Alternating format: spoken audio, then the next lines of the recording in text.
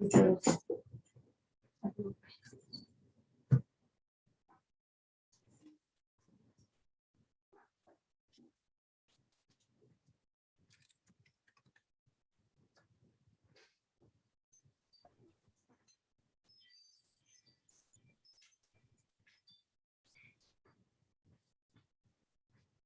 another thing too.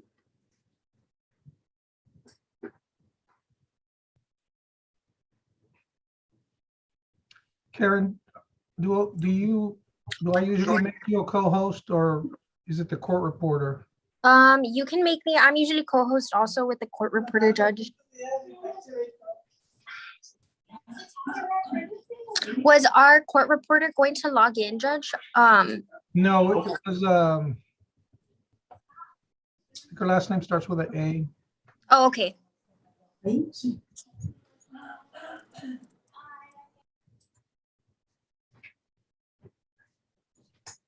Did you get the co-host thing? Yes, Judge, thank you. We may have some criminal defense lawyers logging in. Make sure that if I'm doing the civil case that that they're muted Okay, Judge. until we're ready. Or do you want me to leave them in the waiting room until we're done? I mean, I can admit them. You can Or just, and let them know that I think we'll be starting on time. And actually, I think we're ready to go as soon as we get our court reporter. Who's here for the 341st on Sonia's here on that case, Judge. okay. I'm here, Judge. I'm just waiting for the clerk's office. I don't know, you want to take to see who's present there with Ms. Marta Lemos? No, yeah, I think I'll call the case here and I'll get the appearance of everyone here. Okay, Judge, I already called in the clerk's office. They should be logging in anytime already. Well, I'm more worried about the court reporter. We'll get started as soon as the court reporter's on, just so everyone knows. Okay, you want me to call Joanne? No, I mean, I talked to her earlier, about an hour and a half ago, just to make sure that we were set to go with a court reporter. Okay, We're about 5 minutes early. okay, There's a district clerk's office. okay.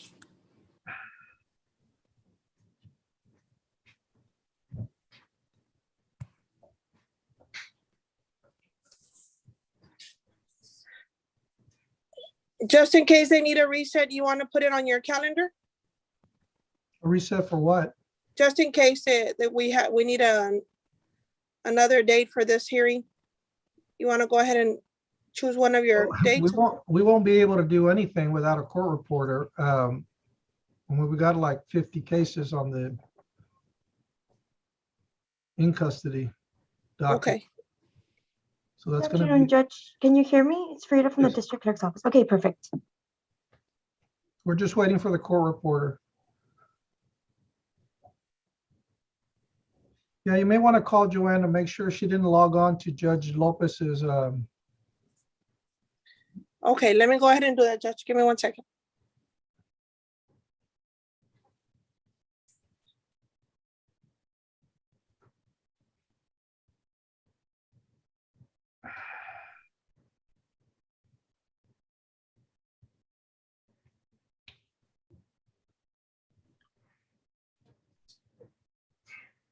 Mr. Reyes, will your client be needing an interpreter?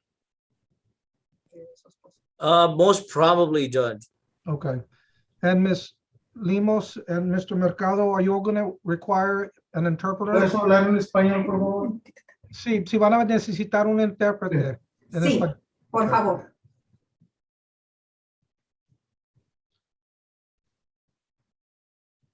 Nomás estamos esperando la reportera de la corte, entonces voy a llamar esta causa primero.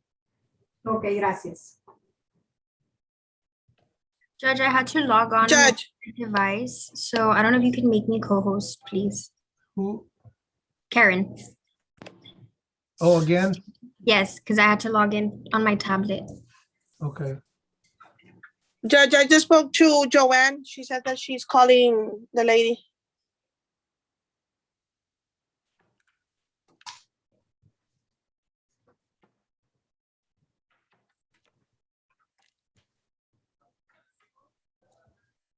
Karen, did I, Yes, Judge. Thank you. I got it. you got it? Okay. Yes, thank you.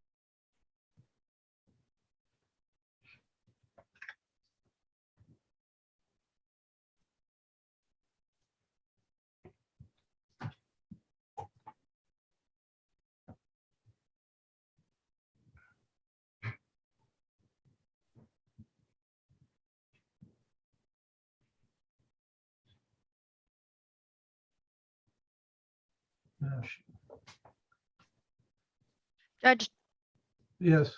do you want me to leave them in the waiting room?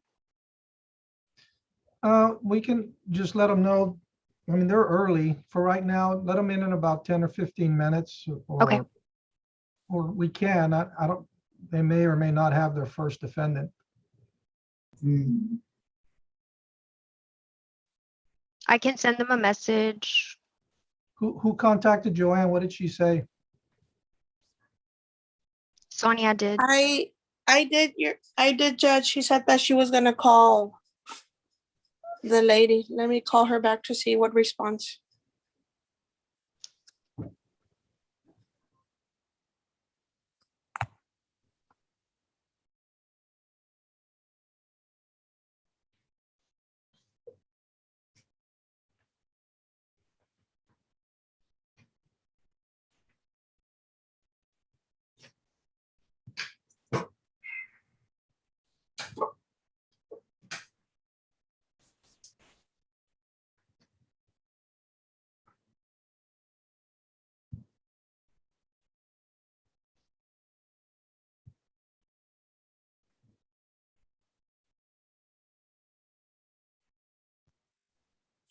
Judge, she's gonna try calling her again. She had no answer in the previous call.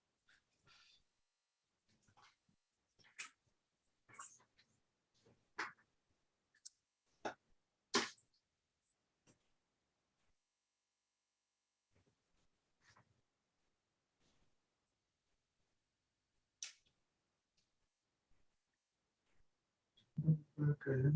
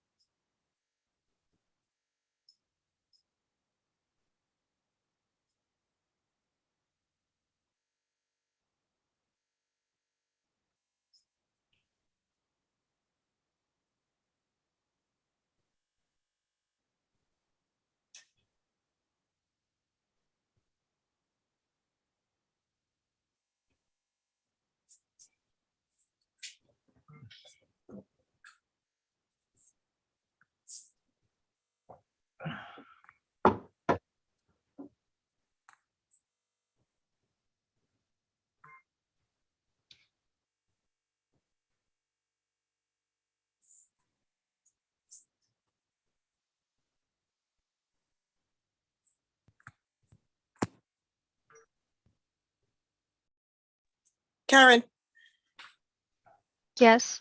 she's coming in. She had the wrong one. Oh, she had the wrong deal. Well, Okay. she had the wrong time. Oh, Okay. she may have, yeah, they may have not advised her of the civil case. Yeah. She should be coming in.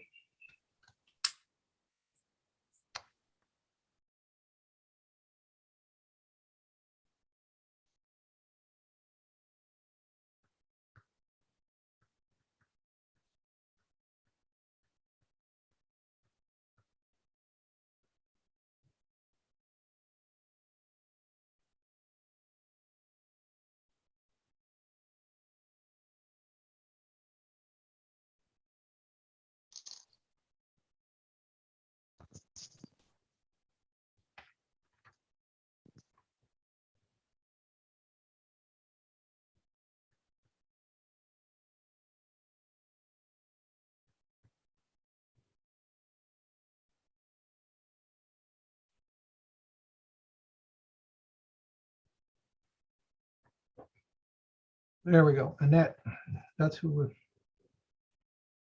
We on now, Judge? let her get settled and ready. Yeah, to go. she's barely logging in. I think she was able to.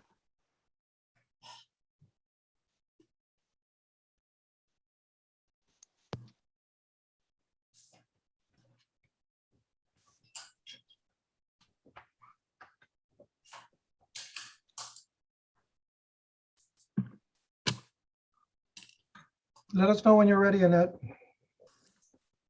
I'm sorry, Judge, I was advised 1:30. That's understandable. I think the main concern was the criminal docket, but they snuck in a civil case. We're good.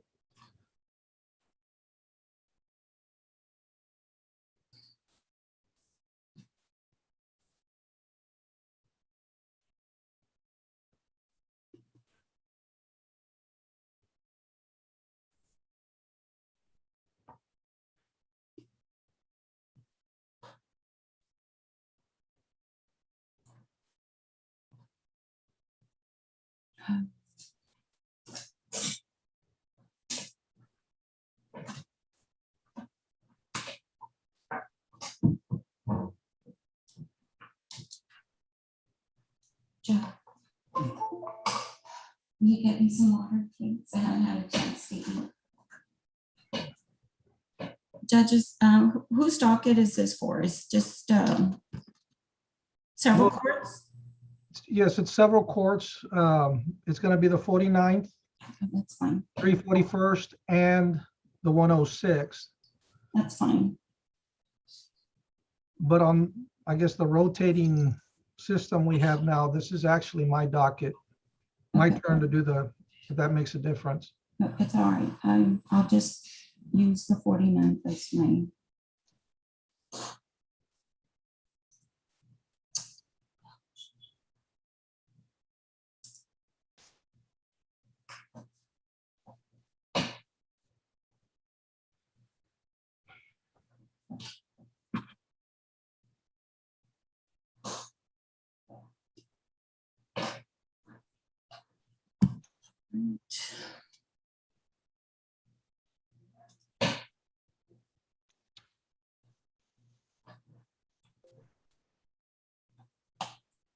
All right, Judge. Okay. Is everyone ready then? We're ready, Judge. Yes, Okay. Judge. Let me call the case and then I'll swear in the interpreter.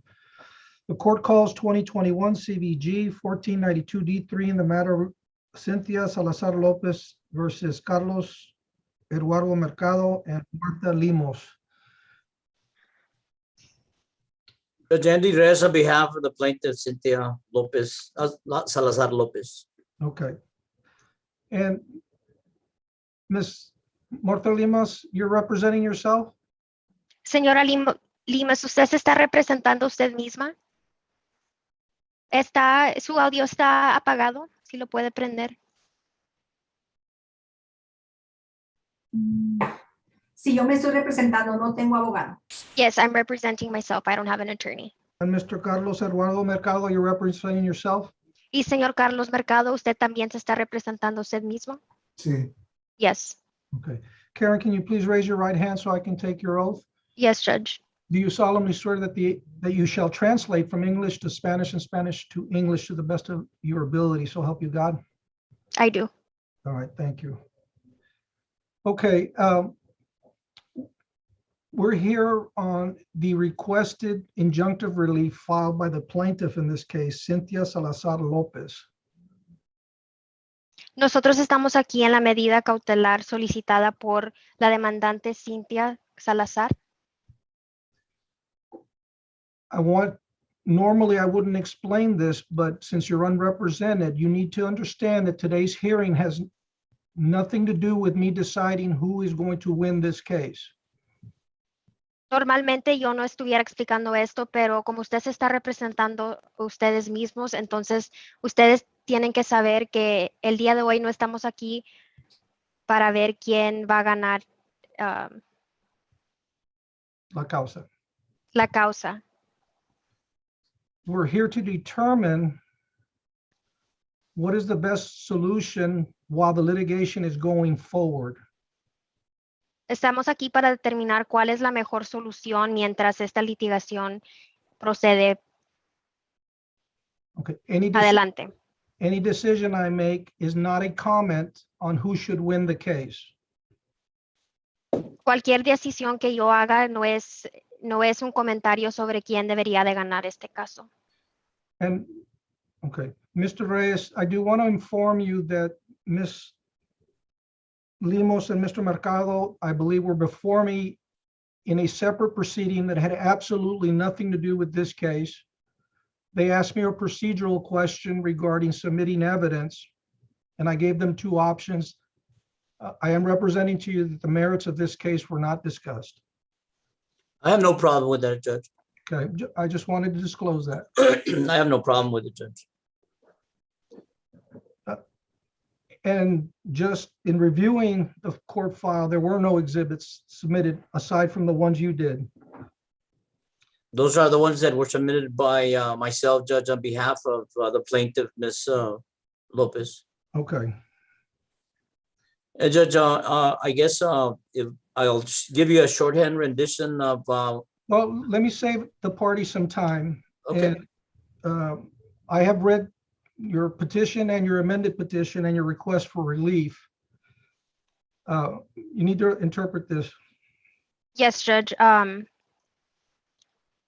Starting now or what you just said? Well, let me repeat myself.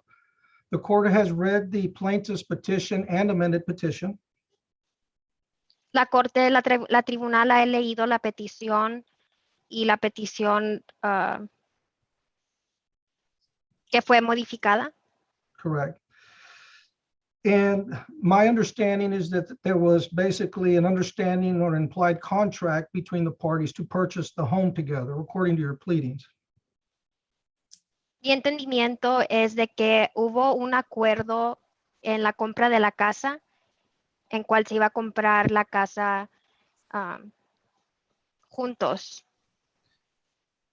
She had bad credit, so the property is actually in the title of Mr. Mercado. I understand that. I saw the joint account. And the implication was that that joint account was funded by both parties and that the loan payments were being made out of that account. Am I correct, Mr. Reyes? that is correct, Judge, but there is a document that was executed, the earnest money contract that was initially executed by both, Judge. And there was a deposit that was made, or some earnest money, $1,000 to be exact. Right. Well, go ahead. Judge, I was just going to translate what you said real quick. Go ahead. Mi entendimiento es que ella tenía mal crédito, por lo que la propiedad está en el título del señor Mercado. Vi la cuenta conjunta y fue financiada por ambas partes. Los pagos del préstamo se hicieron desde esa cuenta. My understanding right now is that your client is living in the home. And my first question is, what was the result of the eviction that was attempted by Mr. Mercado? Mi entendimiento, yes, Judge. Mi entendimiento es que su cliente vive en la casa ahorita y primera pregunta va a ser, ¿cuál fue el resultado del desalojo por parte del señor Mercado? Yes, Judge. Judge, they went before Justice of the Peace Dominguez. And at the time, my client was unrepresented. Judge Dominguez was presented with a request for an eviction. And I guess the presentation was such, Judge, that they cast her as a tenant, somebody who was renting from him. And based on that representation, Judge, he granted an eviction, at which point Ms. Salazar Lopez came to me. We filed an appeal, and the matter is pending an appeal, and it's pending, I guess, designation to a county court at law, at which point we will, I guess, make a motion to transfer and to consolidate into this case, Judge. Okay, and granted, I assume that the appeal was pending, so this court is not bound by any decision made by the JP court. And I made that pronouncement right now, or at least Mr. Reyes,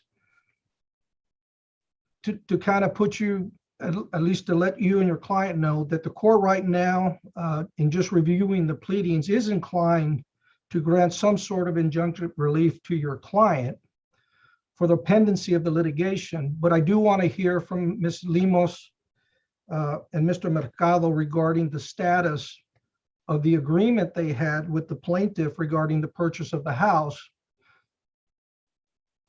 Judge, I'm sorry. Wait, Can you? I'm just going to translate. Yes, Judge. I'm going to translate what Mr. Reyes responded to you first. So, ellos fueron antes el juez Domínguez y mi clienta no estaba representada. Se presentaron con el juez Domínguez para una solicitud de desalojo y la presentación fue que ellos la vieron ver como una persona que rentaba. Con esa base, el juez otorgó el desalojo y después mi clienta acudió a mis servicios. Nosotros presentamos una apelación y esa designación está pendiente ante una tribunal de justicia del condado.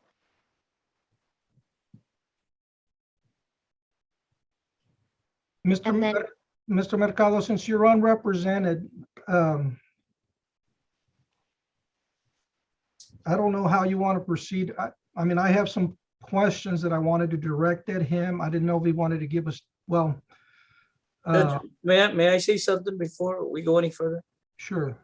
Judge, Ms. Limas is not an owner. She was not part of the contract to purchase the property. She was not part of the agreement. What happened after there was a separation, Judge, Mr. Mercado gave Ms. Limas, who is his mother, a power of attorney. Okay. And via the power of attorney, she's seeking to either transfer the property to somebody. I'm not exactly aware what she's trying to do, but that made her an indispensable party. No, I saw that. Can you interpret? Yes, Judge. La señora Limas, ella no es una dueña. Ella no era parte del contrato de la venta de la propiedad o parte del acuerdo. Hubo una separación y el señor Mercado le dio a Ms. Limas un poder legal. Mr. Mercado, what was the arrangement? Why was there an initial attempt to buy the property together with Ms. Lopez?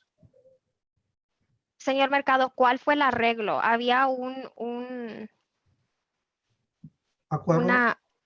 intento de comprar la propiedad con la señora López? Mira, no fue un arreglo porque ella la estaban sacando de su trailer donde estaba. Y yo le estaba ayudando porque quedaba debiendo renta y yo la estaba ayudando. Se quiso hacer como ella, según dijo, entre los dos ella no tiene crédito y el crédito nomás me lo dieron a mí. Es todo. Judge, I just wanted to remind you that if you're considering this as testimony, they haven't been put under oath. Oh, shoot. Oh, Well, Okay, we'll take that as an opening statement then. Let me go ahead and swear in the parties. Yes, Ms. Judge. Lopez, thank you, Annette. And Ms. Limos and Mr. Mercado, can you all please raise your right hand to be Puede sworn? levantar su mano derecha para ponerlos bajo juramento. Usted también, señora López. La mano derecha, por favor.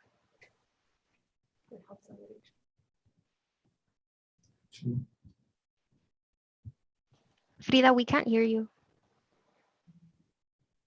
There we go. Do you solemnly swear to tell the truth, the whole truth, and nothing but the truth, so help you God? Ustedes juran decir la verdad, toda la verdad y nada más que la verdad bajo el amparo de Dios.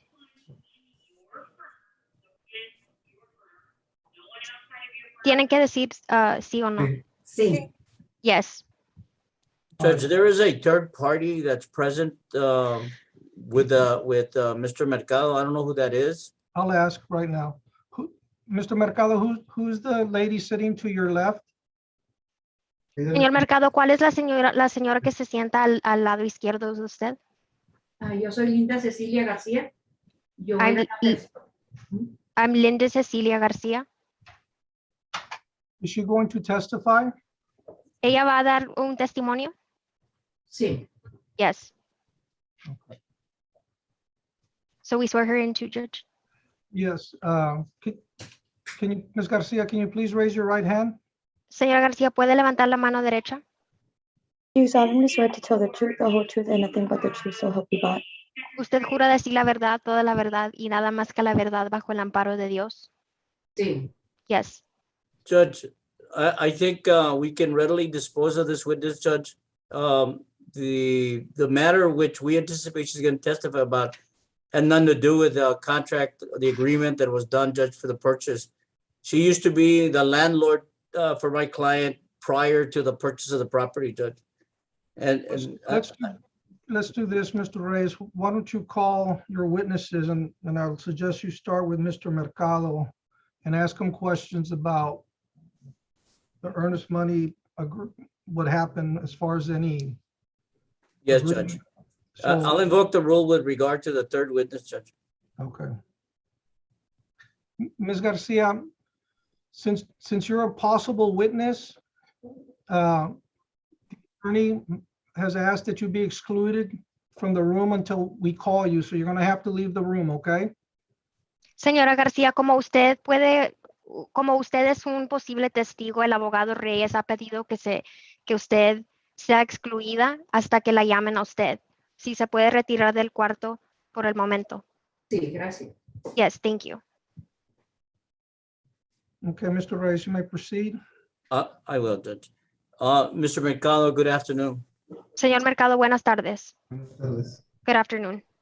Mr. Mercado, you are involved in a romantic relationship with my client, yes?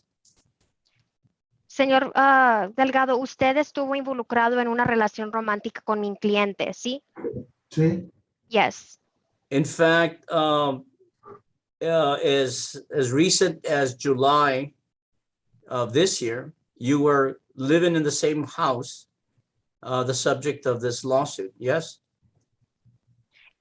De hecho, en julio de este año ustedes vivían en la misma casa como sujeto de esta demanda, ¿correcto? Sí. Yes. And it is true that you had been in this relationship with Ms. Salazar Lopez since approximately 2017? Y es verdad que es cierto que usted tenía esta relación con la señora Salazar López aproximadamente desde el 2017. Desde el 2017 anduve de novio, pero ella vivía en su casa y yo estaba viviendo aparte. No vivíamos juntos. Since 2017, I was her boyfriend, but I was living separately. And at a given point, Mr. Mercado, you all agreed to cohabitate, yes? Y en un momento dado, ustedes acordaron vivir juntos, ¿sí? Vivir juntos, sí. Live And- together, yes. And that was at the time, on or about the time that this house was purchased, correct? Y esto fue en el momento en que se compró esta casa, ¿correcto? No, fue el día cuando a ella le iban a correr del apartamento, de su trailer donde vivía. Por eso fue que empezó a hacer todo el papeleo más rápido. Ella empezó a hacer todo eso. No, it was when they were gonna kick her out of the trailer that she lived at. That's when she started filing all the paperwork. Nonetheless, you agreed that you should cohabitate at or about that time. Yes? Pero ustedes acordaron que deberían de vivir juntos durante ese tiempo, ¿sí? No, acordamos en rentar apartamento, no comprar casa. Pero ella estaba terca en comprar casa, ella se fue a hacer porque yo trabajo y ella fue a buscar casa. Ella dijo que a ella le gustó y le dijo que yo que no, ella dijo que sí. Incluso ella me había quitado las tarjetas de crédito que había hecho. Does anyone object to the non-responsiveness of my question? Mr. Mercado, Okay. I was just gonna ask if I have to translate or not. Well, yeah, let me sustain the objection.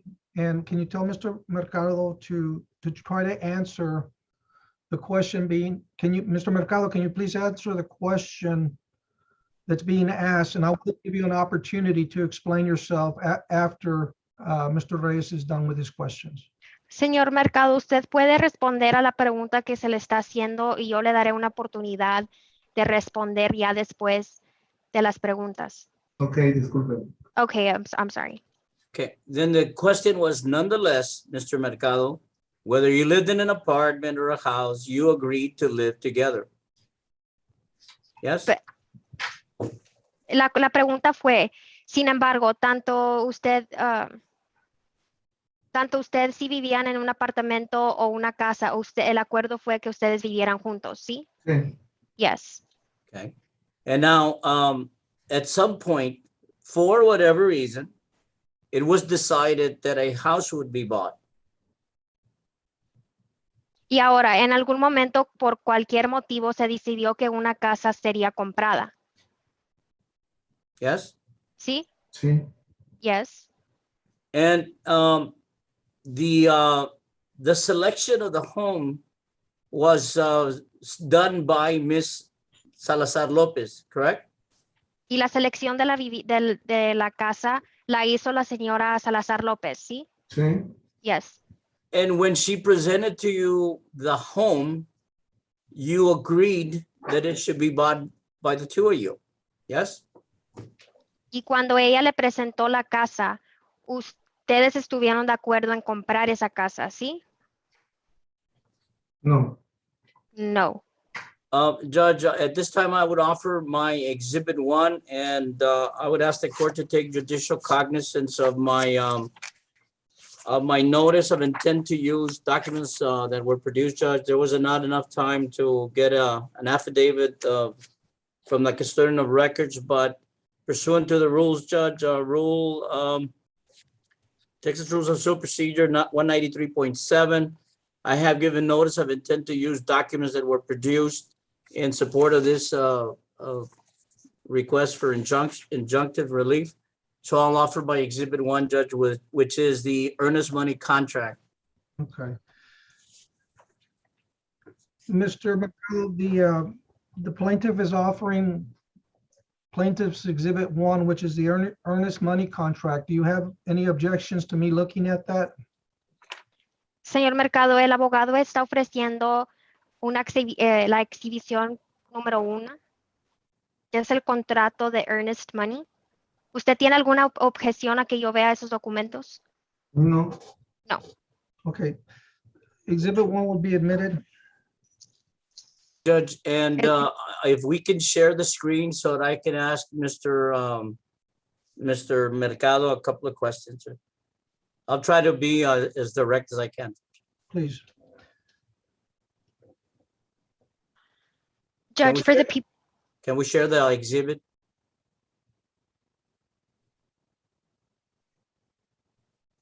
Well, you'll have to do that, Mr. Reyes. Let me see if I can, I'm not technically savvy enough to do that. Just share Neither am screen I. at the bottom, the little green arrow, Mr. Right, Reyes. I tried that, but Judge, they need to disable the the feature or enable it so that people are able to share a It screen? says host, disable participant screen sharing. So I So- hit okay. Where do I disable that? Judge, can you please make me a host or a co-host? So I Yes. can- Let me find you. We've got a lot of folks in here now. There we are. Judge, I'm going to leave the people for the criminal docket in the waiting room. That way,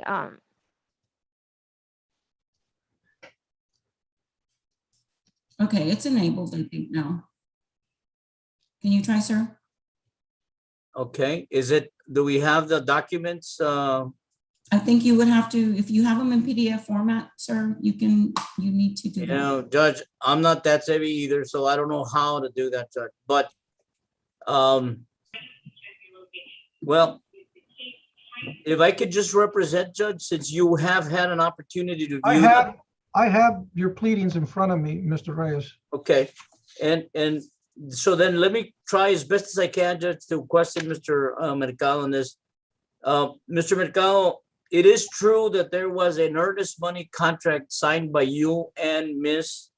Salazar Lopez on or about October 28th of 2019? Yes? señor Mercado, ¿es cierto que usted firmó un contrato con la señora Salazar López de un contrato de earnest money el 28 de octubre de 2019? Firmamos unos papeles, pero no le dieron nada a ella. No pasó, no calificó los papeles, por el que no tenía ella crédito ni dinero, es todo.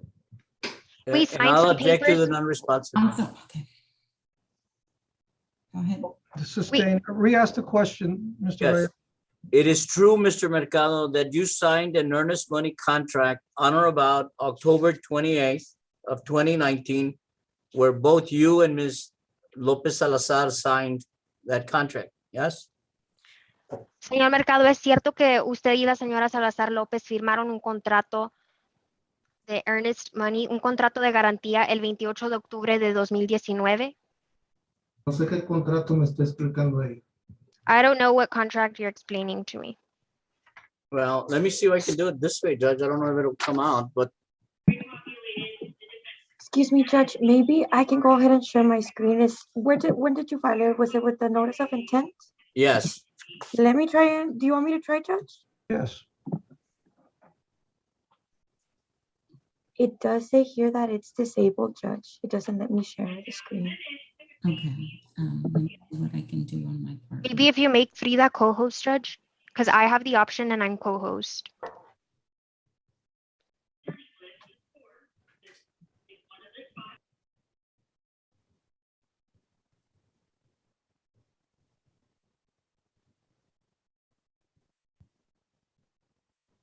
There you go.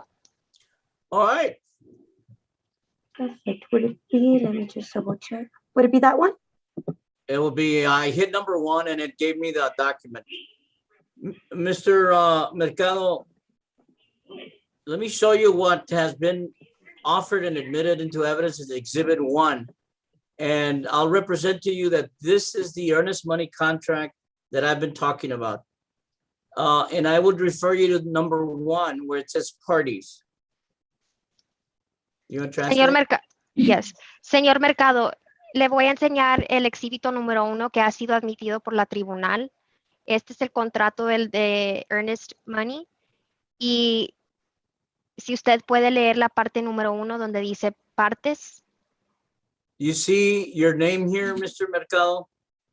¿Usted ve su nombre aquí, señor Mercado? ¿Mande? ¿Usted ve su nombre aquí? ¿De ella? Sí, Your name. sí, Mine or Sí. hers? sí, Your name, Mr. Yes. Mercado. El nombre de usted, Sí, señor Mercado. sí. Okay. Yes, yes. And you see her name as well.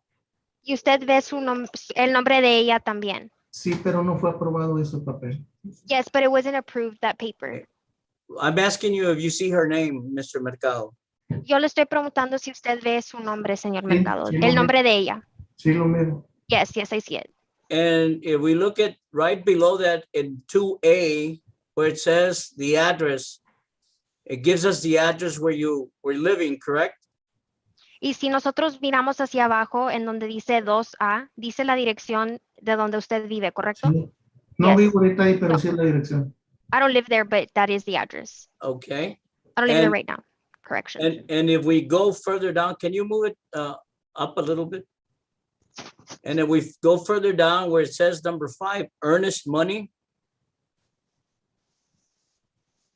Si nosotros vamos más hacia abajo en el número 5, Ujú, donde dice earnest money, ujú. you made a deposit, you and Miss Salazar Lopez made a deposit of $1,000, correct? ¿Mande? usted y la señora Salazar López hicieron un depósito de $1,000, ¿correcto? Sí. Yes. Okay. And where it says number 3, sale price, this is where the negotiation was taking place of the actual amount that the property was going to be sold for, correct? Y en donde dice precio de venta o sales price, esta es aquí se llevó a cabo la negociación del precio de la cantidad en la que se iba a vender la casa, ¿correcto? Sí. Yes. And it further required a deposit that was to be paid in the amount of $5,440 in cash. Yes? Y además requirió un depósito de $5,440 en efectivo, ¿sí? Sí. Yes. All right. Now, if we go to, how do we go to the third page of the exhibits? There. Are you familiar with Miss Cynthia Salazar Lopez's signature? ¿Usted está familiarizado con la firma de la señora Salazar López? ¿Cómo? ¿Cómo How? dices? Do you recognize the signature of Miss Salazar Lopez? ¿Usted reconoce la firma de la señora Salazar López? No. No. Okay. All right, can we go to number 4, page 4? Okay. Do you see here at the bottom where you see your name typed up, Carlos Eduardo Mercado? Do you see that, Mr. Mercado? Sí, esa sí es mi firma. Usted ve aquí en esta parte inferior donde está su nombre, Sí. Carlos, I'm sorry, I'm looking for the name. Carlos Eduardo Mercado. Sí. Yes. And that is your signature, true? Y esa es su firma, ¿correcto? Sí. Yes. And this was signed on October 28th of 2019. Y esto fue firmado el día 28 de octubre de 2019. Sí. Yes. And that is the same date that the document we showed you before that bears the name of Cynthia Salazar Lopez. It's the same date that she purportedly signed. Can you show page number 3, please? Y esa es la misma fecha en el otro documento que le enseñamos, que le mostramos. Sí. Es el mismo día que ella firmó. Sí. Yes. So there was an agreement that she should sign off on this contract as a co-buyer with you, between the two of you, correct, Mr. Salazar? Mr. Mercado?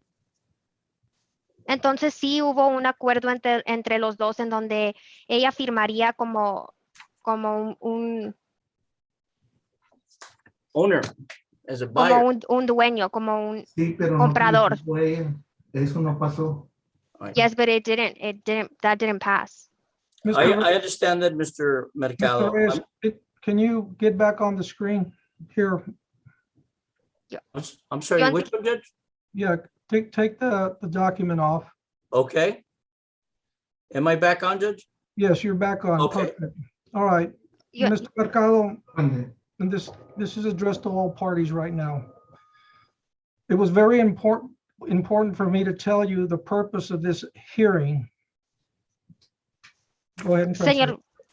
Señor Mercado, y esto está dirigido hacia todas las partes. Era muy importante decirles la razón por la cual estamos aquí. The plaintiff in this case filed a lawsuit saying that she had an interest in the house. Go ahead. I'm sorry, just go ahead.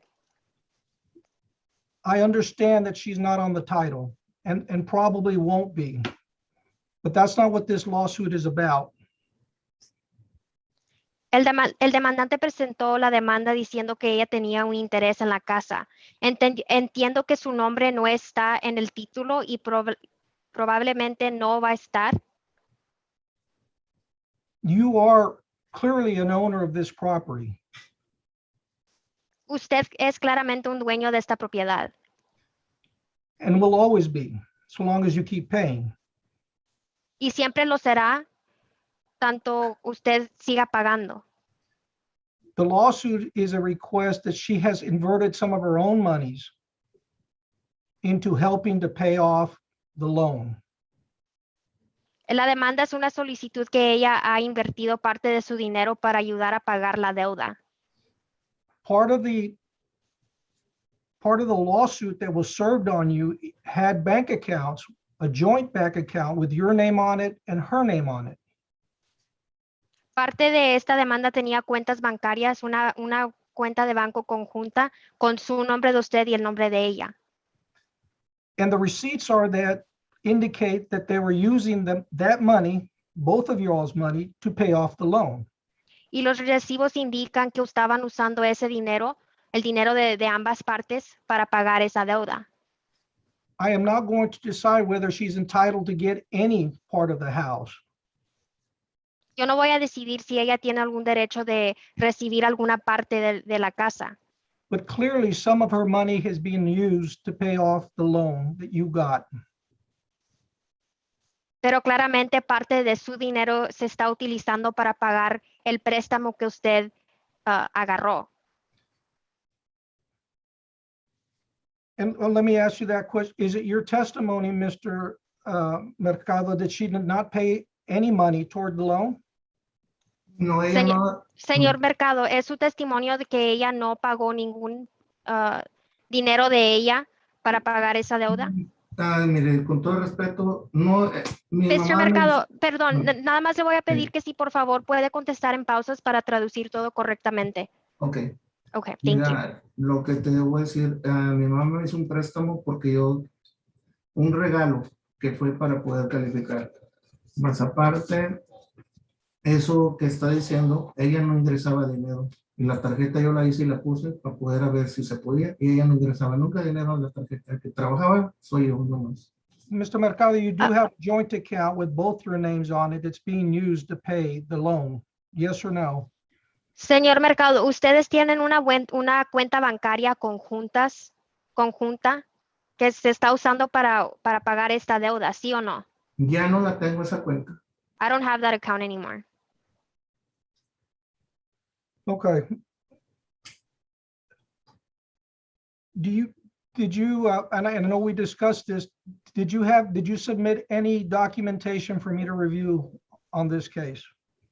¿Usted archivó o envió alguna documentación para que yo revisara en este caso? Sí. Yes. Okay. Where did you file it? Because I checked yesterday and it wasn't there. ¿En dónde la archivó? Porque yo lo chequeé ayer y no estaba allí.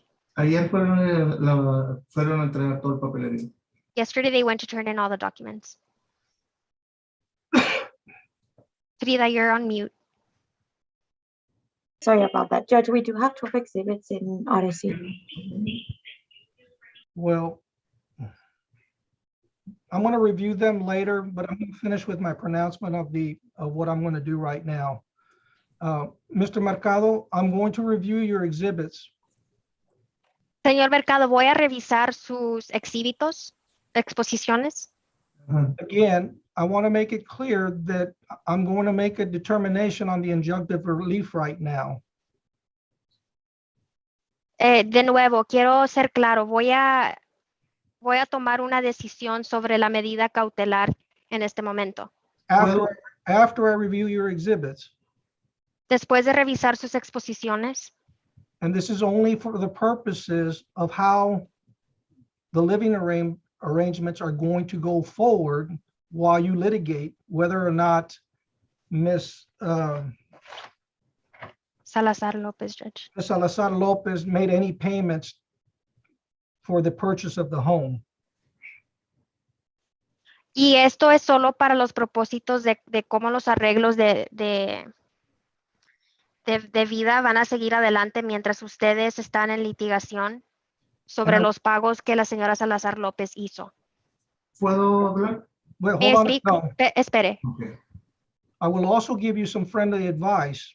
If you still owe on that note, trying to transfer title while you still owe money is a breach of that contract with the mortgage company. Le voy a dar un consejo. Si todavía usted debe en esa deuda y trata de transferir El título, el título, eso sería un incumplimiento de contrato. and the mortgage company can come in and take your house away. Y la compañía puede venir y quitarle su casa. So barring any extraordinary evidence, and I will send my order after today, the court is inclined to grant the injunctive relief with the understanding, Ms. Lopez, that you're going to be required to pay 50% of the mortgage, all of the utilities for the use on the house.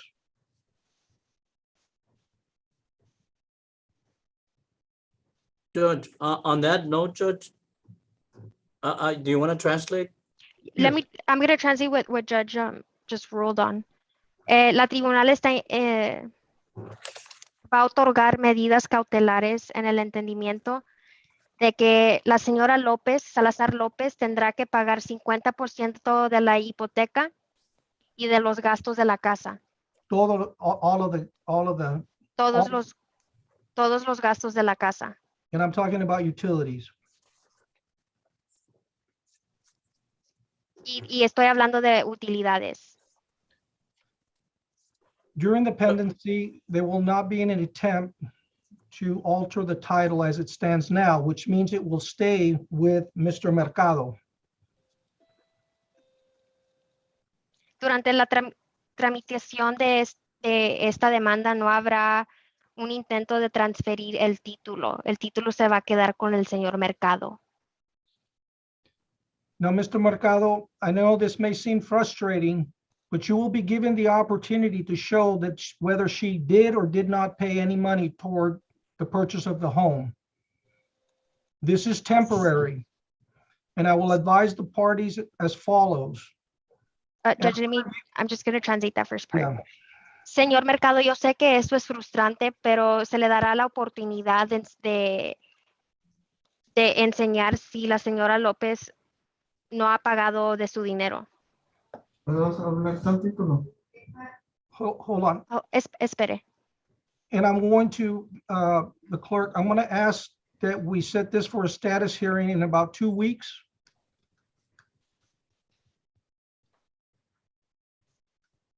Where I'll give Mr. Mercado additional time to present his case. Le vamos a dar una audiencia de estado en 2 semanas, en donde se le dará tiempo adicional para presentar su caso, señor Mercado. Okay. I will allow you to say something now, Mr. Mercado, but I've made a decision, okay? Sí le voy a permitir decir algo ahora, señor Mercado, pero ya he hecho una decisión. Esto es solo temporal. Ok. I forgot to say that. ¿Dónde entonces voy a vivir yo? Si yo no estoy en la casa, ahí está, yo ando para arriba y para abajo. So Me where am puso- I going to live then if she's at the house? I'm up and down. Well, from the understanding that of the pleadings to which you did not respond to, she's been living there. De acuerdo con el entendimiento al que usted no respondió, ella ha estado viviendo allí. Yo me salí de ahí porque me puso orden de restricción. Yo por qué no me puedo arrimar. I left there because she placed a restraining order. And Mr. Mercado, we're going to take all of that up again in 2 weeks. For now, I'm going to keep the status quo for the next 14 days. Y señor Mercado, tomaremos todo esto nuevamente en 2 semanas. Vamos a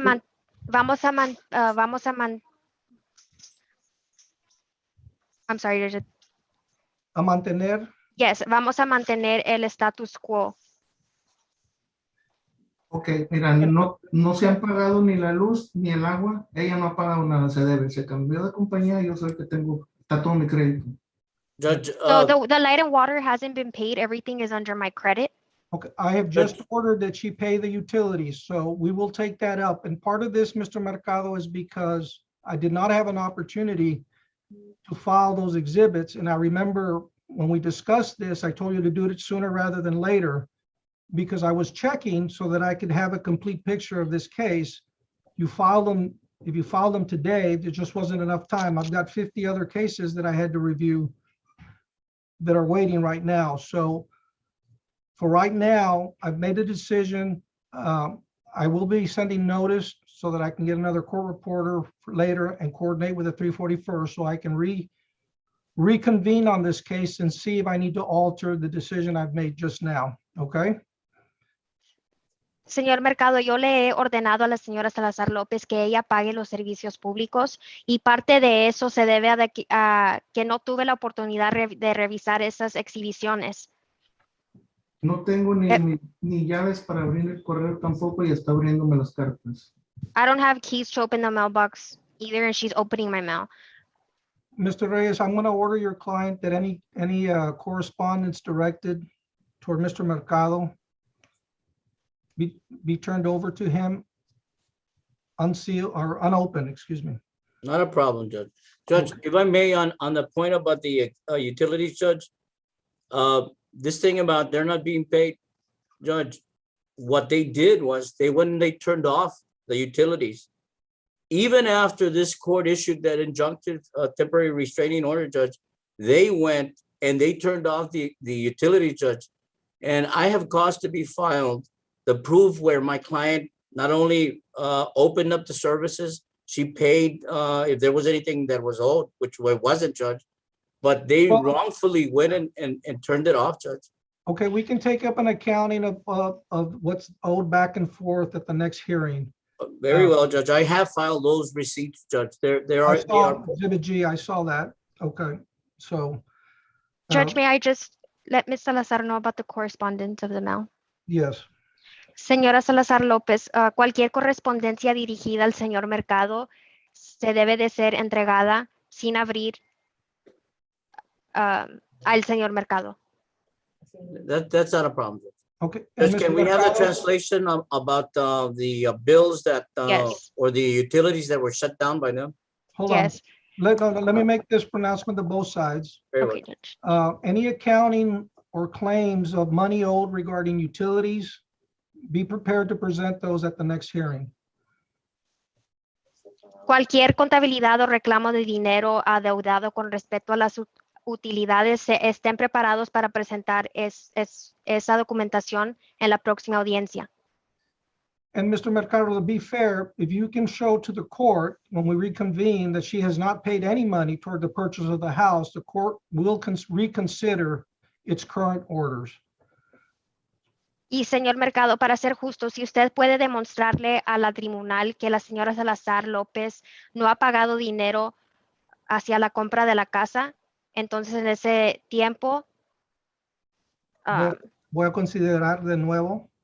voy a considerar de nuevo la decisión que he hecho en este día. Ok, gracias, tengo los papeles. Okay, Judge. thank you. I'll have the documents. One last thing, Judge, with regard to my client's half of the payment, how are we gonna, logistically, how are we gonna accomplish that? Do we turn over that money to Mr. Mercado or does he want us to pay for it, and he turns it over to us? How do we do that, Judge? Con respecto a mi cliente, la mitad del pago, ¿cómo le vamos a hacer? ¿Le entregamos ese dinero al señor Mercado? ¿Él quiere que nosotros lo paguemos? Mr. Reyes, I think since his name is on the title and he's on the hook for the money, I think your client should turn that money over to Mr. Mercado. Very well, Judge. So long as the court instructs Mr. Mercado that he will be scrutinized by your honor and that payment has been delivered to the mortgage company. Creo que dado que el nombre del señor Mercado está en el título, creo que su cliente debería de entregarle el dinero al señor Mercado. Mr. Mercado, you'll be responsible for making the payments on the mortgage. Señor Mercado, usted va a ser responsable de hacer el pago de la hipoteca. Sí, yo no doy el pago. Tengo aquí el bill de lo de la luz que tampoco se ha pagado. Tengo todos los papeles que se deben, todo lo que se debe y todo lo tengo aquí. I'll take Yes, that. I'll pay it. I have all the papers of what's owed of the Okay. light. All right. We need to go on to the criminal docket, everyone. So I'm Judge, sorry. I'll submit my order. When is it due? As soon as possible. I'll be here all day tomorrow, actually. So I'll try to have it done before. give me a noon tomorrow. draft. Give me a draft and I'll finish it off if I have to. Very well, Judge. Judge, right. when is the status hearing so that I can give it to Mr. Well, we need to coordinate that with the 341st and the court interpreter is always an issue with me. I will make it a point to make sure that both sides have an notice regarding the hearing. Okay, All right? okay, All right. Judge. The parties and the attorneys on this case are excused, and let's move on to the criminal docket. Thank you, Judge. Las partes de esta causa se pueden retirar. Se le dará, señora Lima, se le va a dar una notificación Karen. de la próxima. Yes. Can you tell her that she's gonna be receiving an email to make sure she's on the lookout for the email for the Zoom information and for the next hearing? Ok, señora Lima, se le va a mandar un correo electrónico con la información de Zoom para la próxima audiencia. So, por favor, esté revisando el correo electrónico. Judge, I'm gonna step out away for about 2 minutes, please. What was that? I need to step away for about 2 minutes. Okay, we're going to go and just let everyone know that we're getting ready to start the criminal docket. Okay. Judge, can I also be excused? The criminal clerk is here as well for the district clerks. Yes, you are excused. Thank Ms. Limos, I'm sorry, we have to go. Señora Limbas, ya nos tenemos que retirar. Tengo otros casos pendientes. Okay. Gracias, muy Ok. amable por ayudarnos, señor juez. Estaremos en el próximo cita. Gracias, muy amable. Gracias. Gracias. Thank you, Judge. Might be excused. Parties are excused, so are the attorneys. Las partes ya se pueden retirar. All right, let's bring everyone else in. Yes, Judge. Thanks, Karen. You're welcome. All right, sorry, everyone. We were just finishing up a civil matter and the court reporter had to step out for a couple of minutes. Judge, I'm And- going to go ahead and mute everyone, Judge. And we're going to start shortly. All right, let's line up the first in custody defendant so we can be ready to go when the court reporter gets back. So let's go to the jail, see who they have. And again, I know normally we try to take announcements, but we're at the mercy of the order that the jail presents to defendants. Your Honor, can I bring something up? Because my client his presence is not necessary. Well, which docket are you on? Which court? It is for the 341st, Your Honor, Gerardo Mata. Your Honor, this is Karen. May I be excused? Yes, Karen, you're excused. Thank you, Judge. In that case, Your Honor, we have a plea agreement, but Mr. Mata had COVID. I think he's been cleared, and I'm gonna go see him probably tomorrow, get the plea agreement signed, and that's, So you need a reset then. yes, Your Honor, and it's just so I can get him to sign the plea agreement. We already have an agreement. We just need to execute it, but since he had COVID, What's your client's last name? Mata, Just out of curiosity, Mr. Lozano, how many times has this case been reset? Your Honor, I want to say about 3 times, and that's one of the times. One of we've had this agreement. I have it here in hand. Okay, And- that's the reason I ask, and we don't need to be on the record for this, and this goes out to all of the attorneys that have cases pending in the 341st. One of the things that Judge Palomo kind of was going to tell you, and it falls upon me to tell you, is that a lot of these pleas are getting reset. There needs to be a little bit more urgency getting the plea packages ready when they're set.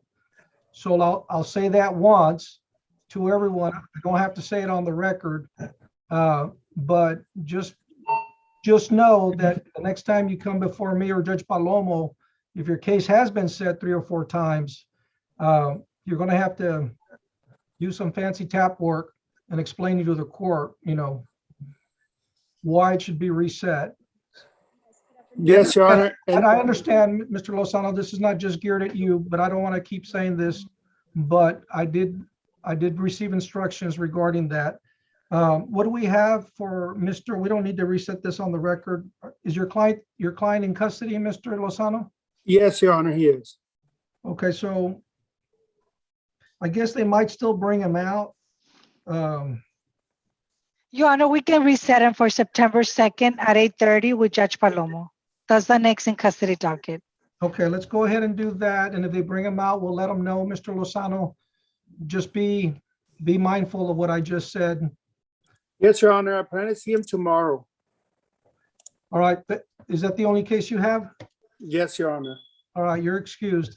Thank you, Judge. Judge, Who's that? what county, the reset was for which inmate? It was Mata. Mata, Gerardo Mata. thank you. Reset for September 2nd at 8:30 a.m. for a plea. Thank you. What page was he on? Page 3, Judge. Okay. Oh, there he is.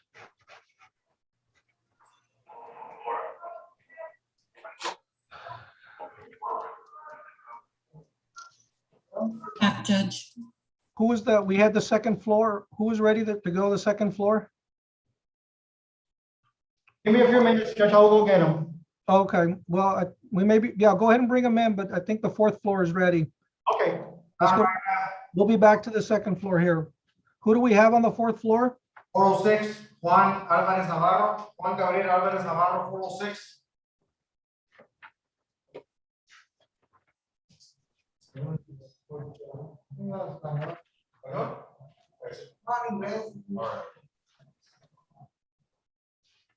What page is Mr. Navarro on?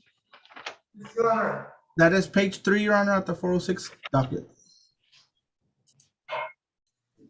Oh, there he is. It's Alvarez Navarro. Yes, Your Honor.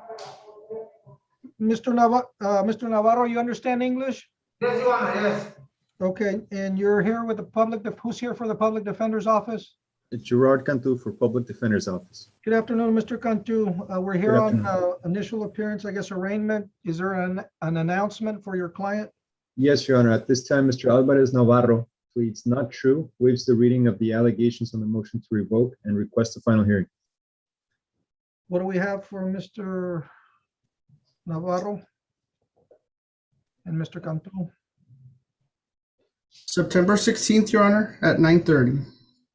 Your Honor, he is requesting that a bond be set at this time. I show that he's been in jail 39 days Yes, Your Honor, that's correct. and he's here on a state jail felony. That's correct, Your Honor. Did he have a previous bond? I don't believe so, Your Honor. I believe, if I'm not mistaken, I believe a warrant went out with the motion to revoke. Yes, Judge, it was a warrant with the MTR. Judge, if I may, Yes. Marlene Garza from the Probation Department. The MTR was filed with the KPS since defendant absconded from SADF, and the next recommendation, it's an inpatient, Your Honor. Oh, he's an inpatient? He was in SADF and he absconded, so therefore the MTR was filed with the KPS, Your Honor. What does the state say in regards to bond on Mr. Navarro? Judge, we didn't really talk, we don't have an agreement on a bond. We recommend 10,000 cash plus surety. And we can talk, I mean, if he can't post it, then I can talk to the defense, see if we can reach an agreement.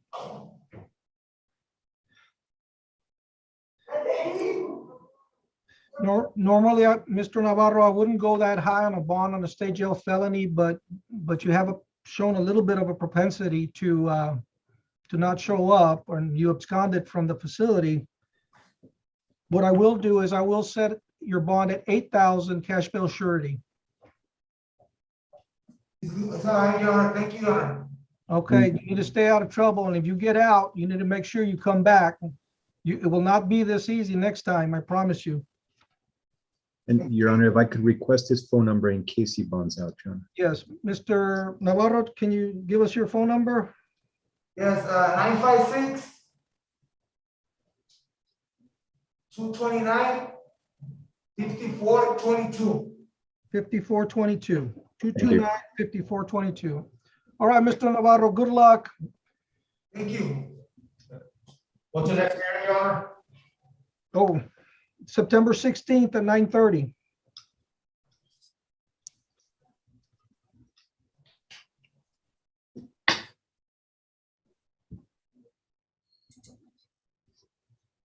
If there's nothing further, the parties and the attorneys are excused. Going back to the second floor, who do we have?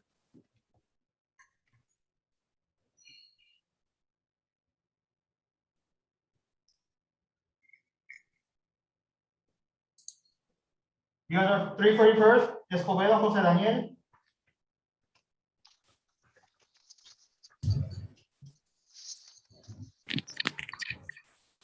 It's on page 7, Judge.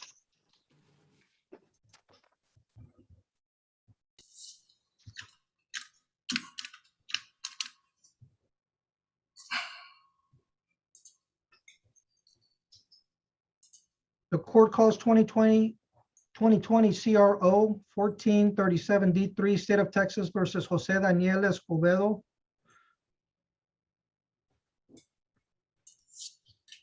Good morning. Good afternoon, Judge. Good afternoon, Ms. Calderon. Good to see you. And who's here for the defense? It's Jacqueline Nita with Public Defenders. Hello, Ms. Nita. Hi. For this case, there is a probation offer that I've discussed with my client, and I believe he's inclined to accept it. We're just pending some reports for some cases that the state is offering to 1245 as part of the agreement. And I believe it should take 1 to 2 weeks for the state to get them. So what do we have in about 3 weeks? We need to try to set these cases to ensure that if we're going to have a plea, that they go forward. So does 3 weeks sound pretty good? Yes, Your Honor. September 30th at 1:30, Judge. Oh, that's a month. At what time? I'm sorry, no, September 16th at 9:30. I apologize. There we go. That's better. Your Honor, my client would like me to request a bond. He's being held no bond for this. He was previously KPS for this case. What was the reason? Non-appearance? Yes. Your Honor, if I may. Yes. Yes, Your Honor, at this time, I'm gonna oppose the bond on this defendant. First of all, he was KPS on this case. During that KPS, while this case has been pending, he's been picking up 4 cases. So he's known to just get rearrested all the time. So at this time, Yeah, and I'm inclined to agree with the state, Ms. Nidia, and we're looking at maybe about an 18-day turnaround here where you can sort out all the other cases. But on this case, since we're going to hopefully it'll be plead out on the 16th, whether it be me or Judge Palomo can then decide whether she's going to let him out on anything else. So the bond at this time will be denied. Okay, thank you.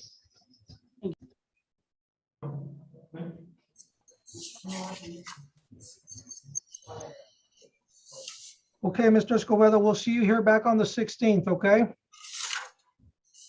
All right, the parties and the attorneys on this case are excused.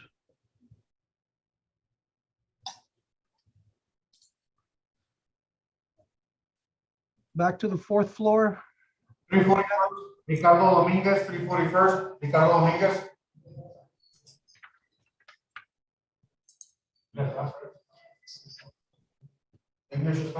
English, all right. Good afternoon, Mr. Dominguez. Let me call the case. The court calls 2020 CRJ 10-6 D3, State of Texas versus Ricardo Antonio Dominguez. Mr. Dominguez, you understand English, right? Was that a yes, Your Honor? Okay, there you go. Who's here for, Ms. Nidia, you're here also? Yes, Your Honor. We're here on an arraignment for a motion to revoke. Is there an announcement from the defense? Yes, Mr. Dominguez pleads not true, waives the reading of the state's application and requests an MTR final hearing. September 2nd at 8:30 a.m. That's too soon. If I could have more time, How much time is Naida? at least 3 weeks. September 30th at 1:30. Thank you.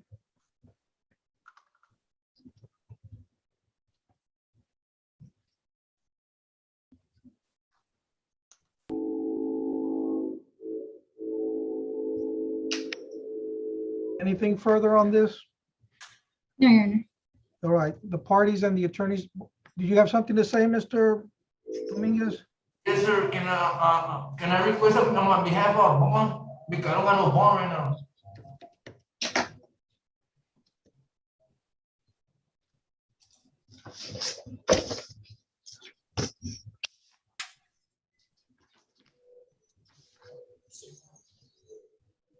Mr. Dominguez, I don't know that I'm going to have enough information to make an intelligent decision on that right now. Does he have any other charges pending besides the theft of property? Or I mean, the burglary of a vehicle? Judge, if I may, he's not in custody for this case. He's in custody for a bond lift on a different case. Yeah, okay, thank you.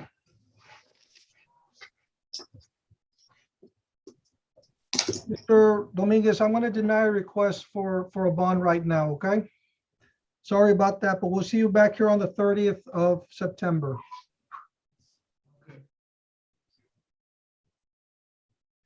All right, if nothing further, the parties and the attorneys on this case are excused. He was on the 4th floor, so is the 2nd floor ready to go? Yes, sir. From the 341st, Botello Roberto Jr. Botello Roberto Jr., 341st. On page 5.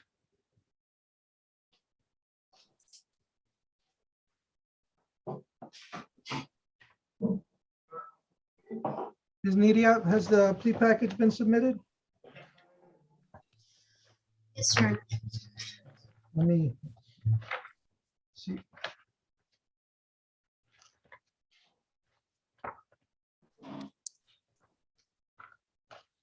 Okay, I don't have it in front of me. Was it filed with the clerk? Yes, Judge, it was filed today. I have it on Odyssey if you'd like for me to share the screen. I think we're going to have to do that.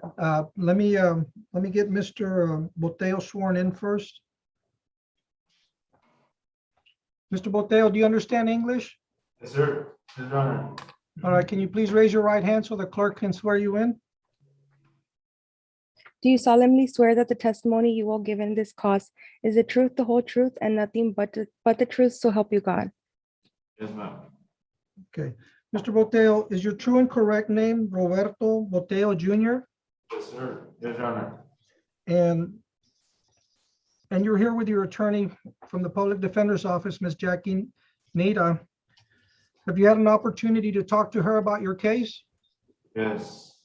Have you had a chance to ask her questions about what's going to happen here today?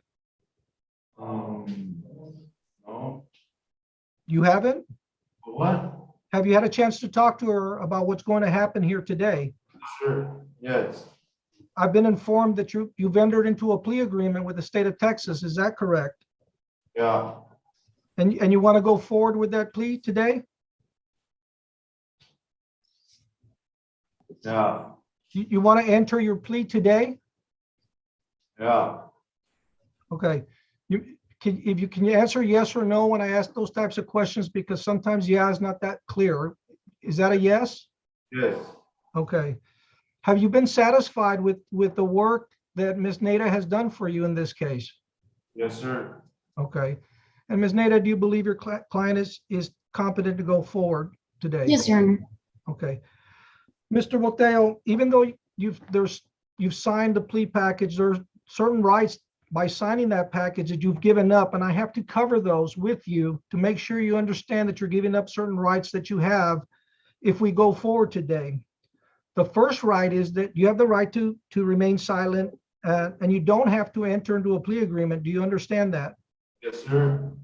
That you have the right to have a jury trial, and you have the right to have a jury assess your punishment. And if there's witnesses against you, you have a right to ask them questions, you or your attorney. If we go forward, do you understand that you're giving up that right today? Yes, sir. Another right that you're giving up is that since you have an agreement, if I go along with the agreement and I sentence you along the lines of that agreement, that you also lose the right to appeal your punishment. In other words, if I give you the punishment you agreed to, you cannot appeal that to a higher court unless you get special permission from this court. Do you understand that? Yes, sir. Okay, and I have to ask you this.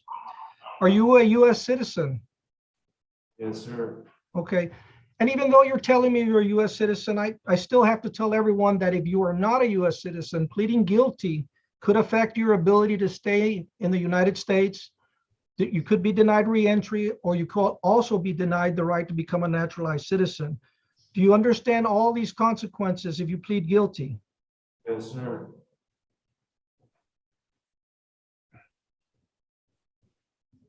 Does the defense read formal reading of the indictment?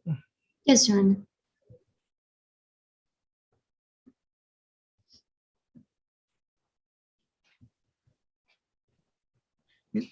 Are we proceeding on the burglary or the possession?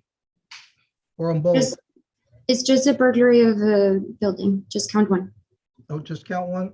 Are we dismissing count two? Is there a count two? Yes, Your Honor, there's a count 2, 3, and 4, Okay. which are being dismissed. Yeah, and I apologize, I don't have it in front of me, so I'm going a little bit blind.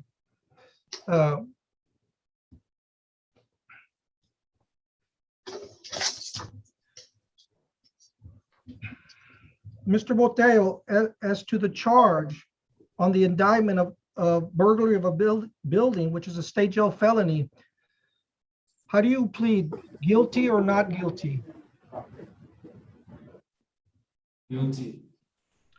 Are you pleading guilty freely and voluntarily? Yeah. Has anybody forced you to plead guilty? No, sir. And aside from the agreement you have with the state of Texas, has anyone promised you anything else for pleading guilty? No, sir. Okay. And are you pleading guilty because you're accepting responsibility for the offense? Yes, sir. Now, I'd also have to admonish you that the punishment for a state jail felony in the state of Texas, if you're found guilty, has a range of punishment of confinement for a term of 180 days to 2 years in a state jail and a fine of $10,000. Do you understand that? Yes.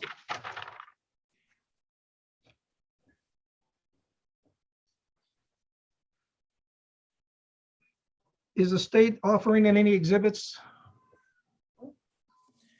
Yes, Your Honor. Josh Davila for the state. State offers the plea packet for this court's consideration. No objection. How many exhibits? Is it 1 or 2 or 3? Is it just 1? Your Honor, I'd need to see it on the screen. I'm standing in for Ms. Garcia on this one, Claudia. Ms. Nada, do you have a copy of the? Yes, Your Honor, I believe it's just the one exhibit, the plea agreement. Okay. Then the states, and there's no objection? No objections? There's no objection from the defense. Okay, state's exhibit number 1 will be admitted.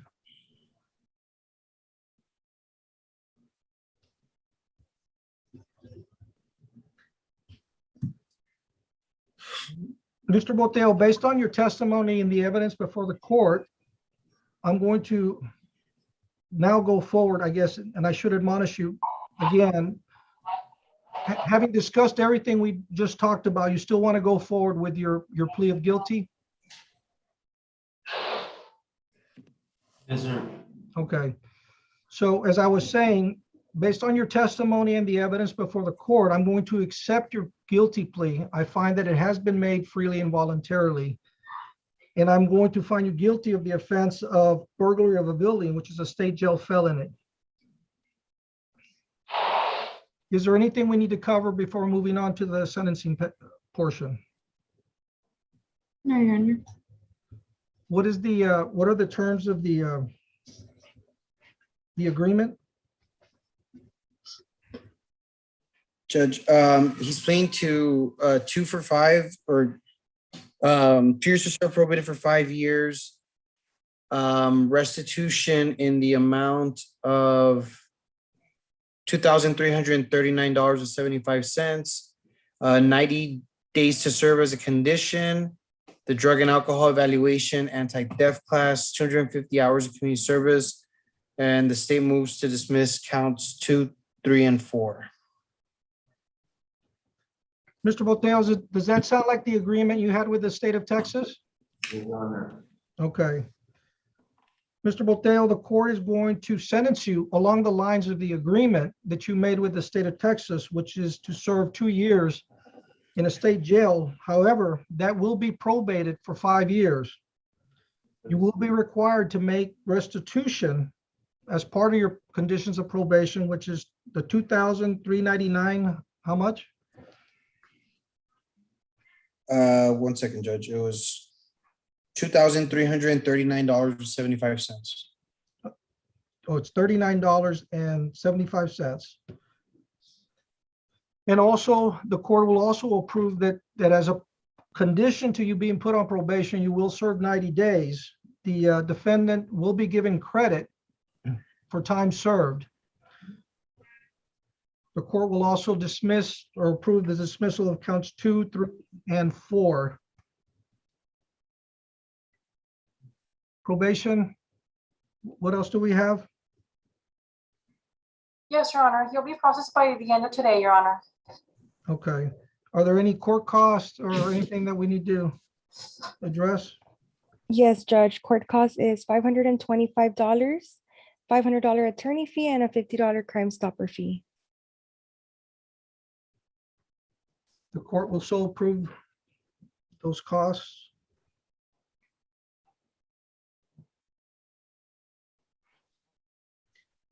Mr. Boteo, do you have any questions? No, era nivel civil. No. No? Okay. Anything further, Ms. Nita? Nothing further, Your Honor.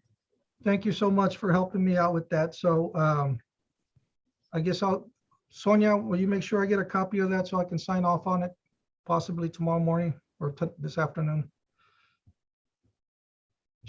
Okay. Yes, Judge. Okay. If there's nothing further, then the parties and the attorneys are excused. Good luck, Mr. Boteo. Thank you, sir. God bless you. All right. Thank you. Back to the second floor. 406, Your Honor, Orlando Canizales Jr., 406, Orlando Canizales Jr. And what page is he on? Page 2, Judge. Good morning, Your Honor. Pedro Jaro of the state of Texas. He has 2 cases, Judge, on page 2 and on page 3. We have an announcement on page 2, Judge. Okay, let me call both cases, then you can. Yes, Your Honor. Let me call, the court calls 2021 CRG 420D4, State of Texas versus Orlando Canizales Jr. and 2021 CRG 421D4, also the State of Texas versus Orlando Canizales Jr. What's the announcement on the first one? Yes, Your Honor. On 2021 CRG 420D4, we're going to be recommending dismissal on this case for a plea on page 3, which is 2021 CRG 421D4. It's going to be a plea to 3 years, Judge, to serve. And that is correct, Your Honor. He is going to plead only as to count 1. Count 2, 3, and 4 will be dismissed as part of the plea. That's correct, Judge. And count 1, I believe it's an assault, felony 3, Judge.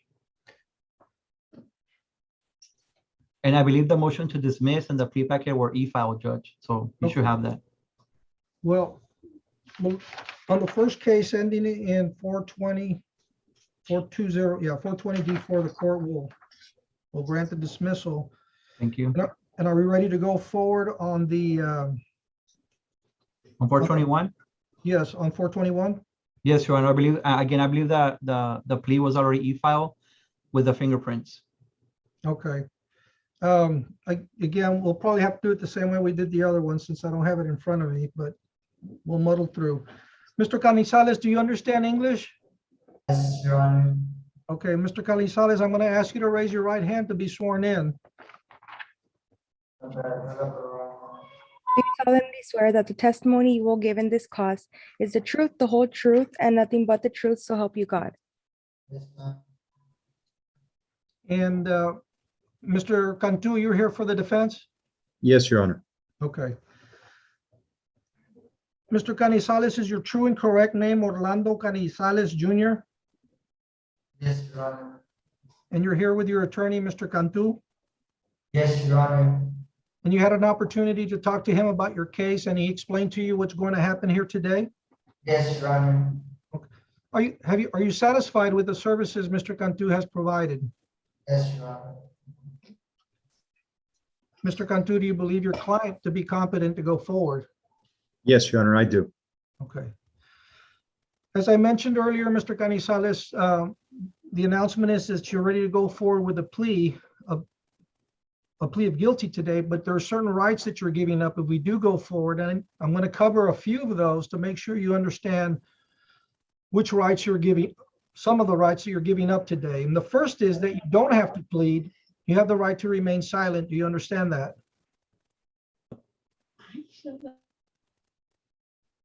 You have to answer yes or no, Mr. Canizales. Yes, Your Honor. Okay. You understand that you're giving up the right to remain silent?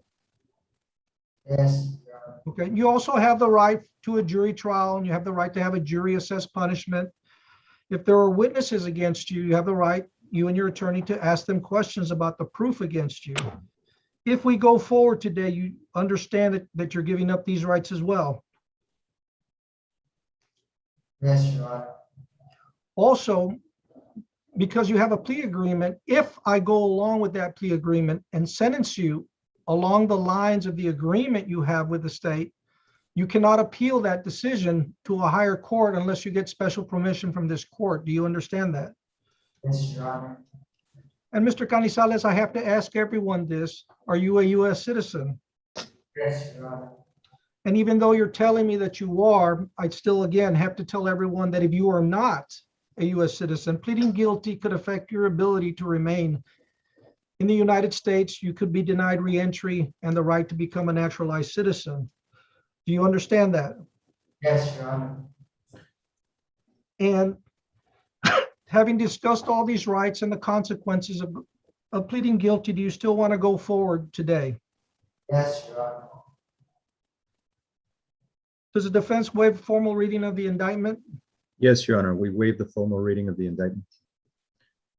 As to count one, Mr. Canizales, a felony 3, aggravated assault, how do you plead? Guilty or not guilty? I'm sorry, what was the charge again? It's felony 3, Yes. aggravated assault. I wasn't told, I'm sorry about that, but I wasn't told it was not. I apologize, Your Honor. The charge is not aggravated. It's Oh, I'm just sorry. assault on a family member enhanced to a felony 3. That's correct, Judge. Okay, I'm sorry, Mr. Canizales, I apologize. The charge is felony 3, though, assault on a household or family member. How do you plead? Guilty or not guilty? Guilty, Your Honor.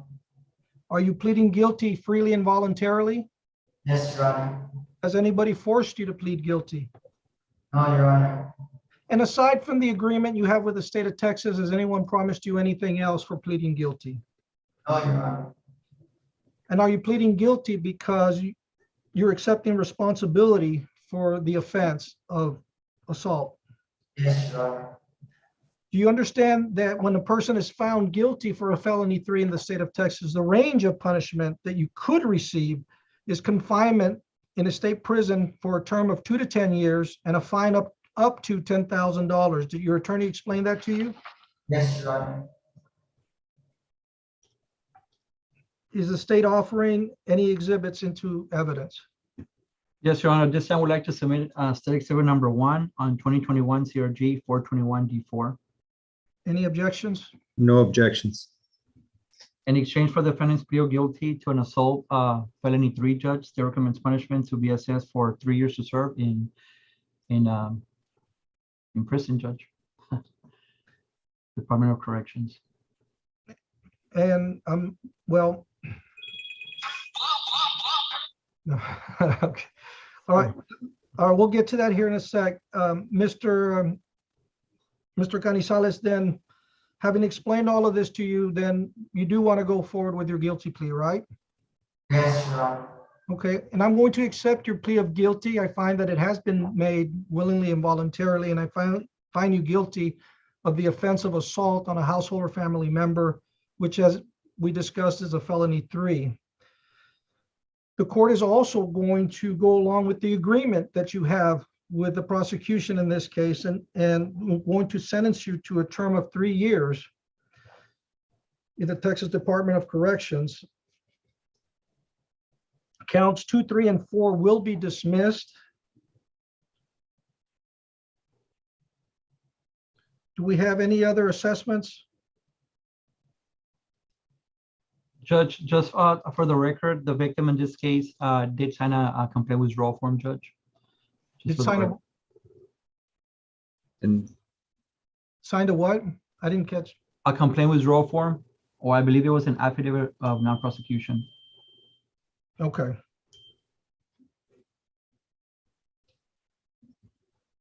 And Your Honor, if I may, we attempted to get him in inpatient treatment, but that was not on the table when we were negotiating the case. He is still interested in receiving treatment, though, if we're asking the court to order substance abuse treatment while he's serving time at TDC. And I was made aware of that, and I was going to first cover all the particulars, but the court will, now that we've brought that up. Mr. Canizales, again, as part of your, I guess, while you're serving time at 3, the court will order substance abuse treatment for you for the 3 years that you're serving at this with the Texas Department of Corrections. Thank you, Your Honor. Is there any court costs? from Yes, probation? Judge. There is a court cost of $535 and a $500 attorney fee. That will be approved. Your Honor, on behalf of the defense, based on the fact that my client is indigent, he is not working, unable to pay these costs. We are asking to waive court costs and attorney fees.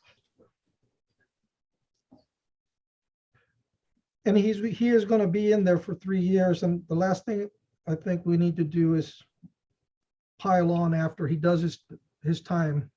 So I'm going to grant the request to waive the 500 and was it 25 or 35 in court costs and the $500 in attorney's fees as well. Thank you, Your Honor. And in addition to that, he is requesting his credit for time served. He has, I believe, a little over 5 months credit. The court will also grant him time served, credit for time served. Yeah, Judge, and for the record, it's an assault felony 3 prior conviction, Judge. So I believe he's also pleading true to the enhancement, Judge. I think that's part of the plea. Well, Mr. Cantu, is that correct? Yes, Your Honor, I believe it's one of the elements of the offense on count 1. And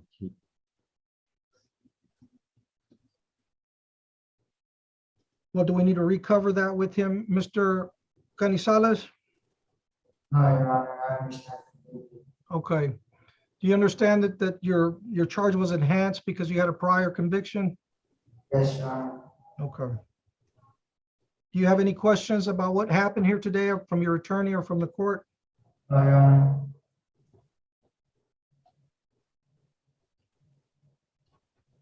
Okay, is there anything further? Not from the state, Judge. defense rest, Your Honor. Okay. Well, good luck, Mr. Canizales. I hope you'll make good use of the program that I ordered. And hopefully your time will go fast. Thank you, Mr. Cantu and Mr. Thank you, Your Wahab. Honor. The party, Thank you, Your Honor. the parties and the attorneys are excused on this matter. Thank you, Judge. Back to the second floor. Your Honor, from the 406, Vasquez Enriquez. Vasquez Enrique.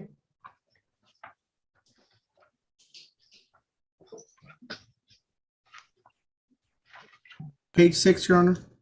There we go.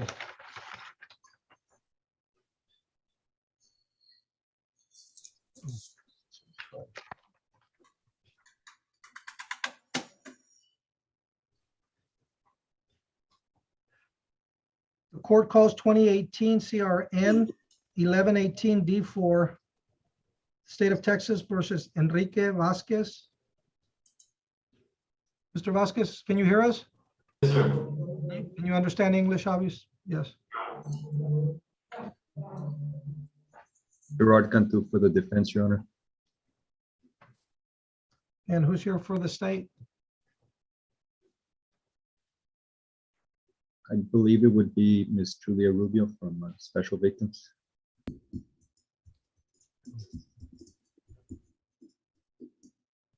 Are you present, Ms. Rubio? I can stand in, Your Honor. Paul Thompson for the state. Good afternoon, Mr. Thompson. Thank you. What's the announcement from the parties? Yes, Your Honor. In exchange for a plea of truth to conditions 2, 9, 11, and 20, the state has agreed to reduce or modify his sentence from 2 years down to 6 months to serve.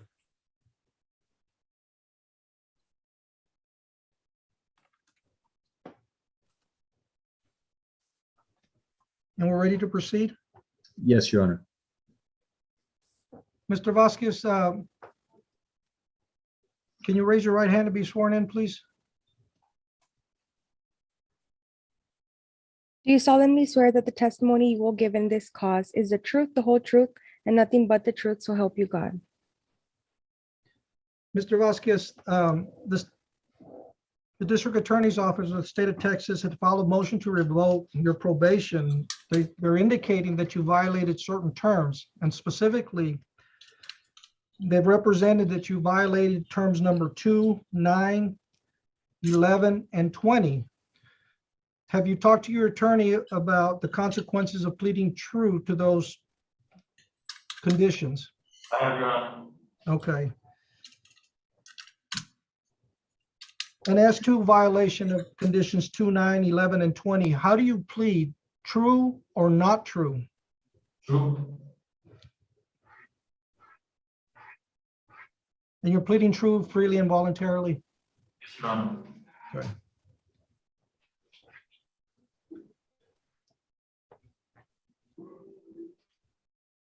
Mr. Vasquez,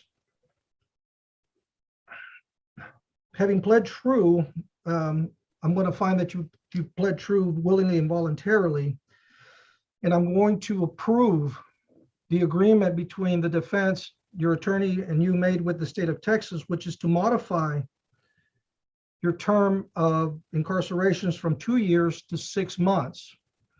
The court will approve that. Is there anything else? Yes, Your Honor. On behalf of Mr. Vasquez, he served a little bit over about half his sentence so far in the Webb County Jail, so he is requesting 1244 punishments. And we're also requesting to waive attorney fees in this case. So you're asking that he serve his time here in the Webb County? Yes, Your Honor, considering he's served about half his sentence already. Mr. Thompson, do you believe this to be in the best interest of justice? Any objections to that? We're not going to object. We'll agree to that, Your Honor. All right. Mr. Vasquez, I'm going to approve the request your attorney just made for you, and this is a big request. I'm going to sentence you pursuant to 1244, which means that I'm going to sentence you as if it were a misdemeanor. You're going to be allowed to serve your time the 6 months in the Webb County Jail, you will be given credit for time served. And what was the request for? Yes, Your Honor. He spent considerable amount of time for basically for being indigent, Your Honor, unable to pay child support and unable to pay fees in this case. He is indigent, and we are requesting to waive attorney fees and court costs in this case.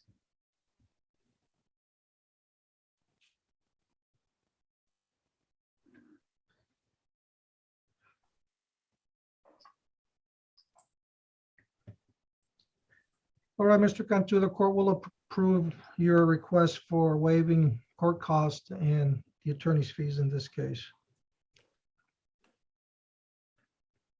Mr. Vasquez, well, I know you're still looking at about 3 months to serve, but you really need to try when you get out to find some employment. If you've got child support, that's going to bring up a whole host of other problems. And you could actually end up back here for not paying child support. I hope that's not the case, but I'll wish you best of luck. You've got a great opportunity. You need to take advantage of it. Okay, you're going to be able to stay here at least locally for a while. Good luck, and hopefully your time will pass quickly. All right, good luck. Judge, if I may, Oh, yes. just to clarify, this is a revocation, correct? And he is being sentenced to 6 months to serve? Yes, but given time for credit served. Thank you. I think he's, according to my file, 69 days, so you all can verify. Okay, the attorneys and the parties are excused. Back to the, who do we have? Fourth floor? 406, Your Honor. Jose Isaías Espinosa, 406, also needs an interpreter.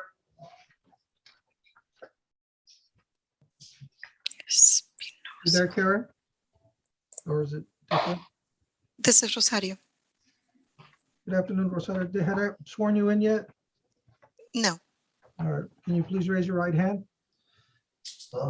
Do you solemnly swear that you shall interpret from English to Spanish and Spanish to English to the best of your ability, so help you God?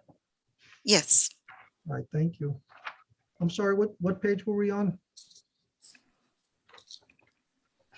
Page 4, Your Honor, 406 docket. Espinosa? Yes, Your Honor. Okay, the court calls 2021 CRM 789D4, State of Texas versus Jose Isai Espinosa. Se está llamando el caso 2021 CRM 789D4, el estado de Texas contra José Isaías Espinosa. Good afternoon, Mr. Espinosa. Muy buenas tardes, señor Espinosa.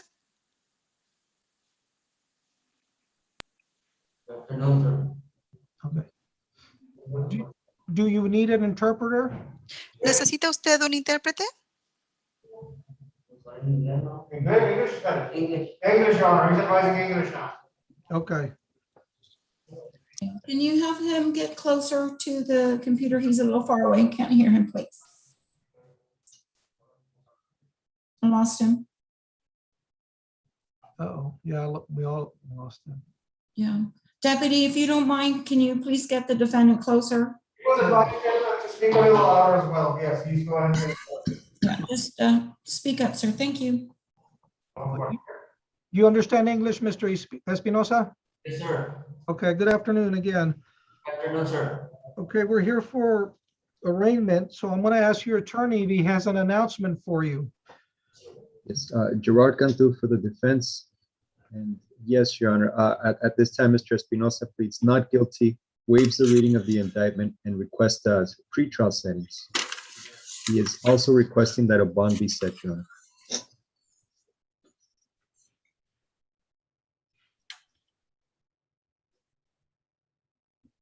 He's here on a state jail felony. Are you 23 years old, Mr. Espinosa? Yes, sir. Did you have a job before you were arrested? Yes. Where did you work at? I used to work at Domino's.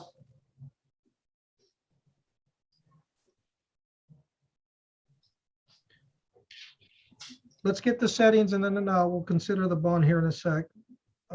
What settings do we have for Mr. Espinosa? Informal set for October 20th, Your Honor, at 2 p.m. What was the date again? October 20th at 2 p.m. Informals.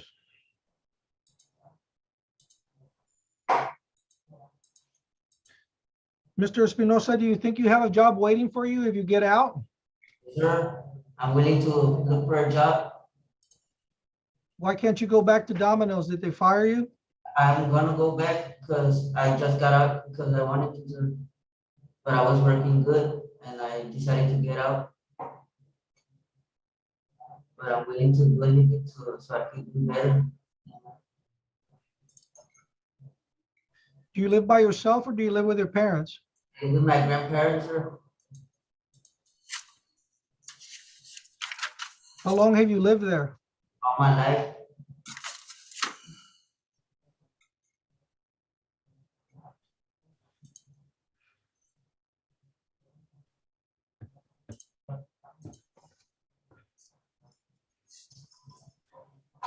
Mr. Espinosa, I'm going to put a $6,000 bond on you and I'm going to approve it through pretrial services.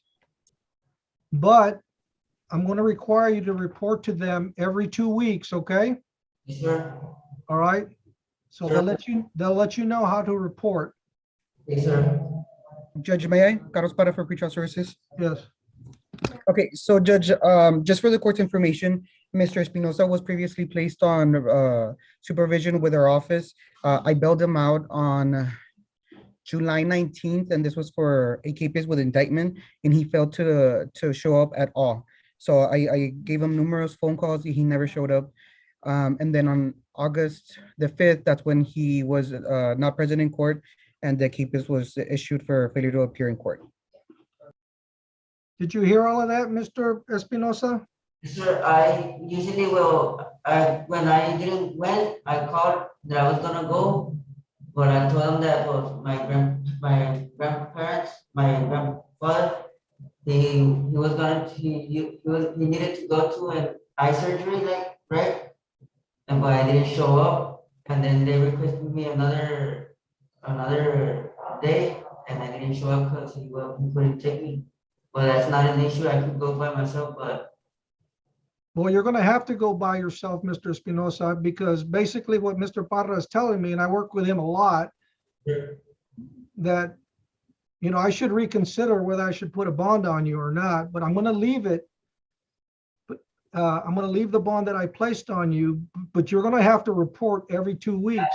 I already, like I told you, sir, I learned my lesson, I don't wanna be here, and I'm willing to do anything just to Mr. Parra is right down the hall from me. He's going to let me know immediately if you don't report the way you're supposed to. Do you understand? Sure. Don't mess it up. All right, Mr. Esparza, good luck and stay out of trouble and go back to work. Thank you, sir. And Your Honor, before he leaves, could we request his phone number in case he bonds out? Yes. Oh, yes, Mr. Espinosa, your phone number? It's 333-76-22. That's my grandfather's phone number, sir, because I think it's already disconnected. But if you call him, he's gonna let me know like really quick. He's always into me, like, so I cannot build my core and anything. And I'll give it, when I get out, I'm gonna give you my phone number as soon as I connect it. Make sure you do that, Mr. Espinosa, or we're going to have problems going forward, okay? And you're going to have to stay in there for the rest of the case, which could be several months. Sir, I understand everything. All right. Sir. Well, don't forget, you have a court date on the 20th of October for when you get out. Thank you, sir. All right.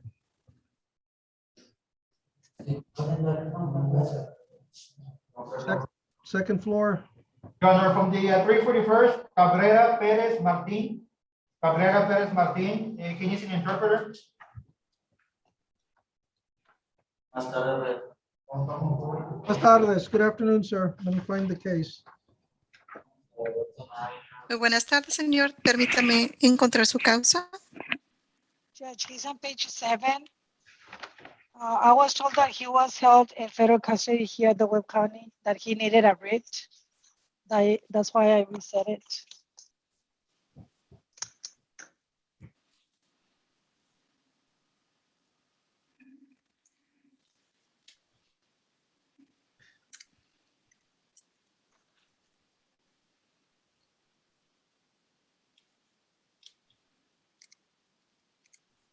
Also, what, we thought he wasn't gonna be here?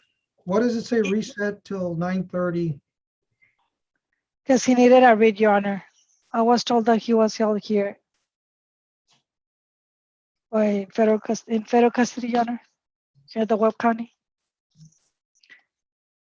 But if I may, let me call Mr. Hernandez, his attorney. Oh, Juan Hernandez. Yes, He's not present? I don't think so, Your Honor. Who's here on this case for the state?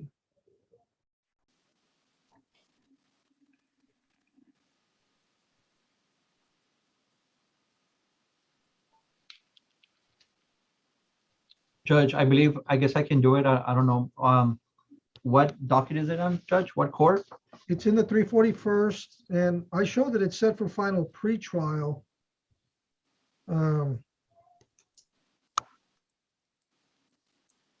And what's the charge, Judge?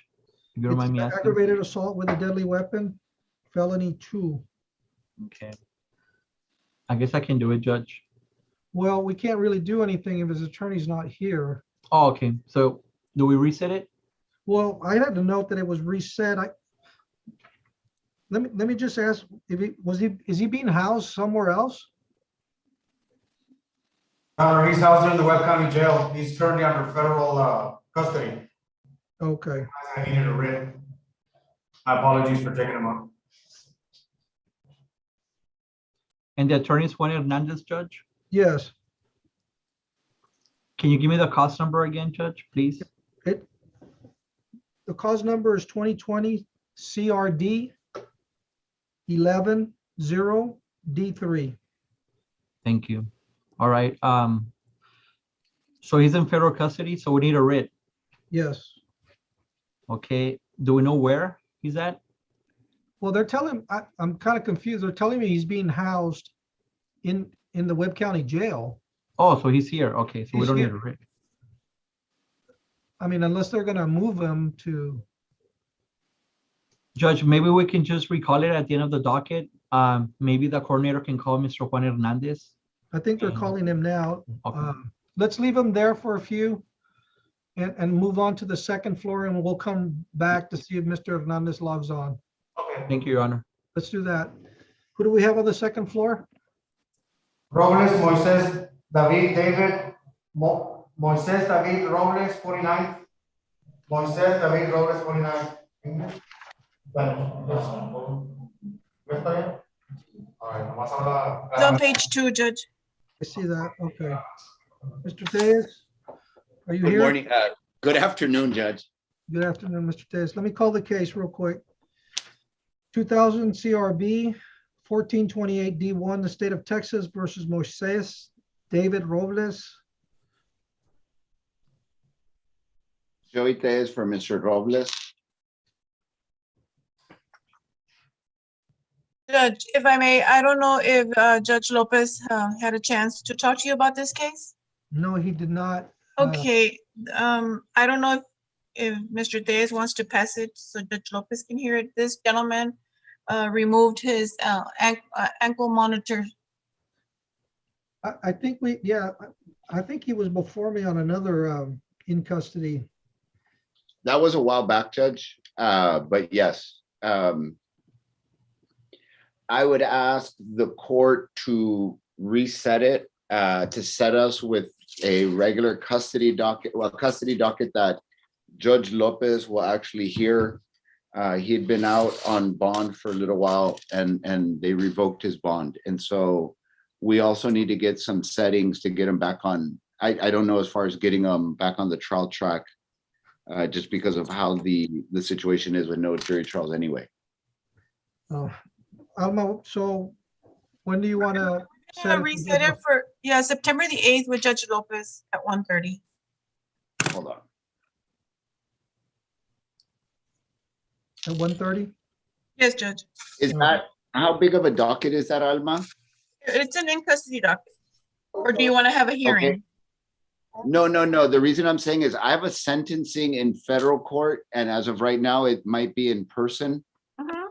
And so I don't want to, it's at 3 p.m. that day. And so if it's going to be a regular custody docket, I may or may not be there. So I don't know if the court, if you have another date. Not with Judge Lopez. Okay, well, I guess let's just play it by ear. And then if I get out late, I'll just physically go to the 49th. Okay, all right. Yeah, it'll probably be late. Okay, yeah, we'll do that. If not, if I can find another date where I can have some, yeah, it could be also on a plea day, please. Okay, well, just let me know. Like, if you need to change it and let me know. Okay, all right, I'll let you know. But for now, it's September 8th. That's fine. Mr. Robles, did he, I know. Did he understand all that? Does he understand English, Mr.? Yes, he does, Judge. Okay. Okay. Mr. Robles, you're gonna be reset in about 10 days with Judge Lopez, okay? He's gonna hear your case. Yeah. Thank you. All right, good luck, sir. All right, let's go back to the second floor. I think Mr. Hernandez is here. And which case was that again? What page? Page 7, Judge. On the 40, on which 341st? Yes, Judge. There we go.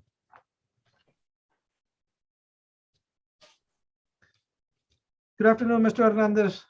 Good morning, Your Honor. I'm sorry that I am late. I was waiting on the other, the 341st, but we're here now. Let me recall the case and then I'll take any announcements. The court calls 2021 CRD 11-0D3, State of Texas versus Martin Cabrera Perez. Your Honor, can you send an interpreter?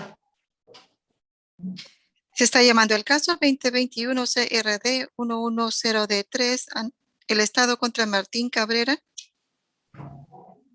Good afternoon, Mr. Cabrera. Muy buenas tardes, señor Cabrera. Your Honor, this is a case where there is another case in federal court. I believe Mr. Cabrera has already pled guilty there. Este es un caso donde tenemos otro caso en la Corte Federal donde el señor Cabrera ya se ha presentado culpable. And so we're kind of working with the DA, Ms. Claudia Sandoval, and we're trying to package everything together so that if he goes anywhere, when he comes back, the only thing he'll have is the supervised release. Estamos trabajando con el fiscal del distrito, con Claudia Sandoval, también para ver si una vez que regresemos esto nos va a llevar a alguna decisión y podamos tener solamente este. So we're asking Judge maybe for about 30 days, 45 days. And if we are able to get something sooner from the state, then we'll go ahead and ask for a sooner hearing. So you want it set for a plea though? Yes, Your Honor, for a pretrial. That's fine, Judge. Federal Heart of the State of Texas for Ms. Claudia Sandoval. We can reset it, Judge, for those 30 or 45 days, and I'll let Ms. Sandoval know about it, Judge. Well, we've got it already, Okay. an indication that this case was going to be reset to the 30th of September. Do you want that date, Mr. Hernandez, or you think you need more time than that? No, Judge, I think we'll have enough time with that. And if we have to, because we'll ask for more time, but I think we should be able to wrap it up by then. At what time, Judge? At 1:30 p.m. Okay. Thank you, Your Honor. Okay, Mr. Hernandez, just so you know, I've been telling some of the attorneys appearing for the 341st that we're going to make an effort to avoid having to reset pleas that are set, and that's why I was asking for that. So you need to, and I know this is your first plea set, so maybe it doesn't apply too much to you, but we're going to we're trying to avoid having to reset cases that are set for plea. We're trying to get them pled out. Just an FYI, that's not, Yes. okay? Okay, yes, Your Honor. All right, thank you, Mr. Hernandez. Always good to see you. Yes, sir. Thank you, and be careful. Yeah. Señor Cabrera, su caso va a ser, su siguiente audiencia va a ser para el día 30 de septiembre a la 1:30 de la tarde. Okay. Fourth floor? 49, Alfonso Esteban Urbina, 49, Alfonso Urbina, also needs an interpreter. Alma, what page? Page 4, Judge, page 4.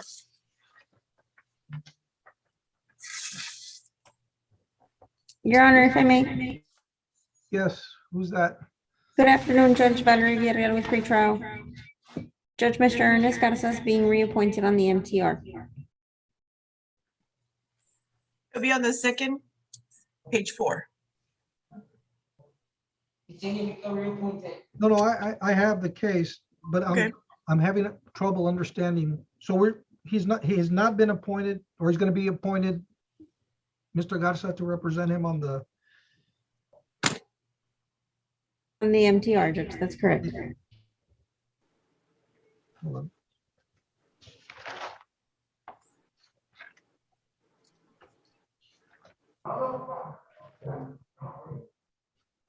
This is not one of the orders that was submitted to me, Alma, or was that on another case? Oh, Judge, I think, Oh, it was. I don't know if you got the order, but Valerie talked to the judge yesterday. Okay. So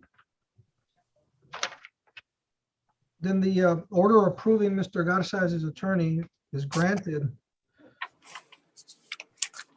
And I want to make sure I'm looking at the right case. The court calls 2021 CRI 766 D1. Is that the one we're here on? No. Okay. Judge, if I may, it's 2018 CRO 001429D1. Is this on the add-on docket? Oh, no, Judge. You have 1, 2, 3, 4, and then there's another page 4 right after that one. What's the defendant's name? Urbina. Alfonso Esteban Urbina. 1, 2, 3, 4. And then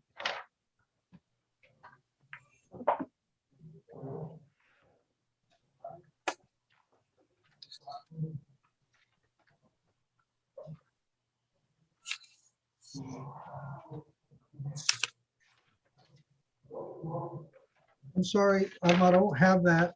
Can you call the case number out? Yes, it's cause number 2018 CRO 1429, and it's for a motion to revoke with a habeas. I found it. It was number 10 on the docket. Yes. Okay. All right, Mr. Garza, you've been appointed to represent him on this motion to revoke. Is this the initial appearance? Mr. Judge, Garza? if I may, Yes. Marlene Garza from the probation department.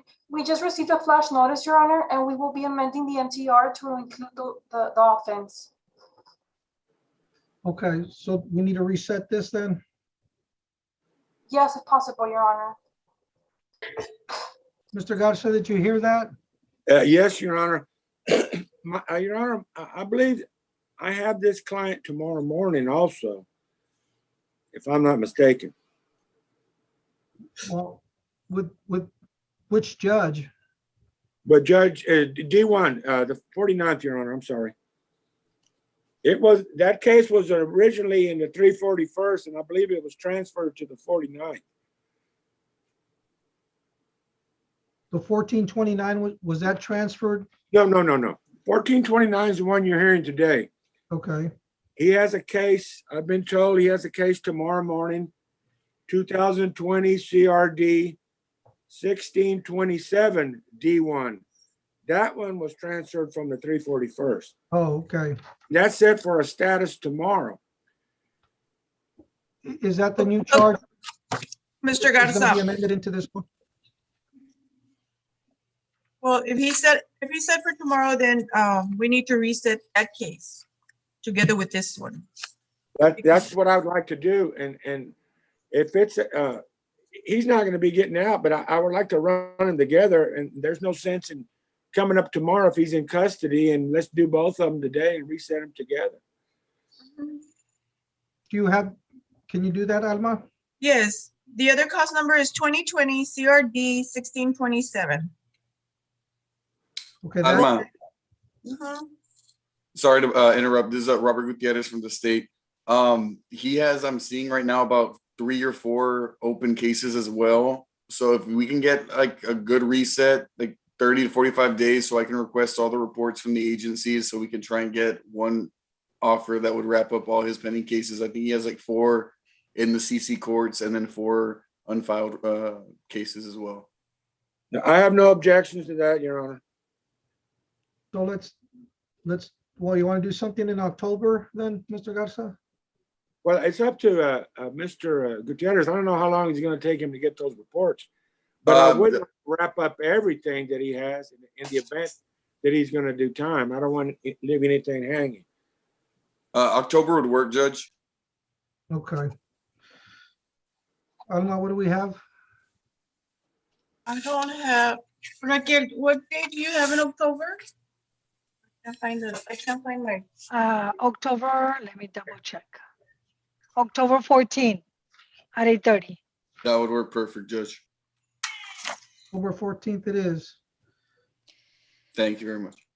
Señor Alfonso Esteban Urbina, su caso se va a volver a escuchar el día 14 de octubre a las 8:30 de la mañana, ya que se tienen que obtener algunos reportes de unos casos que tiene abiertos, 3 o 4 casos, y se busca una fecha para de 30 a 45 días, que es el día 14 de octubre a las 8:30 de la mañana. Gracias. Thank you. And Alma, so I don't have to be there tomorrow, correct? Right. Thank you. May I be excused, Your Honor?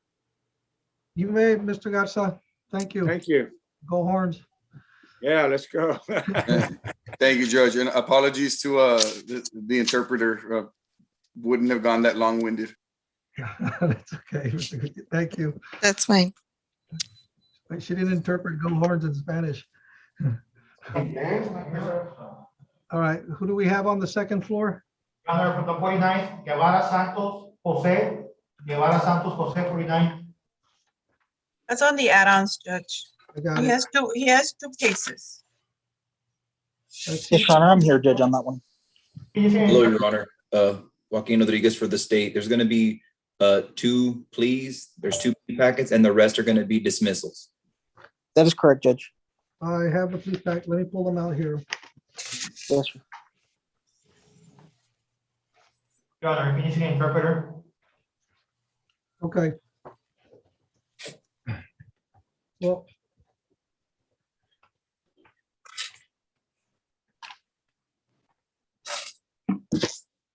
He's on page 1 of the add-ons. And then he's on page 2. also the add-on? Oh, he's got a whole bunch. Okay, let me call all the cases since it looks like they're all going to be disposed, or the ones that he doesn't plead to. The court is going to call the state of Texas versus Jose Guevara Santos in cause number 2021 CRJ 101D1, 2021 CRH 268D1, 2020 CRH 1285D1, 2020 CRJ 2069D1, and 2021 CRJ 101D1. Did I miss any? 4, Judge. Those are all 4. 1, 2, 3, 4. There are 5. I just called 5 cases. Good afternoon, Mr. Santos. Muy buenas tardes, señor Santos. Yes, good afternoon. Your attorney is telling me that you are going to enter a plea today. Su abogado está diciendo que usted va a presentar una declaración el día de hoy. No, pues ya había quedado un acuerdo con el abogado. I do have an agreement with the attorney. Yes, I understand that. And the agreement was with the state of Texas. But part of the agreement is that you're going to plead guilty to 2 charges. Sí, entiendo que usted tiene este acuerdo con el estado de Texas y parte del acuerdo que usted tiene es que se va a presentar culpable en 2 casos. Y es verdad. I don't believe that the witness, I'm not sure if you're swearing in the defendant. Yeah, we'll swear him in here in a second. Okay, thank you. Is that your understanding? ¿Eso es lo que usted entiende? Sí, sí, está. Yes. Okay. Yes. Can you please raise your right hand to be sworn in? Por favor, levante su mano derecha para ser juramentado. Do you solemnly swear that the testimony you will give in this cause is the truth, the whole truth, and nothing but the truth, so help you God? ¿Jura usted solemnemente que la declaración que está a punto de dar en esta causa será la verdad, toda la verdad y solamente la verdad bajo el amparo de Dios? Sí, señor. Yes. Mr. Santos, is your true and correct name Jose Guevara Santos? Señor Santos, ¿su nombre verdadero es José Guevara Santos? Sí. Yes. And you're here with your attorney, Mr. René Cantú. ¿Y usted está aquí con su abogado, René Cantú? Sí. Yes. Do you understand that currently you have 5 charges pending against you? ¿Entiende usted que en ese momento usted tiene 5 cargos en su contra? Sí. Yes. And your attorney has announced that you're planning to plead guilty to 2 of those. ¿Y su abogado ha mencionado que usted tiene planes de hacer su declaración en 2 de ellos? Sí. Yes. Have you had enough opportunity to talk to your attorney about your cases and ask him questions about what's going to happen here today? ¿Ha tenido usted la oportunidad de hablar con su abogado sobre sus causas y hacerle preguntas de lo que va a suceder aquí el día de hoy? Sí. Yes. Are you satisfied with the services Mr. Cantú has provided you? ¿Usted está satisfecho con los servicios que el señor Cantú le ha dado? Sí, sí. Yes. Mr. Cantú, do you believe your client is competent to go forward here today? Yes, Your Honor, I do, Judge. Señor Cantú, ¿usted cree que su cliente está competente para continuar el día de hoy? Sí, su señoría. And one last question, Mr. Santos, is there anything in your condition that prevents you from understanding what we're doing here today? Una última pregunta, señor Santos. ¿Tiene usted alguna condición que a usted lo previene de tener o entender lo que está sucediendo aquí el día de hoy? No, todo está entendido. No, I understand everything. Okay. Even though you talked to your attorney about the rights that you are waiving, I do have to cover some of those with you here today. Aunque usted ya haya repasado con sus abogados sobre los derechos a los cuales usted está renunciando, los tengo que repasar con usted el día de hoy. Sí, ya habíamos hablado. Yes, we spoke. Okay. Well, and I'm sure your attorney explained to you that one of the rights that you're giving up is that you do not have to plead guilty. You have the right to have a jury hear your case. Estoy seguro que su abogado ya le explicó que uno de los derechos a los cuales usted está renunciando es al derecho de que usted tiene de tener un juicio por jurado. Sí, ya me explicó. Yes, I was explained. And the jury you can also ask for a jury to assess your punishment. Y usted también puede pedir a un jurado que le dé su sentencia. Sí, sí, me explicó todo. Yes, he explained everything. And if there are witnesses against you, you have the right to ask them questions to see what they know about your case. Y si usted tiene testigos en su contra, usted tiene la oportunidad de hacerle preguntas sobre lo que tienen en su contra. The other right that you're giving up is that if I go along with the agreement that you have with the state of Texas and I sentence you along the lines of the agreement you have, you also give up the right to appeal your sentence to a higher court unless you get special permission from this court. El otro derecho al cual usted está renunciando es de que si yo voy junto con el acuerdo que usted tiene con el Estado, usted también está renunciando a su derecho de apelar a alguna otra tribunal, a menos de que usted reciba un permiso especial de este tribunal. Yes. And I have to ask this question of everyone. Are you a U.S. citizen? Esta pregunta se la tengo que hacer a todos. ¿Es usted ciudadano de Estados Unidos? Yes. Even though you're telling me you're a U.S. citizen, I have to tell everyone that if you plead guilty, you run the risk of being deported, denied reentry, or becoming a naturalized citizen. Aunque usted me está diciendo que usted es ciudadano de Estados Unidos, si usted se presenta culpable y no es ciudadano, usted corre el riesgo de ser deportado, que se le niegue su entrada a los Estados Unidos o que se le niegue llegar a ser ciudadano naturalizado.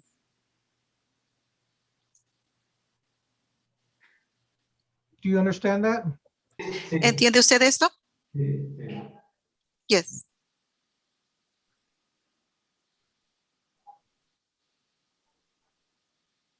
Does the defense waive formal reading of the indictment?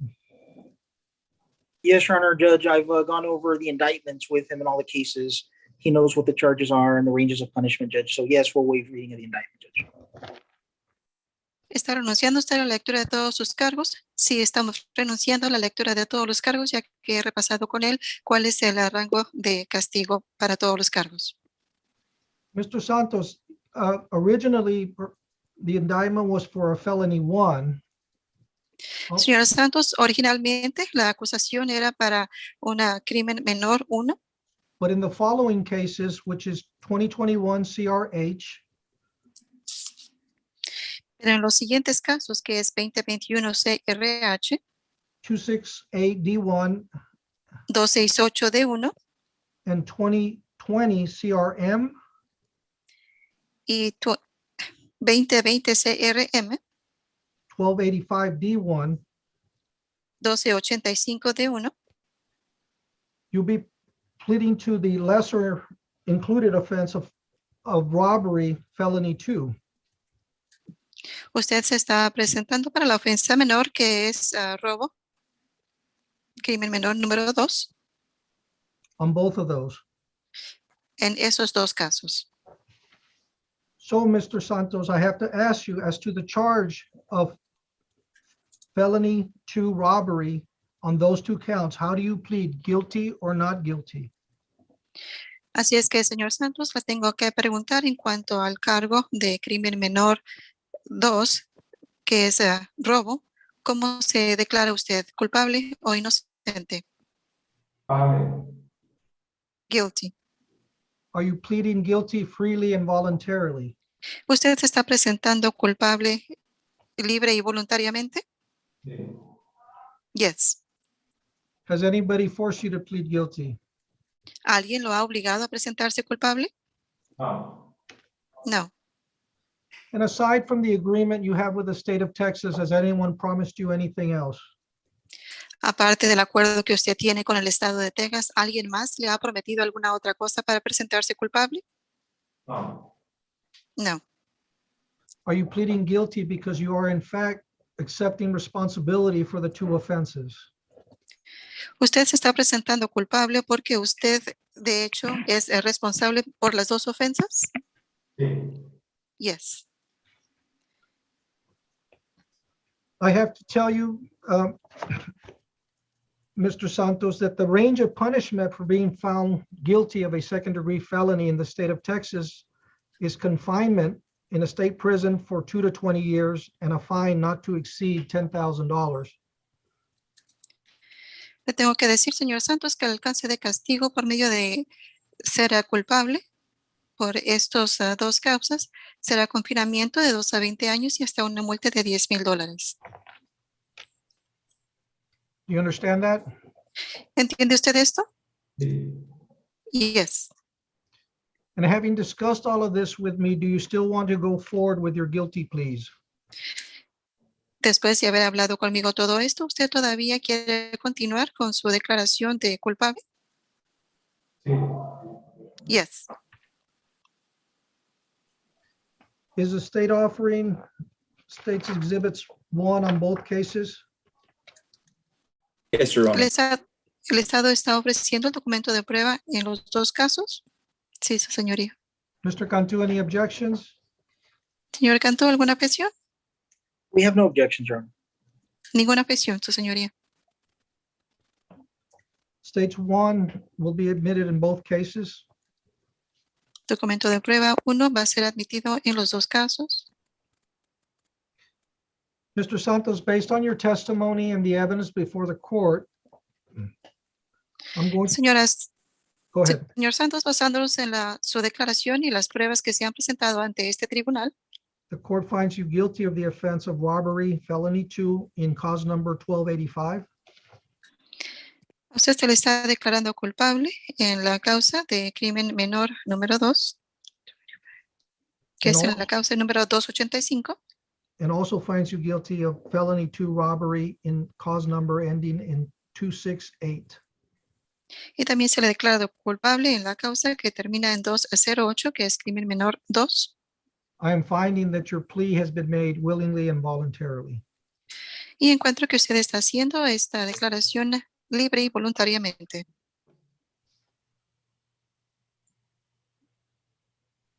Is there anything we need to cover before we move on to the punishment phase of? ¿Alguna otra cosa que tengamos que cubrir antes de que pasemos a la fase del castigo? No, Your Honor. Okay. No, su señoría. Mr. Santos, do you want to say anything? Señor Santos, ¿usted quiere decir alguna cosa? No, it's fine.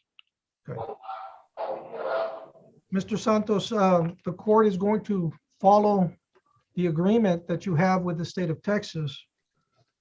Señor Santos, este tribunal va a continuar con el acuerdo que usted tiene con el estado de Texas And sentence you to 7 years in each case. y sentenciarlo a 7 años por cada causa. Are these running concurrent? Yes, Your ¿Esos Honor. están Honor. sirviendo simultáneamente? Sí, su señoría.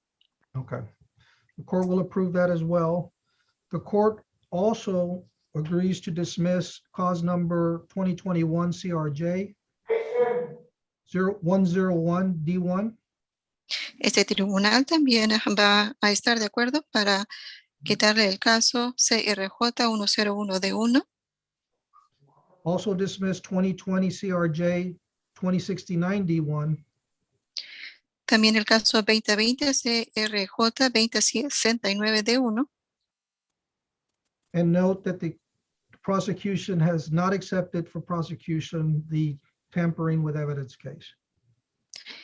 Y se hace notar también que la parte acusatoria no está presentando el caso donde hubo mal manejo de pruebas. The court is approving a credit for time served. Este tribunal también está aprobando crédito por el tiempo que ya tiene servido.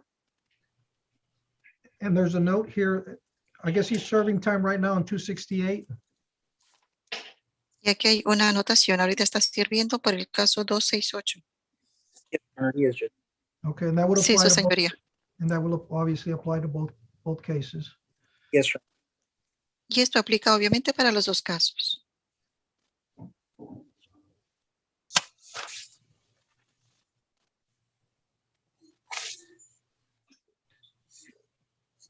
Is there separate dismissals for 268 or have we covered those on both?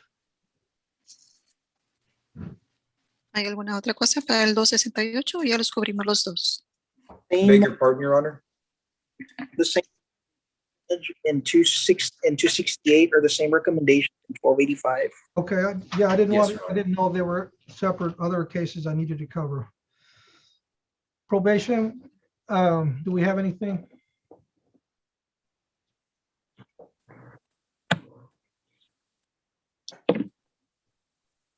It was a 7 for 7, Your Honor, probation, please. No, it's 7 years to serve. Oh, okay, thank you. Lisa, don't leave yet, just yet. I didn't really catch that. Is he here now? Yes, he's been waiting for about 20 minutes. Have him come in and let me finish this and then we'll take care of him. Judge, if I may, will court costs be assessed? I'm sorry, yes. What other court costs? The court cost for each case, it's gonna be $325 and a $500 attorney fee for each case. What the court will do is I'll waive the court costs and attorney's fees on 268. And we'll approve court costs of 325 on 1285, court costs of 325 and $500 attorney's fees. Yes, Judge. All right. And yeah, and the court costs and the attorney's fees, as I mentioned, will be waived on 268. Los costos judiciales en el caso 268 van a ser eliminados. Solamente va a tener sobre un caso que son los costos de abogados $500 y costos judiciales de $325.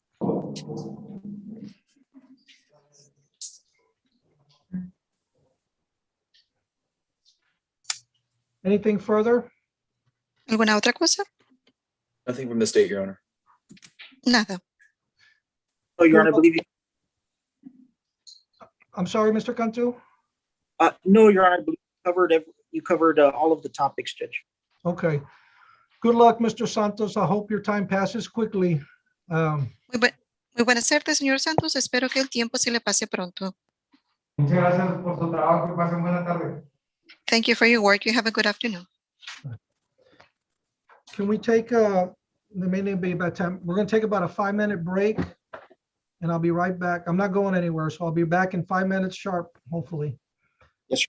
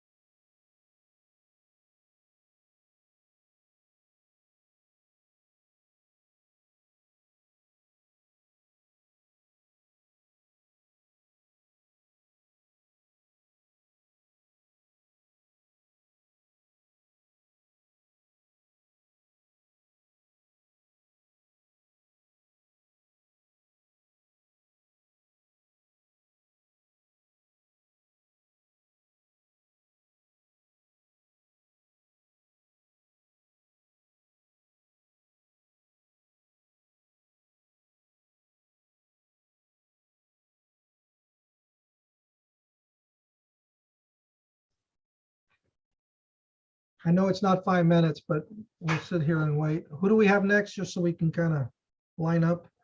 Rene Cruz, 341st. Rene Cruz, 341st. Hello, Mr. Cruz. Give us a few minutes till we get everybody back, okay? 341st. Oh, page 2.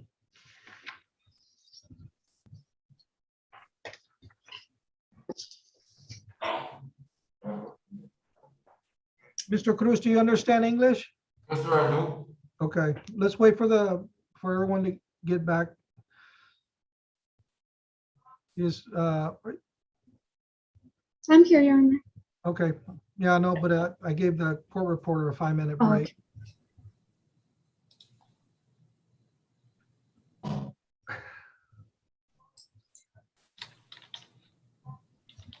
How you doing, Mr. Sosa?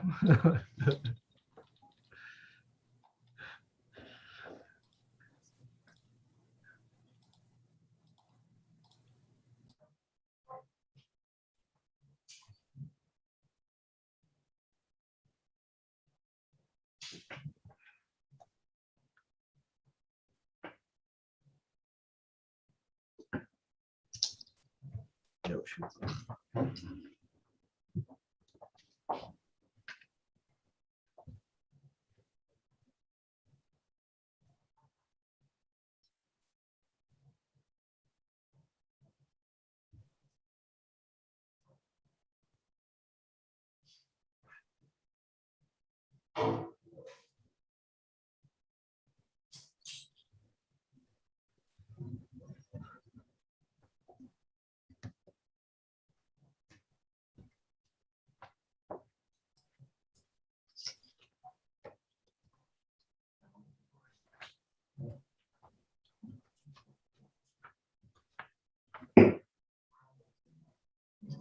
Mr. Diaz, are you still here?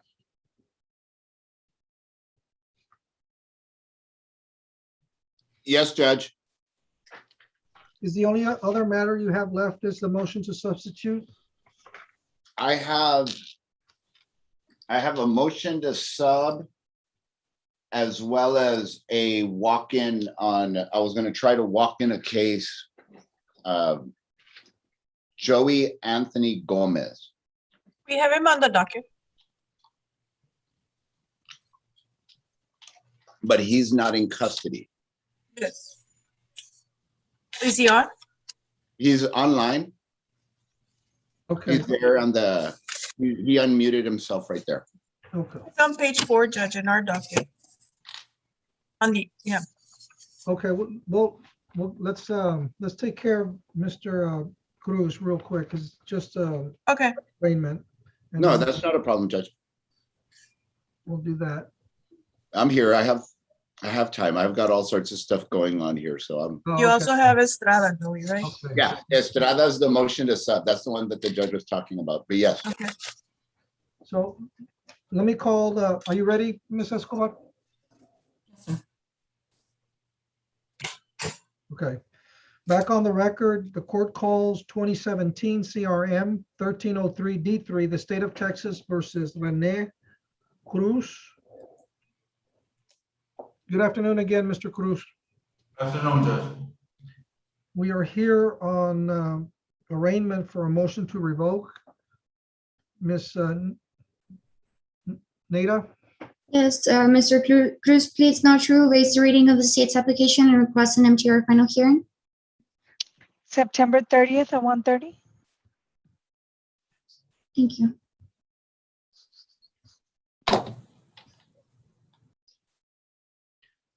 Okay, Mr. Cruz, you'll be back in court on the 30th of September.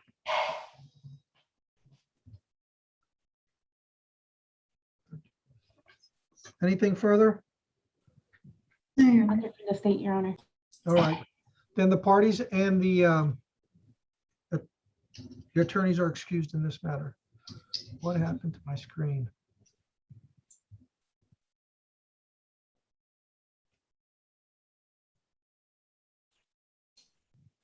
There we go. Who do we have next? Your Honor, for the 49, Gutierrez, Victor Antonio. Gutierrez, Victor Antonio, 49. Victor Antonio Gutierrez. Can you see interpreter? Mr. Gutierrez, do you speak English? Sí, Judge, pero está mejor en Spanish, por favor. Okay, are we ready? Interpreter. Yes, we're ready. Okay. The court calls 2021 CRF 478D1.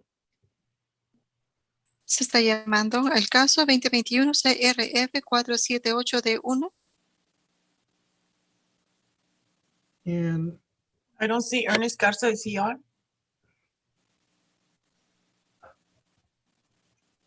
yeah, I was surprised. I got the impression he was done for the day. I'm calling him, Judge, hold on.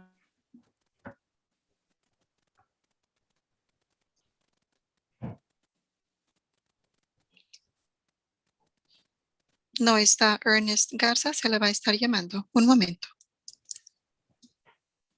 Let's go to the fourth floor so we can, and then we'll come back to the second floor. 406, Jesse Ortega, 406, Jesse Ortega.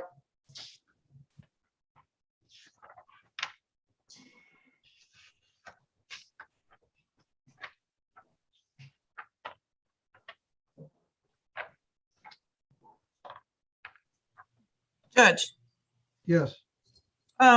we'll reset him for September the 8th because Mr. Garza is saying that that's the day he got last time he was in court. So it'll be September the 8th at 1:30. Okay, well, let's go ahead and let Mr. What was his, I'm sorry, who was that? Gutierrez, Victor Antonio Gutierrez. Mr. Gutierrez, okay, there was your attorney said your case was set for September the 8th? All right, okay. Señor Víctor Antonio Gutiérrez, su abogado dice que su caso va a ser escuchado el día 8 de septiembre a la 1:30. Okay, thank you. Okay, good luck, sir. Buena suerte. And now to Mr. Jesse Ortega. The court calls 2021 CRM 624D4, State of Texas versus Jesse Ortega.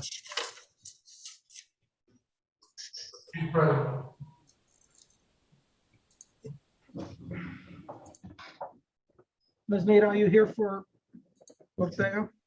Gerard Cantu for the defense, Your Honor.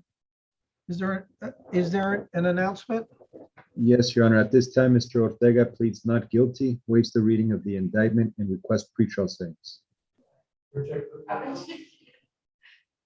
I'm sorry. It's because I'm a female, not a male. Oh, Informal set for October 20th, Your Honor, at 2 p.m. And that's what I thought, and my apologies, but I wasn't sure, and then with the mask, it was Ms. Ortega. And Your Honor, Ms. Ortega called our office. She stated her bond is at $20,000 to pretrial services. She's unable to make that bond if she is requesting a bond reduction. Is this your case, Mr. Thompson? Yes, Your Honor, it is.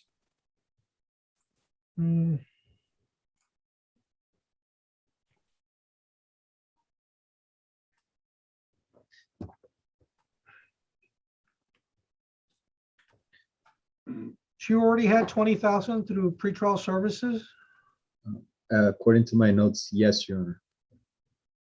What does it say, Bianca's bail bonds? Judge, if I may, Yes. there was a KPS for failure to appear on August 3rd with a 20,000 PR through pretrial services. Oh, okay. Ms. Ortega,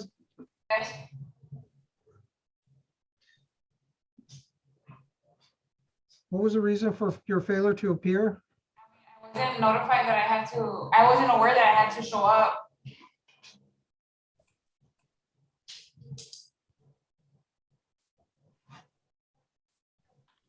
When was the date of your original arrest? October 31st, I think, October 30th, 2020.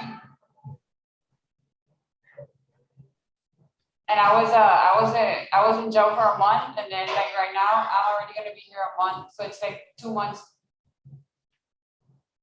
Well, you know, and I tell this to all the people that are incarcerated when I magistrate them, that you're responsible for keeping track of those dates. I understand.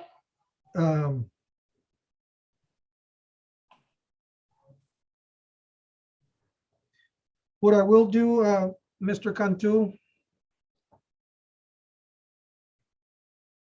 and I think pretrial services, I mean, it's basically 3%. I mean, I can lower the bond down to 15. That should give her the opportunity and keep it through pretrial services. Mr. Parra, are you still there? There you are. Yes, Judge, I'm here. Did she have any reporting requirements? I believe on the notes, it states that the KPS was issued with $20,000 bond through pretrial services with weekly reporting and random drug testing. Weekly? Yes, that's correct. Weekly reporting and random drug testing. I'm sorry.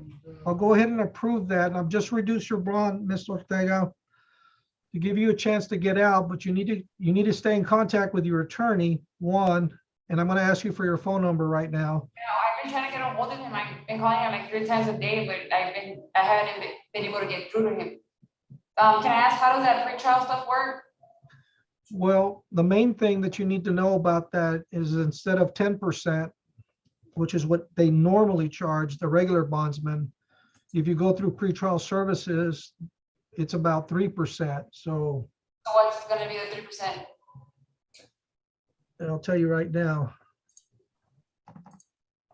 It's 450, Judge. There you go. Can I ask a question, Judge? Yes, you can. Is it possible that I can get out on a PR bond, since I really don't, I mean, I have a newborn child, and I mean, I would really like to use that money towards the kids instead of having to bail myself out. The problem I have with that, Ms. Ortega, is twofold. I mean, I'm giving you a little bit of a break here, is that you have a second-degree felony charge pending, and you've kind of got a one strike against you for not showing up. And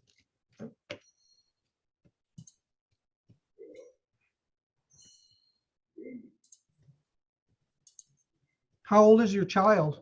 5 months. Does the father help in its raising?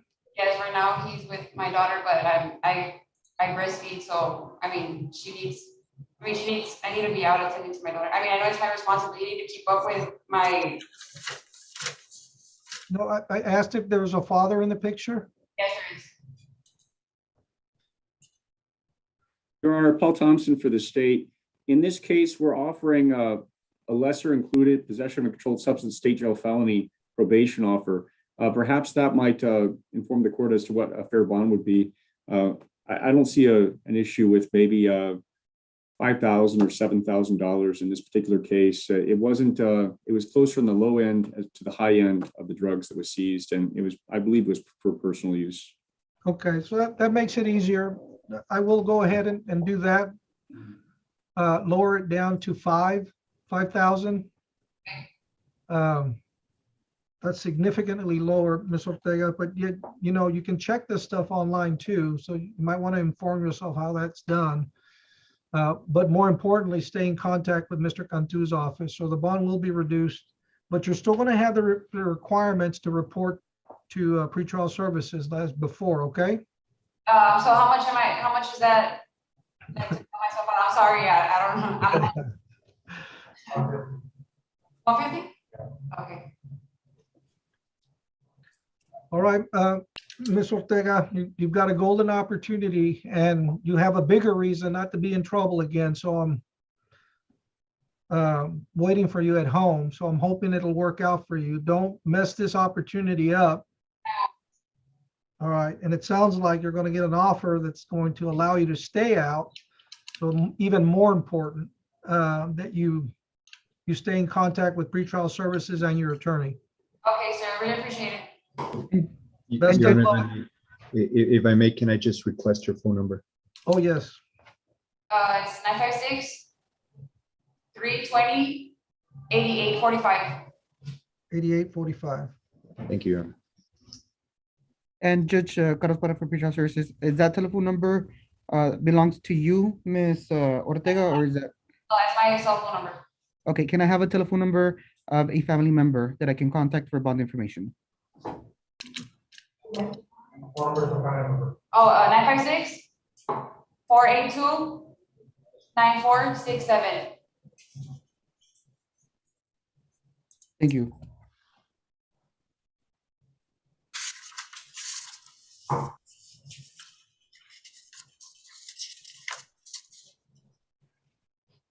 Okay, anything further? No, Your Honor. Wait, oh yeah, you already entered your plea of not guilty, so no. Good luck, Miss Ortega. And the attorneys are, and everyone else is excused. Second floor. For the 49, Rodriguez, Jose Angel. Rodriguez, Jose Angel. Can you see an interpreter? On page 3, Yes, Judge.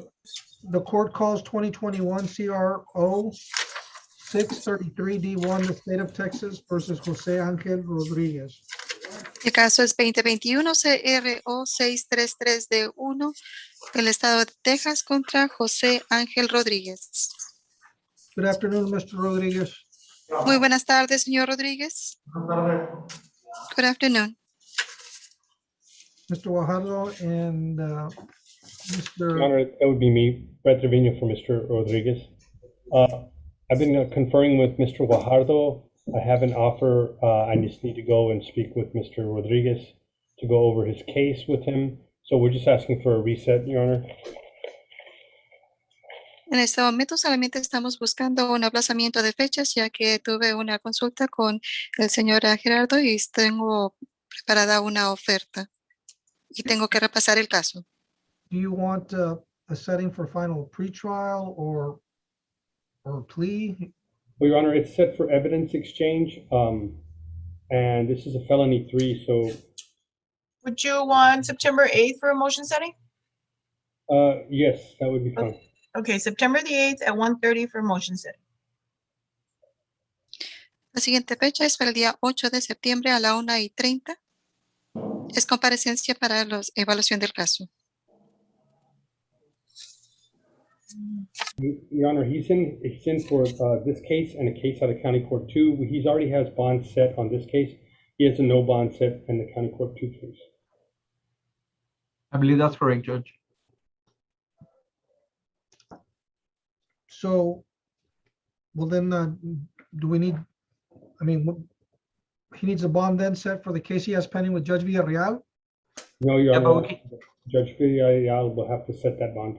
Yeah, Yes, that's correct, Judge. Judge, and since this defendant has 2 cases, I don't know if September 8th is good for a motion setting. I don't know if Mr. Trevino maybe wants another date after September 8th or. Well, I'd like September 8th is fine because I just want to be able to confer with my client Okay, over both cases and see what he has to say about it. all right, Judge, that's fine. Thank you. Okay, so we'll leave it for the 8th of September. Is he set with Judge Villarreal anytime soon? I don't know, Judge. I need to look. I thought maybe Fred might know, but that's okay. I'm just curious. Not that I'm aware of, Your Honor. Okay. Thank you, Your Okay, Honor. Mr. Rodriguez, you'll be back in court on the 8th of September. Señor Rodríguez, lo esperamos el día 8 de septiembre para su comparecencia ante este tribunal. Tengo una pregunta, sir. En el cargo ese de la felonía 3, que me pusieron pre-shop, que tengo un bond de pagar de $300, nomás que me está deteniendo ahorita un case, un Mr. Mini, que no me han puesto fecha, y ya tengo 3 semanas esperando esa corte, es lo único que me falta. The only thing that I am missing is that there's a case that I've been waiting for the last 3 weeks and a charge felony 3. I have a bond of $300 there. We just discussed that. You do have your bond in place for this case with us, but Judge Villarreal in County Court Law number 2 has to be the one to decide whether he's going to reinstate your bond on the charge you have pending with him. En el cargo que usted tiene pendiente con el juez Villarreal, él es el que va a decidir sobre esa fianza y acabamos de hablar sobre esa fianza que usted tiene aquí con nosotros. And Your Honor, if I may, I believe this defendant in County Court 2, which is 2020 CRB 676 L2, the defendant was capious on May 6, 2021, and we haven't had court. So I don't know when he was picked up, but I'll let the coordinator know, and hopefully she can set him for a hearing in County Court 2. He was picked up on the 10th, Your Honor, so they're probably going to Of August? up pretty soon. Of August? Fred, of August? Yes. Oh, okay. No, actually, no. You know what? Actually, he was picked up in June. No, July. Yeah, July I've shown July that he's 10th. been in jail for 46 days. Yeah, July 10th. Okay, well, the capious was for May 6, 2021. So he's been in there, yeah, about a month and a half. It's also the public defender's judge representing him in County Court 2, so maybe they can call the criminal coordinator and set him for the earliest setting. Okay. Your Honor, if I may, Yes. Judge Valerie Villarreal with pretrial, just for the court's information, the criminal coordinator was advised on August the 4th that Mr. Rodriguez is in custody. Being a long time. Mr. Rodriguez, they have informed Judge Villarreal's court that you're waiting to appear before him, okay? Señor Rodríguez, ya le han avisado al juez Villarreal que usted está esperando de su nueva comparecencia con él. Gracias. Thank you. All right. Thank you, Mr. Guajardo. Thank you.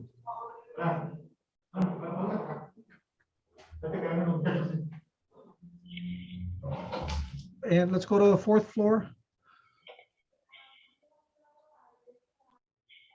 That'll be Edlen Ide Gutierrez, 406. Edlen Ide Gutierrez, 406.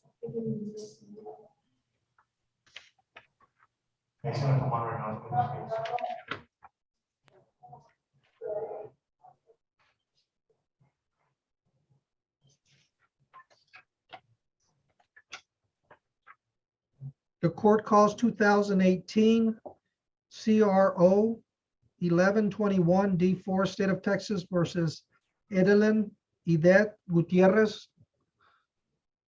Yes, Good afternoon, Ms. Gutierrez. good afternoon. And, Good afternoon, Your Honor. Norberto Cardenas for the defendant. and I show we're here for arraignment. Is there an announcement for your client, Ms. Gutierrez? Yes, Your Honor. My client at this time would like to plead not true to the allegations contained in the motion to revoke. We waive the reading of those allegations and we ask the court respectfully for a setting for a final hearing on said motion to revoke. And we're also asking for that a bond be set, Your Honor. All right, let's take care of the dates first. Marco, what do we have for Ms. Gutierrez? I'm sorry? September 13th, Your Honor, at 8:30. Ms. Gutierrez, your attorneys was asking that I consider setting bond in your case, and I told them that I wanted to set your hearing date, and it has been set for the 13th of September, so you'll be back in court on the 13th of September at 8:30, either with me or Judge Hale. And now we have to consider whether or not I'm going to put a bond on your case while you're waiting for that date. If I may, Your Honor, does Your Honor have an agreed motion? Oh, is this the case? Yes, Your Honor. The state, after conferring with the state, we reached an agreement for a $10,000 PR bond with conditions, basically that my client report every 2 weeks and that she be drug tested at least once every 2-week period. And so we respectfully ask for the court's consideration and approval of that agreement, Your Honor. Well, thank you for reminding me. I mean, I have juggling documents from 3 courts, but yes, Ms. Gutierrez, the court is going to approve the agreement your attorney reached with the district attorney's office in this case, which is a 10,000, did you say PR bond? Yes, Your Honor. And you will be, and the PR bond is through pretrial services. Ms. Gutierrez, you are going to be required to report every 2 weeks, and you're going to be subject to random drug tests, okay? But you will be, once this is signed, I'm going to sign it today. It'll be processed. You should be out sometime today, okay? Thomas. So, Mr. Mr. Parra? Yes, Judge. May I just request, If you get a chance, you might want to swing by and pick up this order so they can, maybe we can squeeze it in before 5. yes. And can I just request a telephone number for the family so I can contact for the bond information? Yes. Ms. Gutierrez, do you have a phone number where you can be reached easily? Yes, Your Honor. Go ahead, that number? 210-944-9101. And who does that number belong to? It's my personal cell. Okay, can I have a telephone number from one of your family members so I can call them? Okay, it's my mother's cell number is 956-319-5050. Thank you.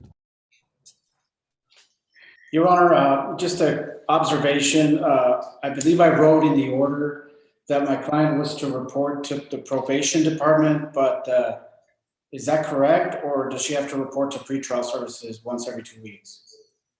I wasn't clear on that. I'm sorry.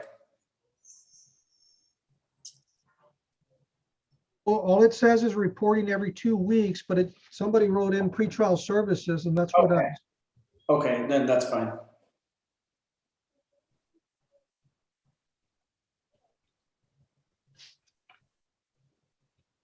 yeah, this is the 406. This was the agreed motion was sent down to me, but the order was modified. Okay. Indicating that the PR bond would be through pretrial services. So I assume the reporting would be to pretrial services and not probation. Okay, thank you, Your Honor. Okay. And it's all signed, sealed, and delivered. So Jesse Cedillo. As soon as they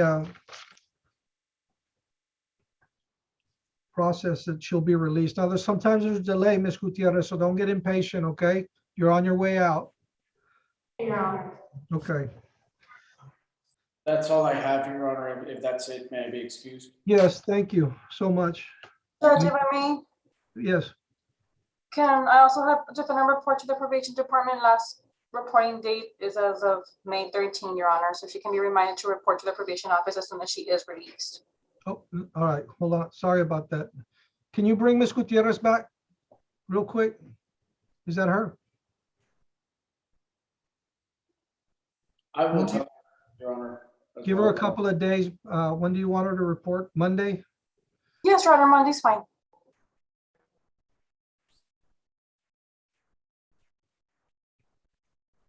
Because she may not be out today, and that's the only reason. Yes, there's no problem, Your Honor. I'll go ahead and set up an appointment for Monday. Mr. President, Your Honor. Ms. Gutierrez, one other thing, the probation department is here and they're asking that you report, and I'm making that a condition that you report on Monday, okay? Yes, Your Honor. You know where to report, right? Yes, Your Honor. Okay. That was it. Okay, you're good to go. Thank you, Your Honor. May I be excused? Yes, thank you, Mr. Cardenas.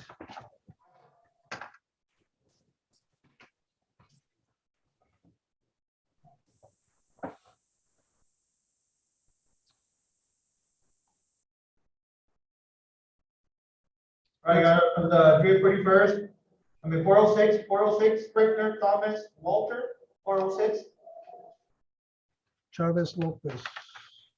Thomas, Walter, Scrivener. Oh, here we go. The court calls 2019 CRM 1501D4, the state of Texas versus Thomas Walter Scribner. Good afternoon, Mr. Scribner. Good afternoon, sir. And Gerard Cantu for the defense. Okay. Mr. Cantu, do you have an announcement for your client, Mr. Scribner?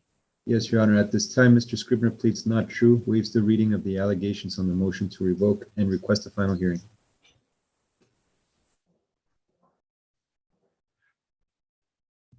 Marco, you still there? Yes, Your Honor. Hearing date for MTR? September 13th, Your Honor, at 8:30. September 13th, 8:30. And Your Honor, he is requesting that a bond be set. He's currently at a no bond.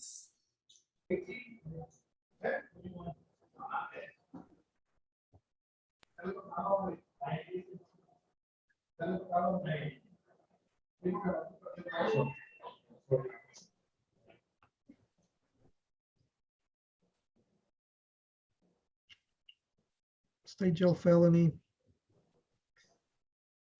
You've been in there about 22 days, Mr. Scribner? Yes, sir.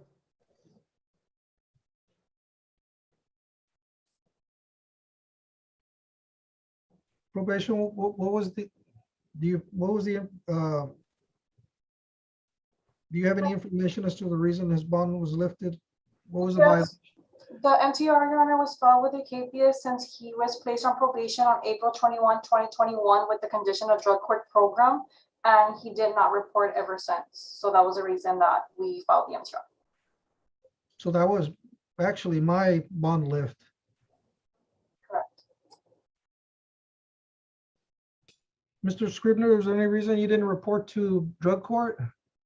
Sí, sir, es que se me descompuso mi charger y me dijeron que tenía un warrant y pues me regresé para atrás, pero es que yo no tenía phone, so estaba usando el teléfono de mi mamá y mi mamá también les habló y decía que me tenía que ir a la corte, le dije ya se me Zoom, so tratamos de ir a comprar otro teléfono, otro charger y ya no había charger. You understand you can actually go to the drug court and let them know that this was going on.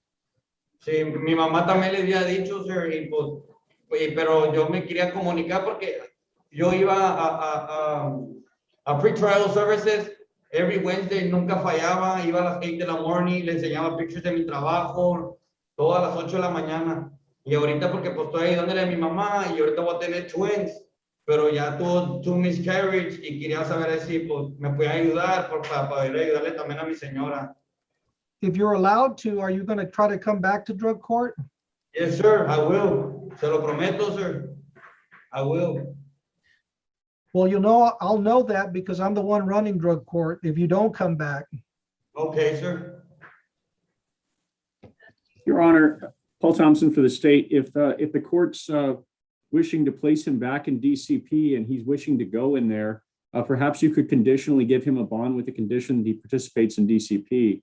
I'm just not sure if y'all have removed him from DCP. I just don't know if he's able to go back in because of a grant requirement, though.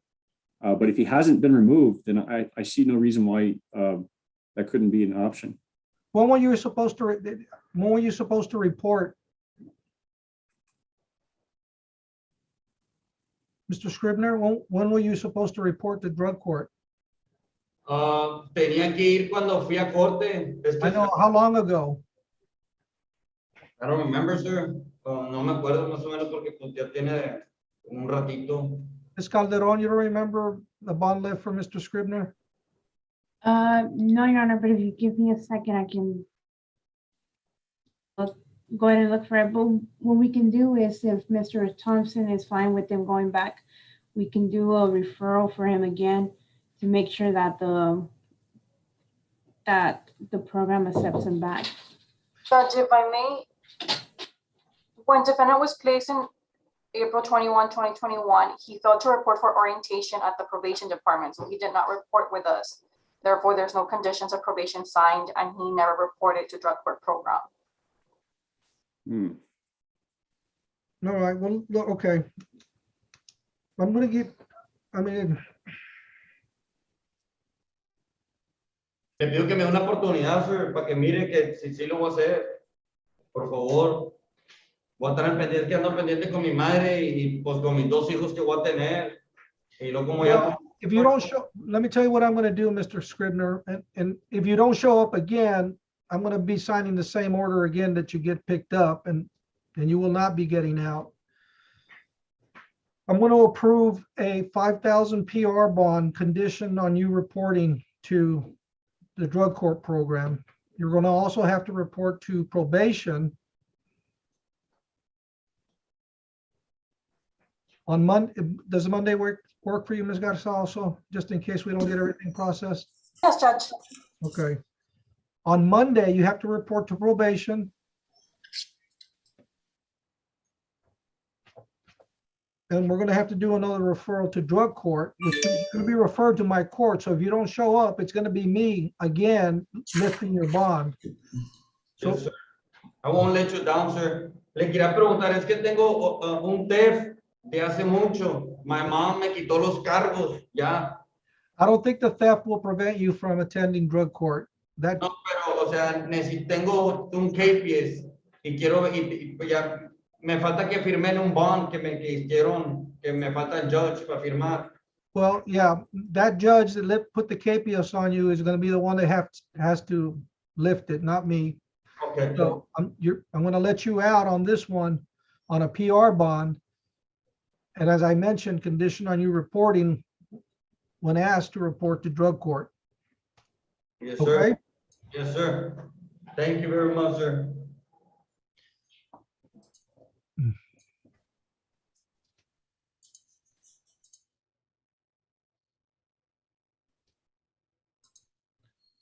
Who's the judge that has the KPS on you? Do you know? Oh, No, sir. okay. According to my notes, Your Honor, I believe it's County Court 1, Judge Martinez. All right.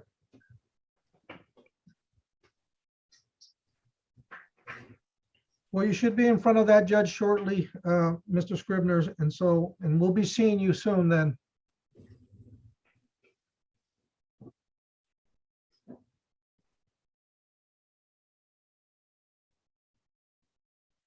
Anything further from anyone? No, Your Honor. Okay. Your Honor, maybe perhaps we could set this on for a status as opposed to an MTR final hearing, given that he may be able to get back into DCP. Do you think the 13th is too soon for a status on this? No, that would work. Can we switch that?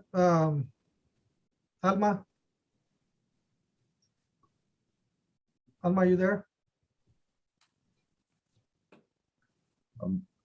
I believe it would be Marco Perez here. No, this is a, oh, it is a 406. I'm sorry. Yes, Your Honor. Marco, I'm sorry. Yes, Your Honor, we can go ahead and put status/final hearing, Your Honor. Okay. So, Mr. Scribner, just make sure you understand that if you're somehow bonded out before then, you still got to come back to court on the 13th, okay? Sure. Okay. If you're still in jail, they'll bring you, but there's a chance you might go before Judge Martinez before then. And he may not let you out, but I don't, again, that's his call. Okay, Mr. Scribner, good luck. Sorry about the loss of your children.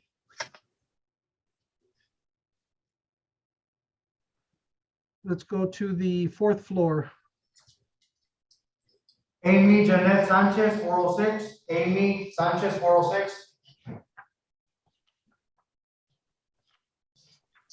Gerard Cantu for the defense.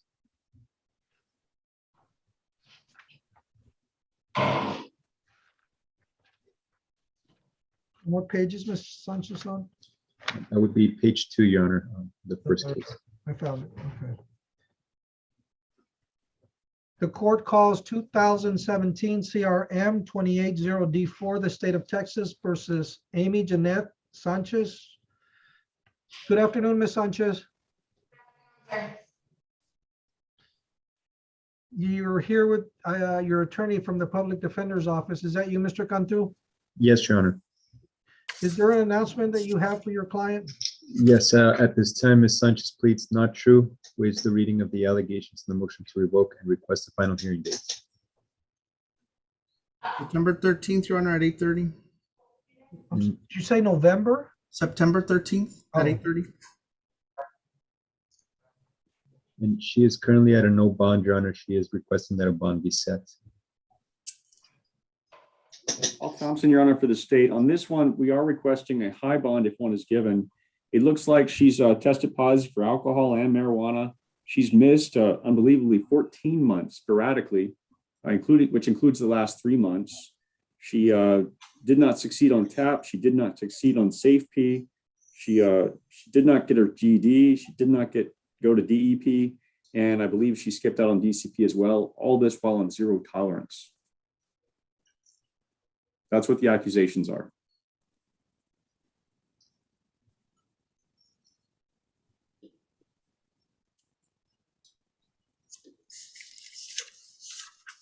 Third-degree felony. Well,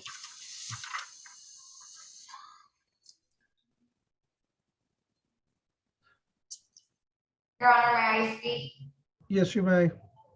Sir, yes, I messed up, whenever I got this probation and everything, but on 2020, I was pregnant, then I gave birth on September, then I drank and I went to do my drug test.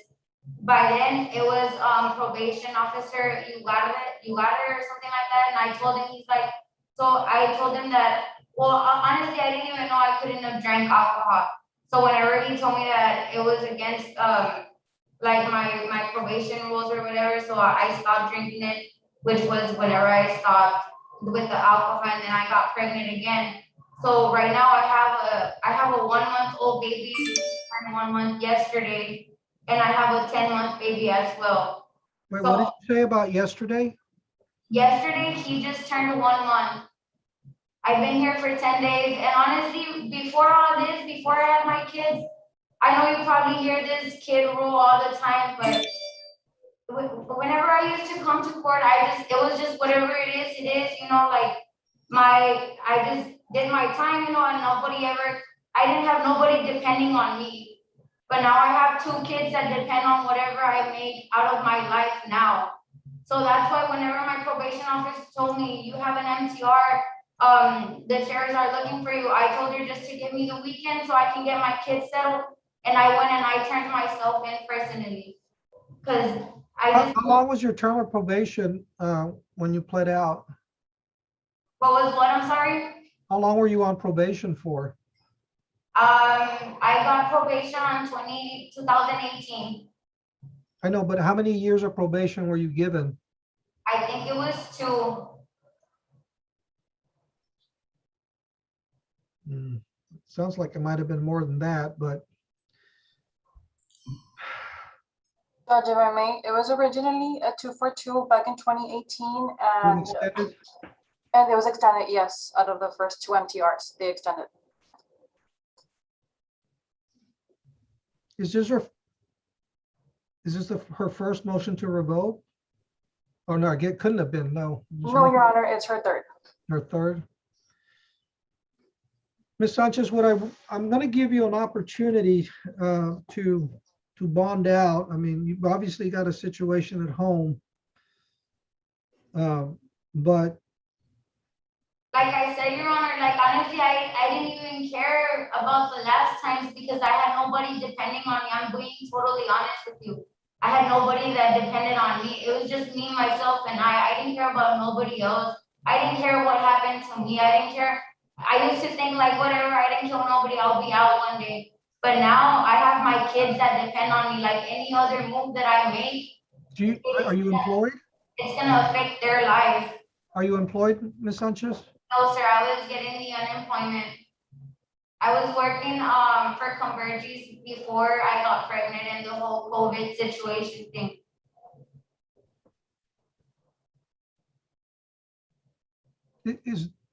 Is there a father of the children that's in the picture? Yes, he's the one taking care of my kids right now, and he hasn't even been working or anything because he's been taking care of the kids. These past 10 days that I've been here have been hell without my kids. And I can honestly say that before, I know how to do my time, like, I don't even care about that, but these past 10 days, it's been like a living hell without them, honestly, and I just wanna get out and I'll take whatever programs you want me to do, whatever classes, like, I just needed this taste of reality of what it's like not to have the kids for real, you know, like, I would think about it, but I guess it wasn't like. Okay, Ms. Sanchez, let me tell you what I'll do. The state's asking that I give you a high bond on this, and I'm not really going to do that, but I am going to set a reasonable bond. And let me tell you, this is significantly lower for a third-degree felony. I'm going to set your bond at 7,000 cash bail surety. Okay, that'll give you an opportunity to get out. And if you're true to what you're telling me, you know, I won't see you in this situation again. Of course, you'll have to appear either in front of either myself or another judge, Judge Hale. But I'm going to give you the chance to get out. So I'm setting your bond at 7,000 cash bail surety, and that'll give you a chance to get out. Okay? Yes, sir. All right. You need to take advantage of this and dedicate yourself to your children. You have another reason. Walk the straight line. Okay. Good luck, Ms. Sanchez. I'm sorry I can't do more. Yes. Oh, your phone number. Yes. Yes. We need a phone number for you, Ms. Sanchez. If you get out, what's your phone number, your cell? It's 956-704-8654. 8654. 704-8654. Thank you, Your Honor.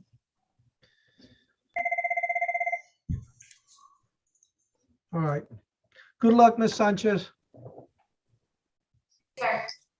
Parties are excused and so are the attorneys on this case. I'm sorry, when's my next court date? It's on September 13th at 8:30 a.m. Okay, thank you, sir.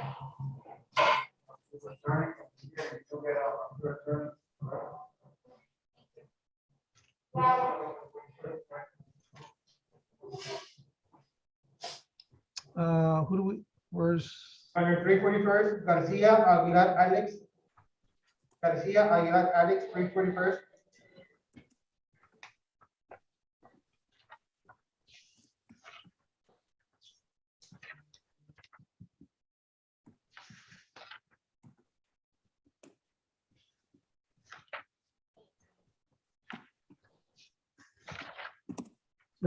Here we go. The court calls 2021 CRO 350D3, the state of Texas versus Alex Garcia Aguilar.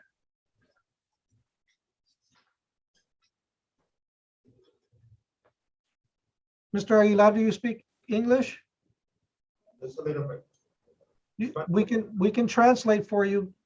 Do you want a translator? Okay. I'm ready, Judge. Okay. Mr. Estamos en el caso 2021 CRO 350D3. Mr. Thompson. No, I'm sorry, Mr. Hobson. Your Honor, I'm covering for Steve Thompson, Your Honor. Okay. And Mr. Del Rio, are you present? Good afternoon, Judge. I'm here. Where? I believe you're here for arraignment, Your Honor. Yes, you are. That is correct, Your Honor. Okay. Your client has requested an interpreter, so translate this. Is there an announcement, Mr. Del Rio, that you have for your client, Mr. Garcia Aguilar? ¿Hay algún anuncio, señor Del Río, que se tenga que hacer para su cliente García Aguilar? Yes, Your Honor. At this time, my client pleads not guilty. We waive the formal reading of the indictment and request a pretrial and trial settings. Sí, en este momento mi cliente se está declarando no culpable. Él no quiere que se haga la lectura de sus cargos formales y estamos pidiendo otra comparecencia.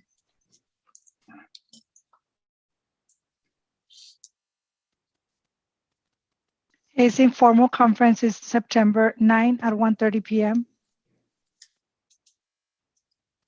Prenda su comparecencia para el día 9 de septiembre a la 1:30 de la tarde.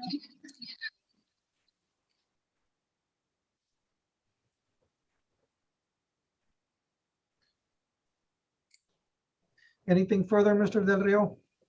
¿Alguna otra cosa, señor Del Río? Yes, Judge. Sí, juez.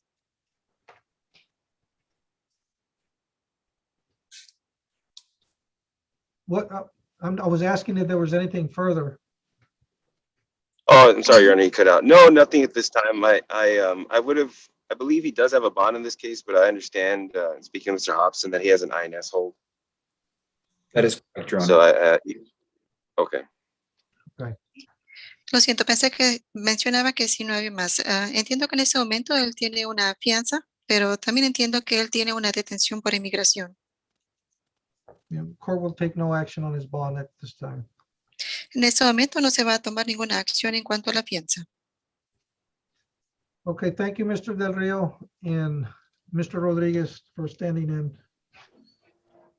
Gracias, Thank you, Your señor Honor. Del Río. That is- Gracias, señor Rodríguez.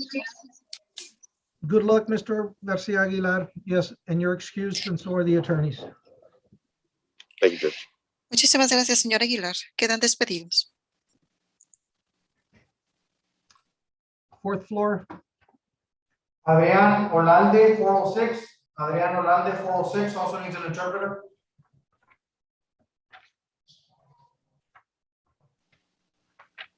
page 2. The court calls 2019 CRM 280D4, the state of Texas versus Adrián Olalde. El caso 2019 CRM 280D4, el Estado contra Adrián Oralde. Good afternoon, Mr. Olalde. Muy buenas tardes, señor Oralde. Gerard Cantu for the defense. Mr. Cantu, do you have an announcement for your client, Mr. Olalde? Yes, Your Honor. Señor Cantú, ¿usted tiene un anuncio para su cliente, el señor Oralde? Sí, su señoría. What is the At this time, Mr. Olalde pleads not guilty, waives the reading of the indictment, and requests pretrial settings. En este momento, mi cliente se está presentando no culpable, está renunciando al anuncio de sus cargos y queremos a servicios previos al juicio. Informal set for September 8, Your Honor, at 2 p.m. El siguiente va a ser para el día 8 de septiembre a las 2:30. Your Honor, can I request his phone number in case he bonds out? Su señoría, ¿le puedo pedir el número de teléfono de él en dado caso de que salga bajo fianza? Mr. Olalde, can you give us your phone number? Señor Orlando, ¿puede darme su número de teléfono, por favor?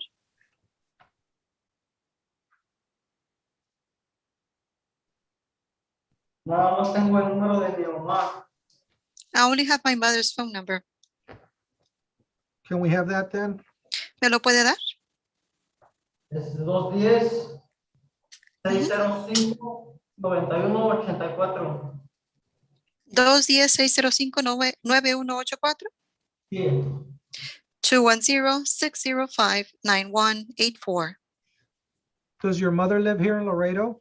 ¿Su mamá vive aquí en Laredo? No, en San Antonio, Texas. No, en San Antonio, Texas. Where do you live? ¿Dónde vive usted? Estaba pues, en Guanajuato. I was in Guanajuato.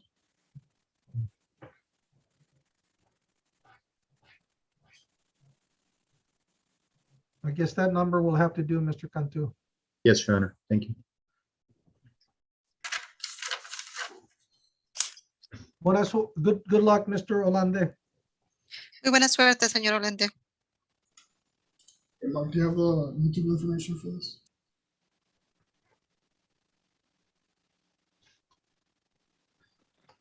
Third floor. Got a guy from the 331st, Vela Roberto III. Vela Roberto III.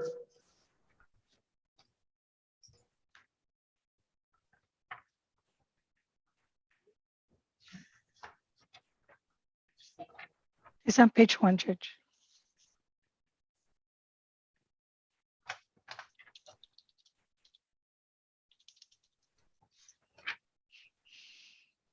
The court calls 2016 CRD 1046D3, State of Texas versus Roberto Vela III. Good afternoon, Judge. Rene Cantu for Mr. Vela. Good afternoon, Mr. Cantu. Yes. For the state, Ms. Calderon.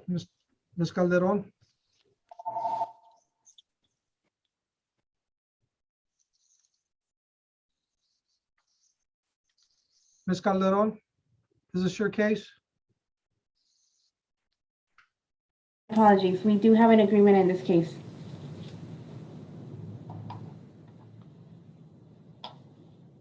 Are we ready to proceed right now, or we need Yes. to? We're ready. We're ready. Okay. We're ready, Judge. All right. Does your client understand English, Mr. Cantu?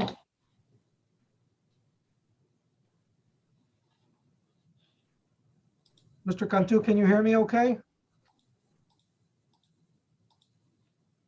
I think he got cut off, Your Honor, but we do have an agreement. If you want to go ahead and go to the next case, and we'll see. Let me make sure. Is Mr. Cantu on the third floor or the fourth? You mean Vela?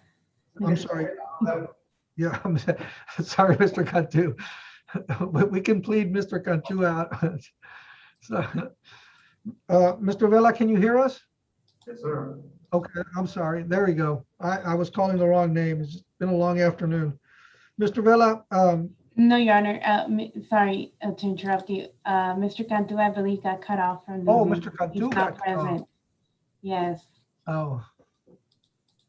Yeah, let's do that. Mr. Vela, your attorney's internet went out or something, so you stay right there. We'll be right back. I'm here, Judge. Oh, there he is. Okay.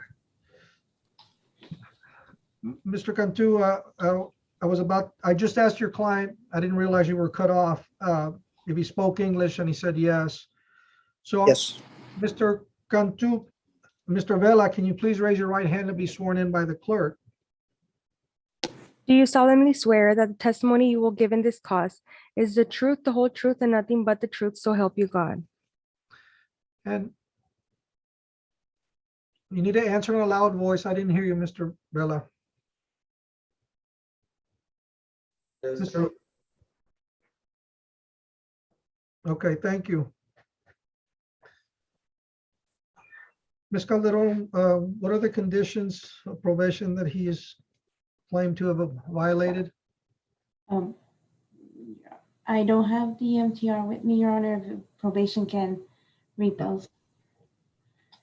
Which court is this? 260? This is 341st? Yes, Your Honor, 341st. Let me see if I have them here.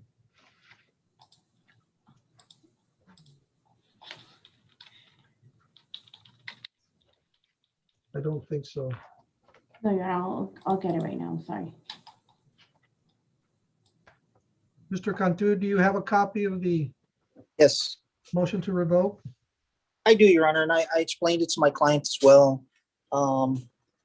And he'll be pleading true to the violations I know. that he had. Mr. Vela, did your attorney, did you have an opportunity to discuss with your attorney what's going to happen here today? Sure. Okay. Yes, Your Honor, the conditions are condition 1, 2, 5, 11, 20, and 23. Okay, Mr. Vela, you've been sworn in, and I'm going to ask you as to the petition that you violated your terms of probation as to conditions 1, 2, 5, 11, 20, and 23. How do you plead, true or not true? True. Are you pleading true freely and voluntarily? Yes. Okay. Thank you, Mr. Vela. Mr. Vela, based on your testimony you just gave me right now, I'm gonna find that you have violated the terms as indicated, 1, 2, 5, 11, 20, and 23. What is the agreement, Ms. Calderon?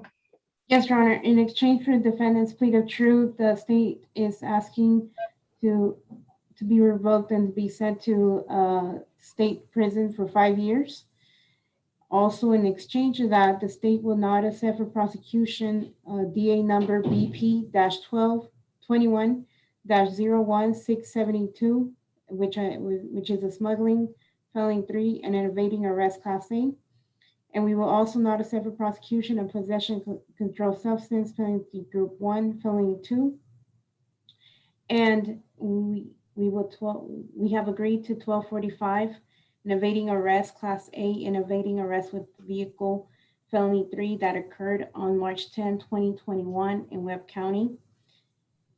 And for the defendant to also be granted credit for the time he has served in jail and in inpatient services. Okay, the 1245 motion will be approved.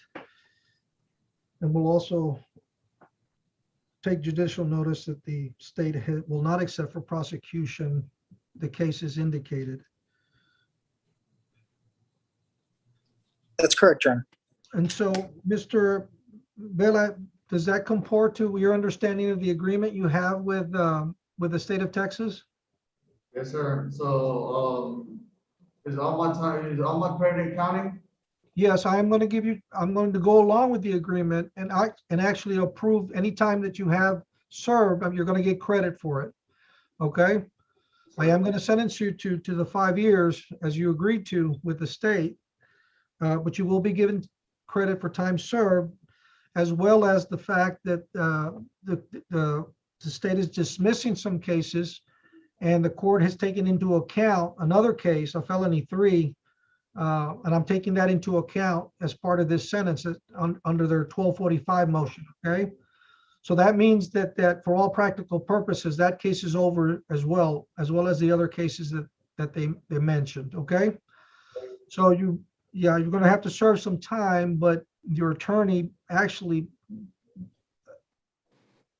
in the agreement you have with the state, they have agreed to dismiss all the other cases that they mentioned a little while ago. And I think that's probably going to cover everything you have pending. So unfortunately, you're going to go away for a while, but you won't have anything hanging over your head when you get out, okay? Sure.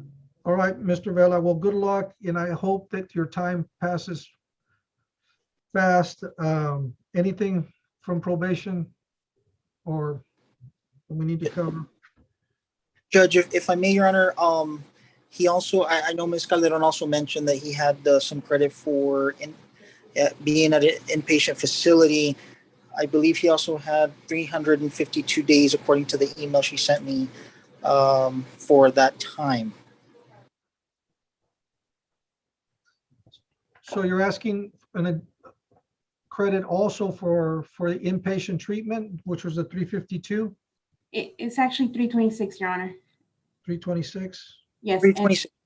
Yes. And 214 days from Webb County, but I believe that was like a week ago. Yes. It was about the 23rd. It was about 4 days ago, Judge. Okay. No, the court, if he was in inpatient treatment, I'll approve that time as well. Yes, sir. So you'll get credit for that as well, Mr. Vela. Okay, thank you, sir. Again, I'm gonna, 5 years can seem like a long time, and it is, and I know that it's not always 5 years that you'll be in there, but again, I still hope that your time passes quickly and you take advantage of this, because you are coming out after you do your time, pay your debt to society. You're not going to have anything hanging over your head. So it may not seem like a great deal right now, but it will when you get out. So you need to take advantage of that. So good luck, Mr. Vela. All right. Thank you. And thank you, Mr. Cantu and Ms. Calderon. Yes, sir. All right. So if there's nothing further on this case, the parties and the attorneys are excused. Yes, Your Honor. I believe I have 2 more, Judge. So I'll just stick around until the court calls me on those. Yeah, I don't think we have too many left, but we do have some. Yeah. Mr. Sosa's pulling his hair out over there, so hopefully we'll get to him soon. Who do we have on the 4th floor? Ismael Benavides, 341st. Ismael Benavides, 341st, also needs an interpreter. The court calls 2016 CRD 233 D3, the state of Texas versus Ismael Benavides. Estamos en el caso 2016 CRD 233 D3, el Estado contra Ismael Benavides. Good afternoon, Julio Mr. Garcia. Benavides. Muy buenas tardes, señor Benavides. Your Honor, for the record, Julio Garcia Jr. here for Mr. Ismael Benavides. Es el señor Julio García de parte de Ismael Benavides. Mr. I Garcia. believe we're here. We're you here have- on an amended MTR, Judge. Estamos aquí, una moción para revocar, corregida. And so is there an announcement that you have for your client on the amended MTR, Mr. Garcia? Yes, Your Honor, at this time, we're going to plead not true. We're going to request a final setting for this particular hearing, hopefully as quickly as possible. Sí, su señoría, en este momento vamos a declarar que no es cierto y vamos a estar pidiendo un juicio, una audiencia final lo más pronto posible. We're also going to be requesting a bond for Mr. Benavides, Your Honor. He has been in custody, and we're seeking to see if we can have a bond set for him. También estamos pidiendo una fianza. Él está bajo custodia y queremos pedir una fianza para él. Yes, Your Honor, Krista Calderon for the state. In regards to that request for motion of bond, the state is opposing a bond. The defendant was here previously back in December on an MTR. He was released, put back on probation. He picked up 6 new arrests for theft, class A's and B's. Then recently, he's picked up 3 new theft cases, and he was also picked up on this motion to revoke. En ese momento, el Estado está en oposición de la fianza, ya que desde el mes de diciembre estaba en libertad, bajo libertad condicional, y él levantó 6 nuevos arrestos debido a robo y recientemente 3 nuevos arrestos por robo. We've been I've been in communications with Ms. Calderon, Your Honor. There is an offer that has been extended. I still need to speak to Mr. Benavides to see whether or not it's something that he's willing to accept, Your Honor. But again, I know he's expressed to me that he'd like to have the opportunity to get out so that he won't lose his job. He is a gate guard at this point, and he's afraid because of the time. A gate guard. Oh. And I believe that during the time that he's been here, he's afraid that he may have lost his job. And I understand with the new charges that are pending, Judge, these are thefts from mostly department stores, Class B's and maybe a couple of Class A's, like Ms. Calderon said. But it's something that we're going to address on the offer. We're just asking for a reasonable bond, Judge. En este momento solamente estamos pidiendo una fianza razonable y he estado en comunicación con la señora Calderón y queremos que esto se pueda extender, ya que estamos al tanto de los últimos cargos que él tiene, pero son a cargos de robo de tiendas que son clase B, como ya se ha mencionado, y por ahora por eso estamos pidiendo una fianza razonable. I actually have the, Ms. Calderon, I'm signing the amended order right now for the amended application. And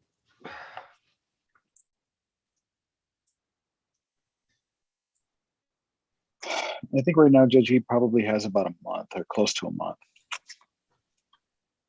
that he's been incarcerated? I know that he has credit on the other cases, Judge, but since he's been picked up on this MTR, I believe that it's been about 25 days, maybe. I think something in that. Since this last time that he's been in custody, I believe. Well, let me tell you what I was kind of able to piece together based on the amended motion is that, well, let me ask this question. I mean, he may have had is this his first motion to revoke on the 2016 charge? No, Your Honor. As I stated before, in December, we were actually here on the motion to revoke. We settled it. He was placed back on probation, and again, he got arrested with 6 thefts, and then recently he picked up 3 new ones. Now, I mean, it seems like he was doing okay up until 2020. Am I reading that correctly? I think a couple of the dates for those thefts, Your Honor, were late in the year, maybe September and October. And then there were a lot of them were earlier in the year of this year. I don't have the dates for the 3 new ones that were filed for the amended. Well, Yeah, and he's kind of shown a propensity not to really report when he was supposed to. Didn't look like he was making much of an effort to complete his community service hours.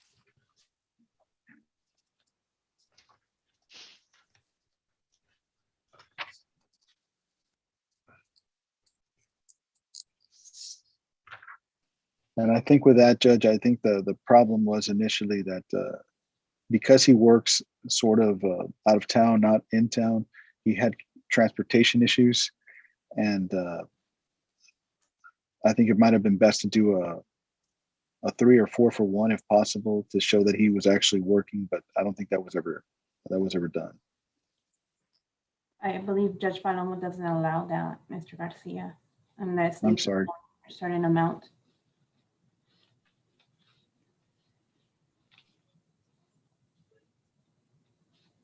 Well, look, I mean,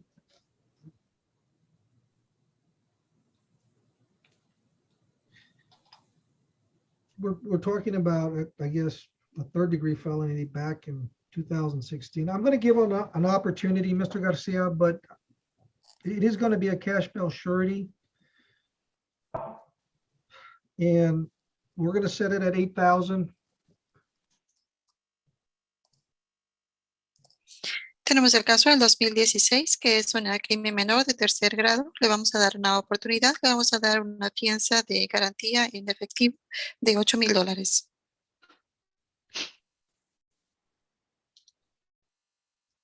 Mr. Garcia, you may want to call him. I'm not sure what the translation is, but I don't know if it translated correctly into what that means. So you may want to talk to your client. Understand, Judge. Señor García, le voy a pedir que se comunique con el señor Benavides. No sé si eso se entendió claramente debido a la interpretación. Do you have any questions, Mr. Benavides? Señor Benavides, ¿usted tiene alguna pregunta? No calificó para un tirar ball. No. I'm sorry, Mr. Benavides. I did take that into consideration, but the short answer is no, but I am giving you an opportunity to get out. Okay. Lo siento, señor Benavides. La respuesta corta es no, pero sí le estoy dando una oportunidad de poder salir. I did put, Te lo agradezco. I appreciate it. Your Honor, could we have a final hearing date, Judge? Oh, yes. Yes, if he remains in custody, we have September 2nd or September 8th, Mr. Garcia. Actually request, since a bond was given, I actually request for a month reset so that I can get the new reports for the new offenses. How much time? How much time the reset date? What was the other September setting? September 8th at And 1:30. the second setting was after that? September what? No, the state is September. requesting more time. Yeah, that's after We have September 8th, you gave another. September 16 at 9:30. That's an in custody docket. The regular, it's September. We have a September 30 at 8:30. I have no problem with September 30th. Look, if Mr. Garcia. Mr. Garcia, you think your client will be able to, he's got a job, be able to bond out? I'm not sure, Judge. I seriously doubt it. But I mean, I know that he has an opportunity, but if the judge wants to send, if the court wants to send it for September 30th, I can certainly try to make that happen. But you know, that's fine, Judge. I mean, we'll go for the September 30th date. We have that same day, Judge, for in custody in the afternoon at 1:30. Okay, that's correct. So either way, Judge. So if we can't make it in the morning, then maybe we can just ask for it to be set in the afternoon. Well, it's being set at 1:30 though, right? September 30th. Yes, then custody. Yes, Okay. yes, Judge.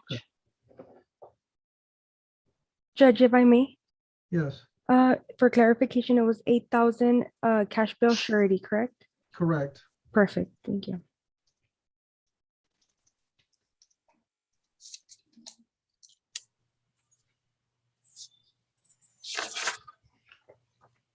So just to be clear, Judge, the in custody docket is in the morning, and then the regular docket is in the afternoon, or is it vice versa? Vice versa. Okay. I guess what we'll do, judges, we'll check beforehand to see whether or not he's still in custody and see if we can just. Mr. Garcia, change just that. be on the safe side. You should appear at both of them. Judge, Yeah, if he gets released, I'll move him to the 8:30 docket. Thank you, Raquel. Appreciate it. You're welcome. Okay, Judge. Make sure you tell him at the last minute. I'll do my best. Thank you, Mr. Garcia. Thank you, Judge. That's all I have. Might be excused. Yes, thank you. Thank you, Judge. Okay, Mr. Benavides, good luck, and we'll see you next time. No conflict. Okay. Going to the third floor, who do we have? 406, Bustamante, Eric James. Bustamante, Eric James, 406. The court calls 2021 CRI 19-4 D4, State of Texas versus Eric James Bustamante. Good afternoon, Mr. Bustamante. Do you understand English? Yes, sir. Good afternoon. All right. How you doing? Okay. Doing all right. All right. Well, you're here with your attorney from the Public Defender's Office. I think it's Mr. Cantu. Yes, Your Honor. I'm present, Your Honor. Mr. Cantu, do you have an announcement for your client? Yes, Your Honor. At this time, Mr. Bustamante pleads not guilty, waives the reading of the indictment, and requests pretrial settings. Informal set for September 8th, Your Honor, at 2 p.m. September 8th, 2 p.m. That is correct, Your Honor. Okay. And if I could request a phone number in case he bonds out, Your Honor. Mr. Bustamante, do you have a phone number where your attorney can reach you? To my family, yes. What is it? It's 346 218 6692. I got another number too. All right, let's have that one just as a backup. That one's my cousin, my female cousins. And my mom's number is 956 319 319 38. Okay, Was that 319 what? 319 338. 38 7938. All right, Mr. Bustamante, you'll be back in court on September 8th at 2 p.m. Okay. Okay, so make sure you don't forget that date. Yes, sir. Can I ask something? Yes.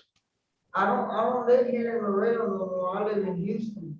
But I have family, my kids in Houston, and I got my work over there. So I don't know if y'all can trust me over there. Well, talk to your attorney, but we're probably going to still be doing Zoom hearings.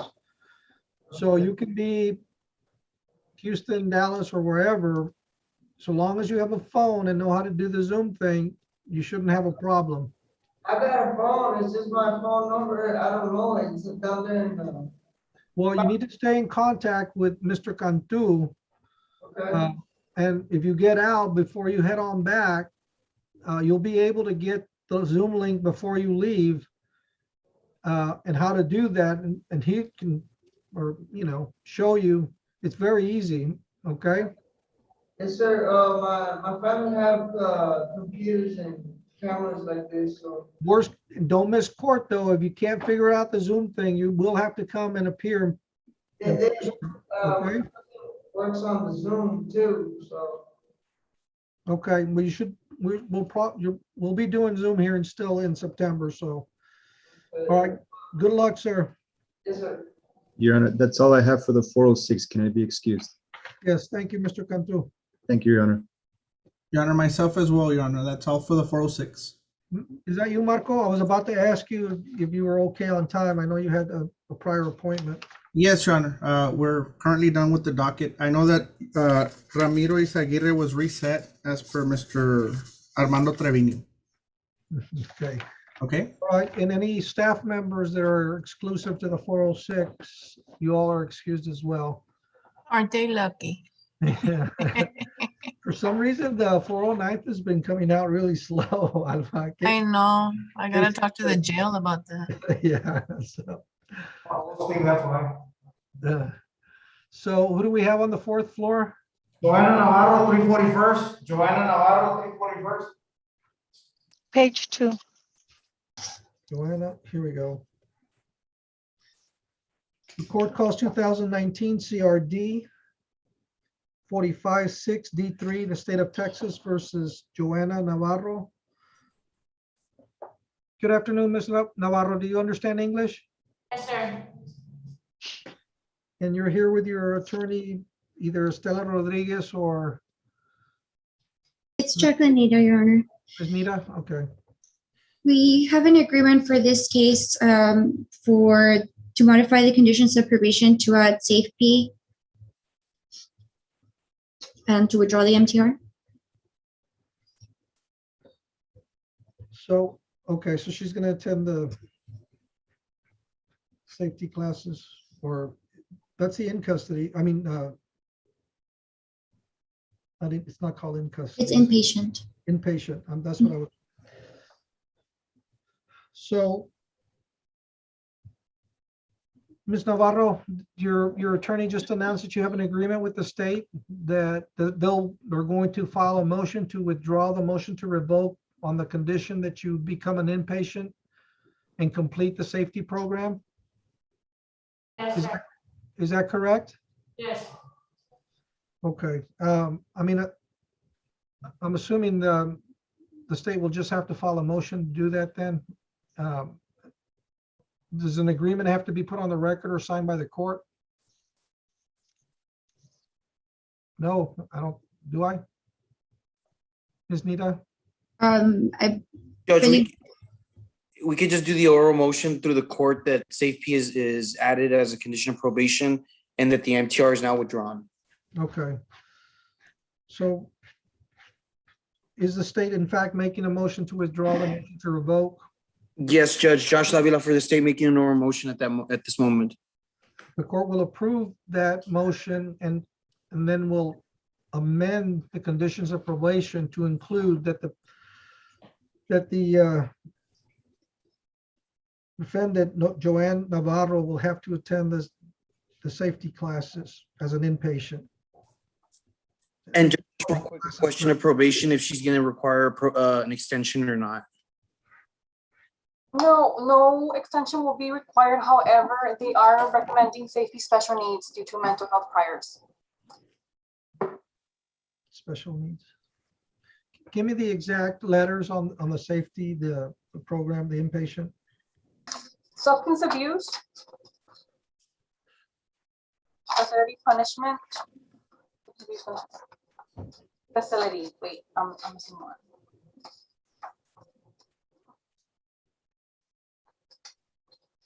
I know it's easier to use the acronym, but yes, we call it that all the time, but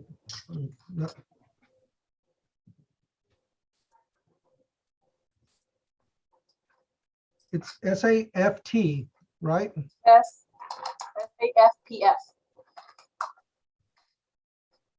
And it's the substance abuse,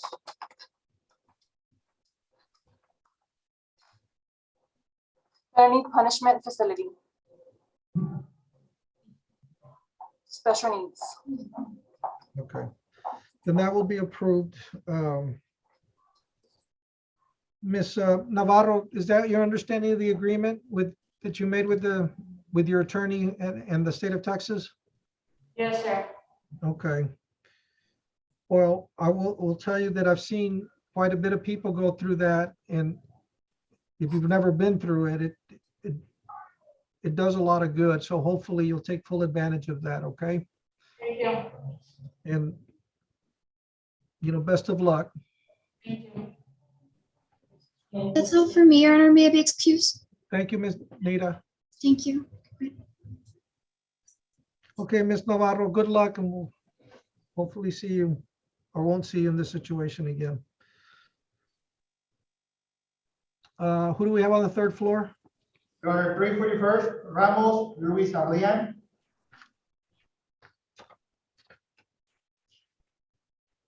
Page 3, the court calls 2019 1141 D3, the state of Texas versus Luis Adrian Ramos. And good afternoon, Mr. Ramos. Do you understand English? Yes, Your Honor. Okay. Mr. Your Honor, Sosa. for the record, Fausto Sosa representing Mr. Luis Andres Adrian Ramos. We have 5 cases. We're going to plea on 2 and they're going to dismiss 3. Are the plea packages ready? They were filed today in the afternoon, Your Honor. Oh, okay.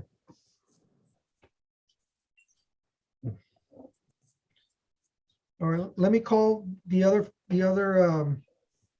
how many cases we have? 4? It's 5, Judge. 2019 CRI 1141 D3 and 2019 CRI 1142 D3 will be pleas. And then the other 3 will be dismissals.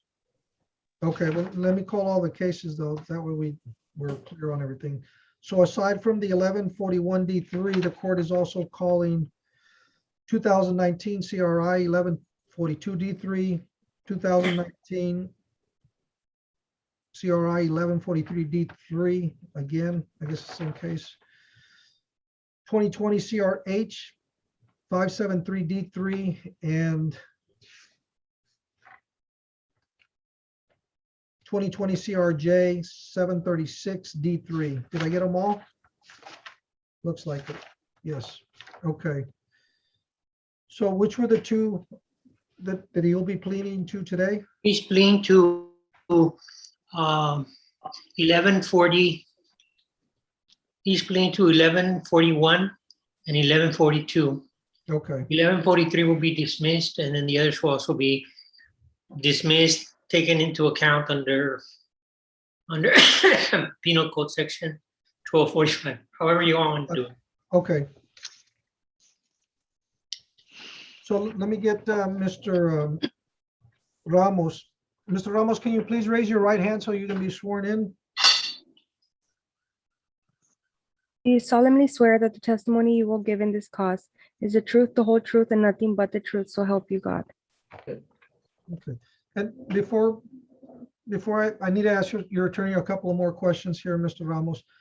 Is he going to be pleading to a second-degree felony in a state jail then?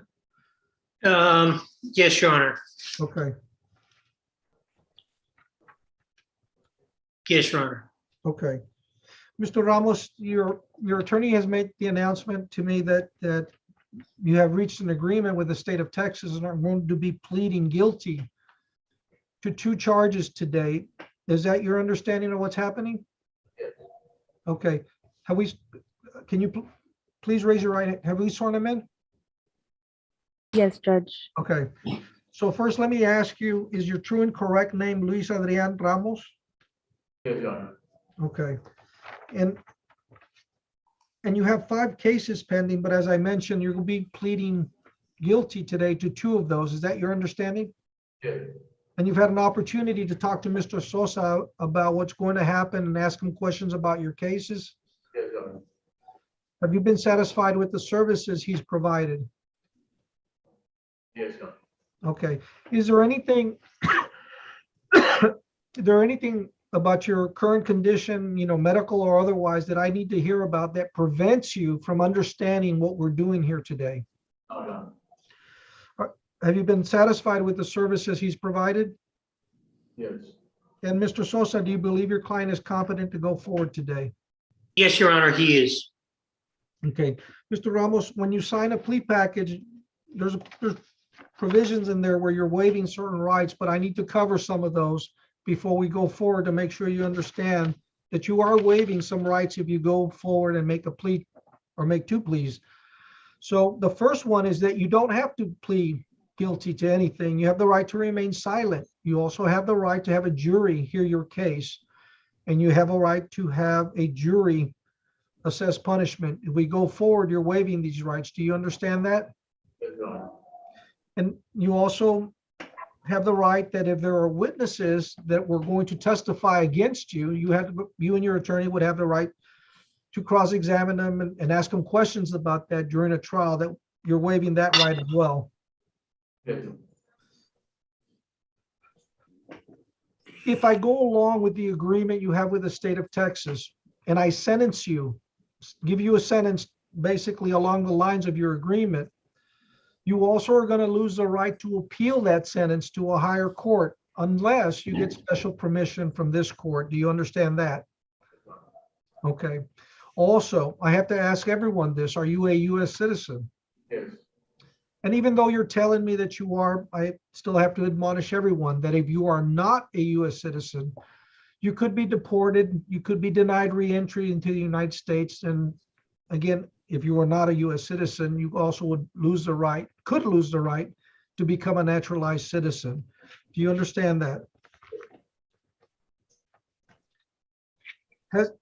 And this is one of the consequences of pleading guilty. And obviously, you could be found guilty if you plead.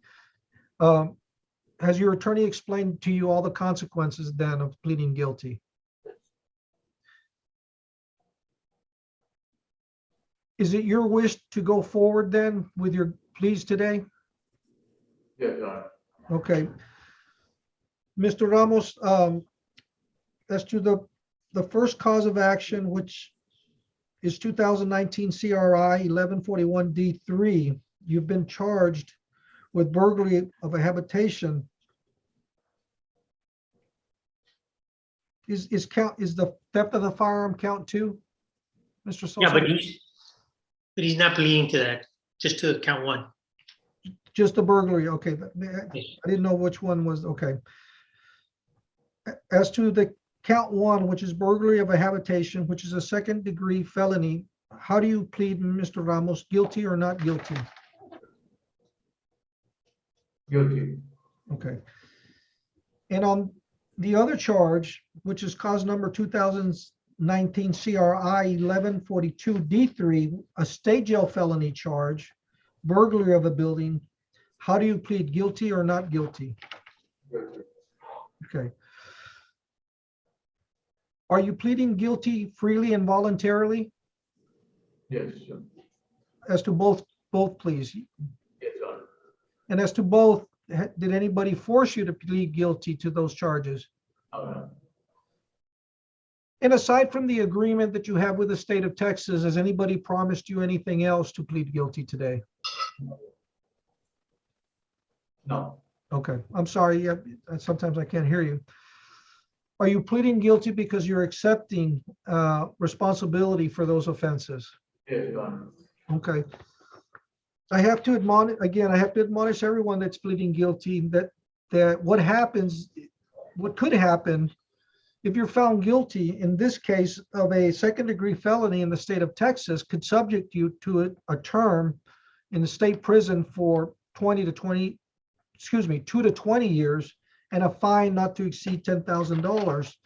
And the punishment for being found guilty for a state jail felony in the state of Texas is a term of 180 days to 2 years in jail and a fine not to exceed $10,000. Do you understand that? Is that a yes? Yes, Your Honor. Okay. Is the state offering exhibits 1 in both cases? Yes, Your Honor. State offer states exhibit 1 for both cases. No objection. They will be admitted. Having talked about everything about the waiving of the rights and the possible punishments, do you still want to go forward with your plea of guilty on both charges? Yes. Okay. All right, Mr. Ramos, based on your testimony and the evidence before the court is going to accept your guilty plea. I find you guilty of the offense of burglary of a habitation, second-degree felony, and a state jail felony, burglary of a building. I find that on both counts, you're plea of guilty has been made willingly and voluntarily. Anything we need to cover before we go on to the punishment phase? None from the defense, Your Honor. Okay. Mr. Ramos, you've been found guilty of those two offenses as indicated, and we're going to cover the terms right now, but I will let you know that the court is going to approve the agreement you have with the state. In other words, I'm going to sentence you along the lines that your attorney was able to reduce to writing with for you and that you signed. And Mr. Sosa, I don't have those in front of me, and the state can clarify if needed as to the dismissals. Well, we can start with those. They will be dismissed. I mean, they'll be submitting them, and I think it's mentioned in the plea agreement. Okay, the court is going to approve the dismissal of the other three cases.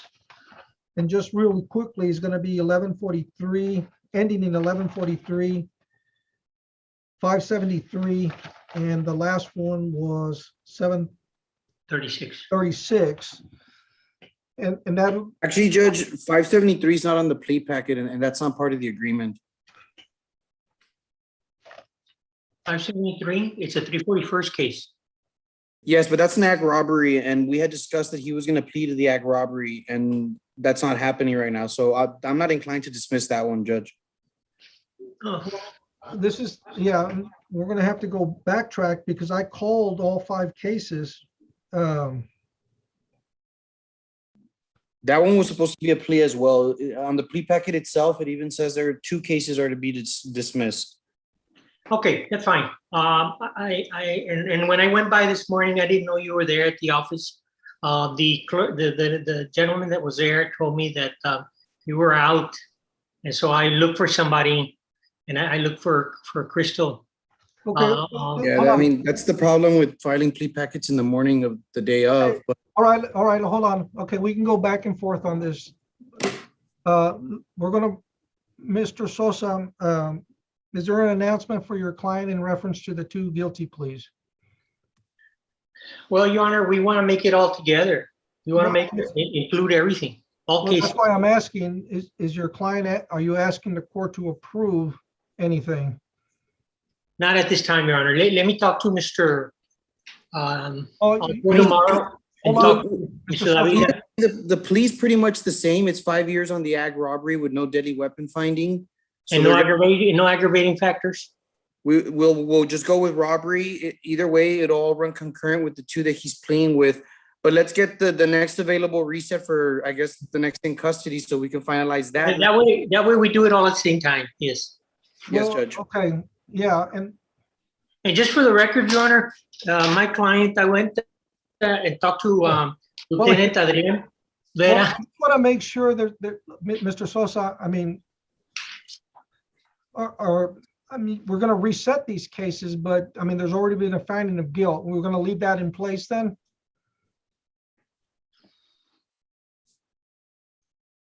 Oh, God. But he didn't plead guilty to the robbery. But the problem is that I called, no, he did not. Mm-hmm. And then that's the only one that's pending, Judge. We could actually still go forward with 1141 and 1142 and then just plea them out to the and we agree that the 523, the 573. Yeah, it's 573. The 573, you're going to offer 5 years to run concurrent with the other 2. No is the aggravation. Right. No deadly weapon finding, no aggravation. No delegation, no aggravation. It's doesn't make any difference. That's fine.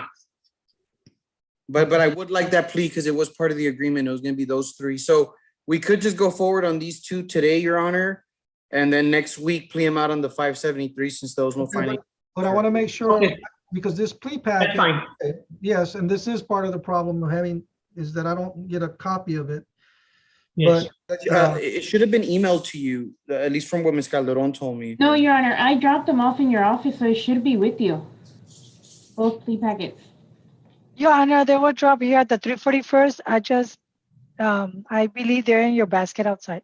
Let me double check, Your Honor. Yes, you were in civil court. Yeah, because I was in court. And I apologize. I'm sorry, guys. I are you on, Mr. Davila? Yes, I'm here. Okay. All kinds of, there's all kinds of goodies in my box up there. Okay, so Why can't we just put a pause on this one and just we'll find it. We'll next week we'll iron it all out so I can explain it to my client because he looks puzzled. And that, I have no objection to that, Judge, since we already have an agreement. The two are Yeah. already clerk, and we just need this last one. It gives Mr. Sosa the opportunity to talk to his client one last time. Yeah. okay, Although it's not going to change anything. look, just Mr. Ramos. okay, and just procedurally, what I'd like to do then, Mr. Sosa, it sounds, although you haven't really said that, is that you're asking the court to allow your client to withdraw his guilty plea at this point. No, you're not asking that. No, You're not asking that. no. So the findings of guilt as to the two charges will remain, and then Yes. sentencing, then we're going to reset this case for sentencing Mhm. and for a plea on the other charge. Yes. Yes, Judge. Okay. And Sep- tomorrow's Friday, no? September 2nd at 8:30. That's the next in custody docket. Okay. Would you agree if I ask for a PR bond? Josh? He's doing time. We'll see. Pero bueno, that's fine.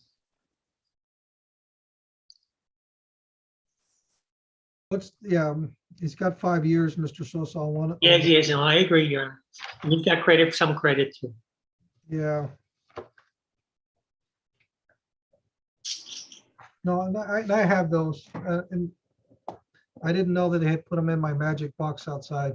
It would have made it easier, but Mr. Ramos, the agreement has not changed in the sense that it sounds like what they're saying is that there's another charge they want you to plead to, and I can't guarantee it, but what the district attorney's office and Mr. Sosa are saying is that is going to run concurrent with these charges, and they want to wrap them up together just to make it more tidy. In other words, you're not going to get more time.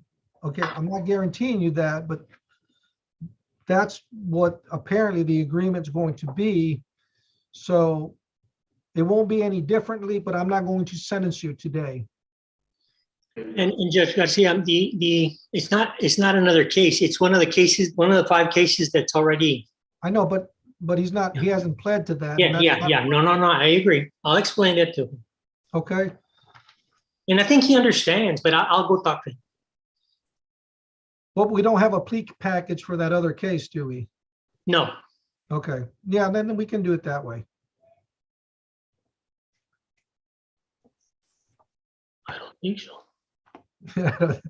No, we only have 2. Yeah, no, I don't. I may have done one for the case. I did it for all 5 cases or 6 cases. But no, that's fine, Your Honor. Okay. All right, Mr. Sosa. There's nothing next week, Your Honor, that you could squeeze us in? That is next week. September 2nd is Thursday. Nothing Monday or Tuesday? No, we don't have It's because it's the in custody. That's fine. That's fine. That's fine. Thursday's fine. Thank you, Your Honor. Okay, Mr. Sosa. Mr. Ramos, yeah, let's just make sure. Any questions? No. Your attorney's going to go, I promise your attorney's going to go talk to you very soon. So. Tomorrow morning, I will be there. It's too late today, but tomorrow morning. Okay. I will be there at 9:15. All right. So we got that squared away then? Yes, Judge. Okay. Yes. All right. Thank you, Mr. Thank you, Your Avila. Honor. All right. And I'll submit the plea packet tomorrow so the judge can have the whole weekend. Well, yes, and it will be with Judge Palomo. All right. Okay, that's fine. Okay. Yeah, no, that's all I have. May I be excused? This was the last one for the 341st? Yes. That's Yes, all I have, Judge. Your Honor. Thank you, Mr. Sosa. Lucky you, Raquel. Wait, Ay, Raquel, no. what happened to Gerardo Mata? Gerardo Mata was reset to September 2nd at 8:30 for All a right, plea. I was gonna address that, his other case, 2019 CRL 758D3, be also placed for that date. Let me see. Which one? What page? It's not on the page, it's not on the docket, I don't know why, but it got forgotten, so if you A ver, could, give me that case number again, please. 2019 Uh-huh. CRL 758D3. Okay, I apologize. Let me set it up You're good, for thank you. September 2nd. Okay. Bye. Bye, thank you. Judge Garcia, you're gonna owe us dinner. The rest of us. Why? It wasn't my fault the 49th got put at the end. Y'all probably behaved. I Who's second up? that, Judge. I second that. Who's Right, up? right, Pedro? He owes us lunch. I mean, dinner. Yep. All right. Just out of curiosity, how many do we have left? Like 6. Okay. Wow. Well, I've been trying to move it along. Who do we have on the third floor, or who's next? Yeah, third floor. Edgar Estrada. Edgar Estrada Jr., 49, also español. He's an interpreter, Mr. Estrada, all right, hold on. Is he on I the? believe this is the motion to sub, Your Honor. He's on This page is the motion sub. There's two cases Hold pending. on, Mr. Diaz, hold on. On what page page? 3 page 3 on the add-ons. Got it. The court calls 2021 CRL 17-9D1 and 2020 CRD 1388D1, the state of Texas versus Edgar Rene Estrada Jr. En este caso tenemos a Edgar Estrada Jr. y los casos 2021 CLR 179D1 y 2020 CLD 1388D3. Okay. On cause number 1388D1, there's a motion to substitute counsel. En el caso 388D1 tenemos la petición para cambiar abogado. Mr. Estrada, you want Mr. Diaz to be your attorney? Señor Estrada, ¿usted quiere que el señor Telles sea su abogado? Sí, sir. Sí, Your Honor. The order on 1388 has been approved, Mr. Diaz, and on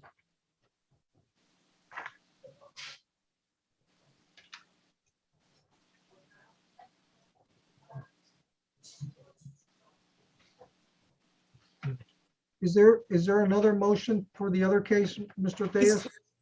He's already on that case, Judge. Oh, okay. Yeah, because I have two motions. Yes, no. It's just one order that needs to be signed. It's just, Yes, Judge. only one needs to be signed. The only thing we did have a request was a request to set bond on the 1388. Does he La have única a bond? Okay, go ahead and press it. La única solicitud que tenemos es pedir una fianza en la causa 1388.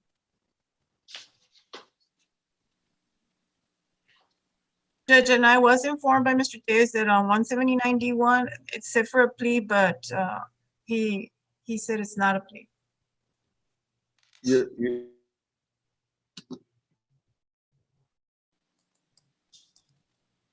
Yeah, it was with his prior to, we're asking for another setting just because we just came in on the case.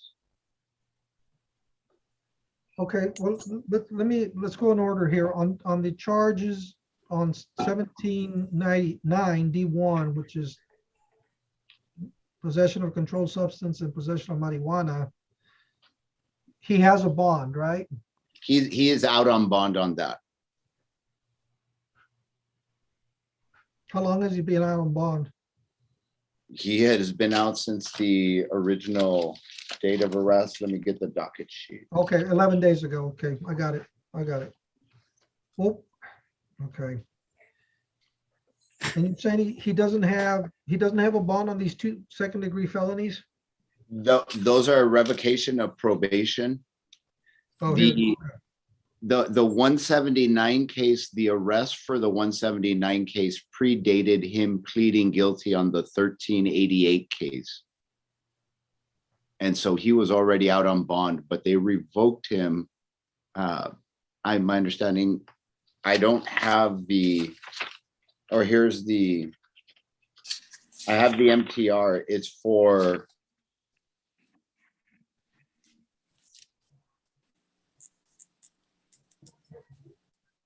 two no-shows. And then it says a dirty UA, but I don't have. Ms. Garza probably has that info. Yes, I do have that information. It is conditions 2, 5, 10, 11, and 16, Your Honor. Defendant was placed on probation on November 2020. He never reported in person to the probation department.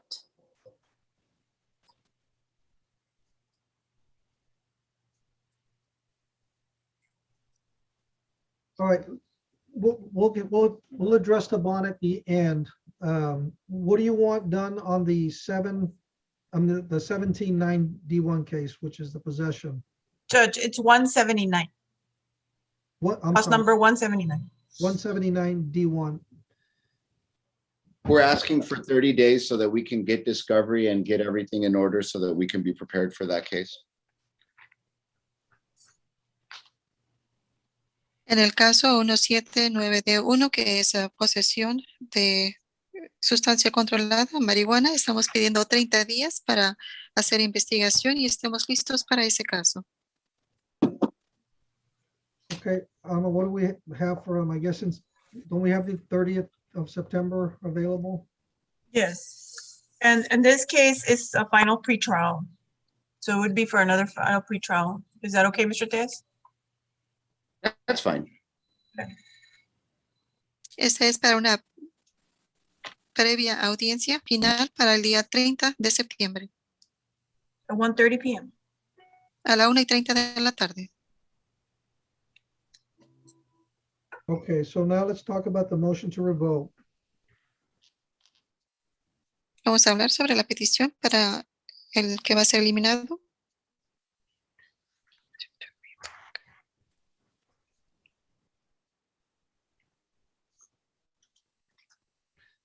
Did I hear that correctly, Ms. Garza? He never reported to probation?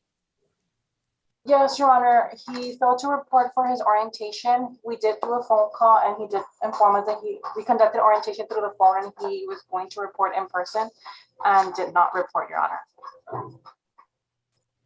Y él estaba supuesto a presentarse, sí tuvo la orientación telefónicamente y mencionó que se iba a presentar en persona, pero no se presentó.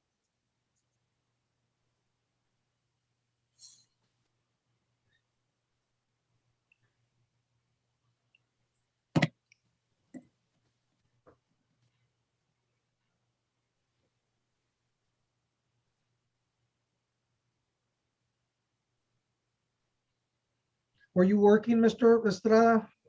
Señor Estrada, ¿usted está trabajando? Sí, se estaba trabajando con mi tío, apoyando alfombras, pero ya si me dieron la oportunidad por salir, pues puedo agarrar un established work. Please excuse the interpreter, I wasn't able to understand him. Can you repeat that? Repítame eso, por favor, no se mueva y hable directamente al micrófono. Sí, sir, estaba trabajando con mi tío poniendo alfombras, pero si me da la oportunidad puedo trabajar en un Burger King o lo que sea. Yes, I was working with my uncle, placing carpet or rugs, but if you give me the opportunity, I could get a job maybe at like a Burger King or something.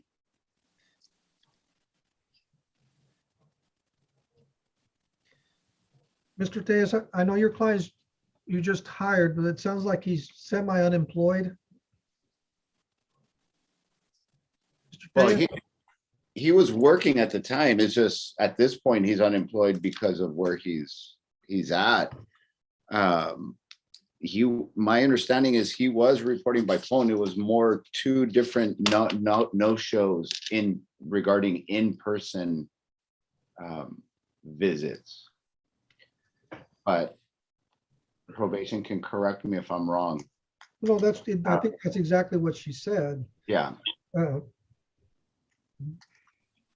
Él en este momento no tiene trabajo debido a donde él se encuentra en este momento. El único problema es sí se estaba reportando solamente por teléfono, pero tiene 2 ocasiones en que no se presentó en persona. And I have a little bit of concern because, I mean, he's got a first-degree felony charge pending on that first case. Y tengo un poquito de preocupación debido a que tiene un cargo de un crimen menor de primer grado en ese caso anterior. And this probation period is not that old. I mean, it couldn't be that old. It's a 2020 case. But, you know, well, no, he's not. This is a motion to revoke. He's not really entitled to one, but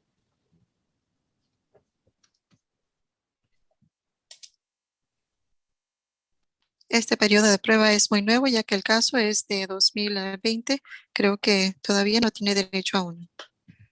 what I will do, I'll set a 30,000 cash bill surety bond, Mr. Tejas. En ese And momento, that's for- señor, What? I was gonna wait for her to translate. No, I'm sorry. Go ahead. en este momento, sí va a tener una fianza de $30,000, que es una fianza en efectivo. Well, I'd object to the translation. It's Yeah. cash. It's cash bail or surety, not just cash. Or it's an incomplete translation. And I don't know what the translation is for bail or surety.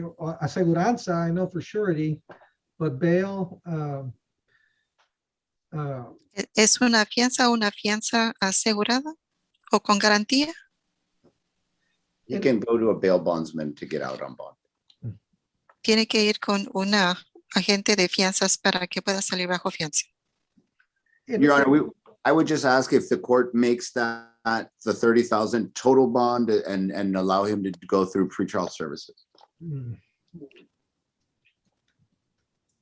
I'll approve the pretrial services, but two things. He's going to have to report in person if he bonds out within 7 days to probation.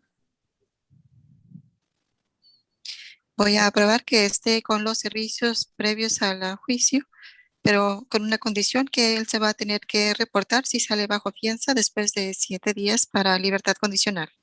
And that's with the, wait, there's more. Okay, so he has to report to probation, 1, and 2, he's going to have to report to pretrial services every 2 weeks. También se va a tener que presentar a los servicios de previo al juicio cada 2 semanas. And he'll be subject to random drug testing with pretrial services.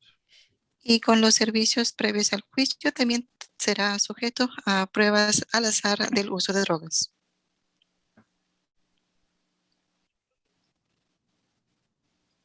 And just to clarify, Mr. Tejas, you may want to go visit with him to make sure he understands those conditions. Señor Telles, se puede presentar con él para asegurarse de que él tiene claro estas condiciones.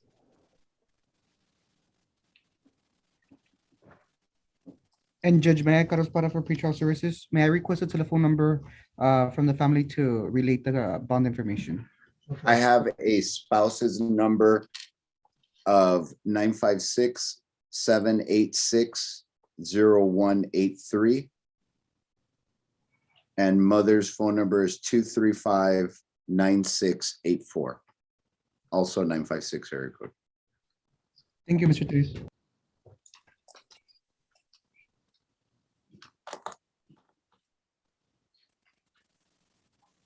Okay, anything further, Mr. Tejas? Not on this case. I was just gonna ask regarding the case where Mr. Gomez is not in custody. Can I ask you something, Joey? Do you think he's gonna be bailing out? Because you need to let us know so that we can give you a new date. Because the date we gave you is an in custody date. I will find out by tomorrow whether they, Okay, and let us know. No, I'll let you know. I just don't, I'm hoping by tomorrow, but I mean, I keep on forgetting tomorrow's Friday. It feels like it's Tuesday. Mr. Parra, if I, what did I set a 30, did I set a 30,000 bond at 3% is $900?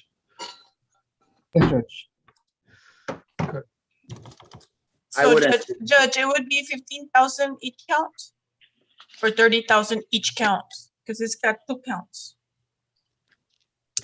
No, that's for 15 and 15, I guess. Okay. I meant All right. 30 in total.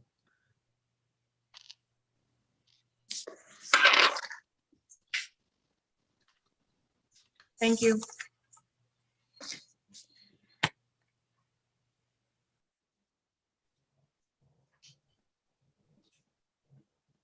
Okay, anything further then?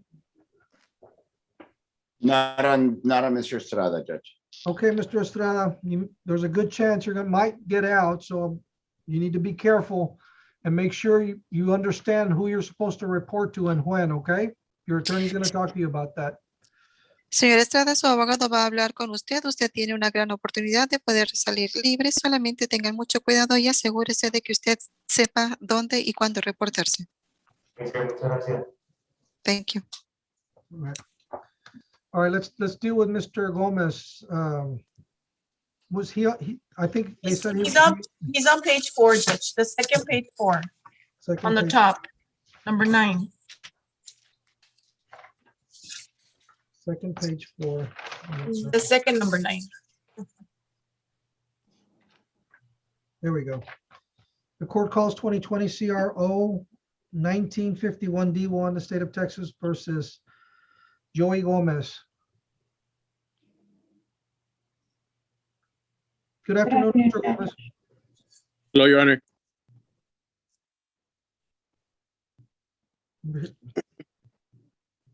Mr. Diaz, I'm sorry, who's here for the state, Ms. Castillo?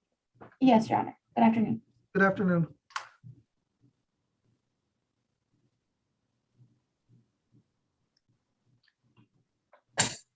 Judge, this is an MTR with the KPS. No, it doesn't say that here. That's what. No, Judge, we had asked the court to just set it for today because we already had cases set for today and we didn't know if he was going to be picked up or not.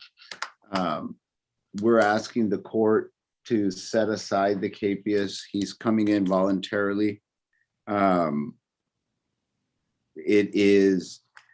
It's an MTR that Mr. Gomez was placed on probation on the 20th of May. He tested positive for marijuana on the 3rd of June and the 7th of June, which predated his guilty, could have predated his guilty plea.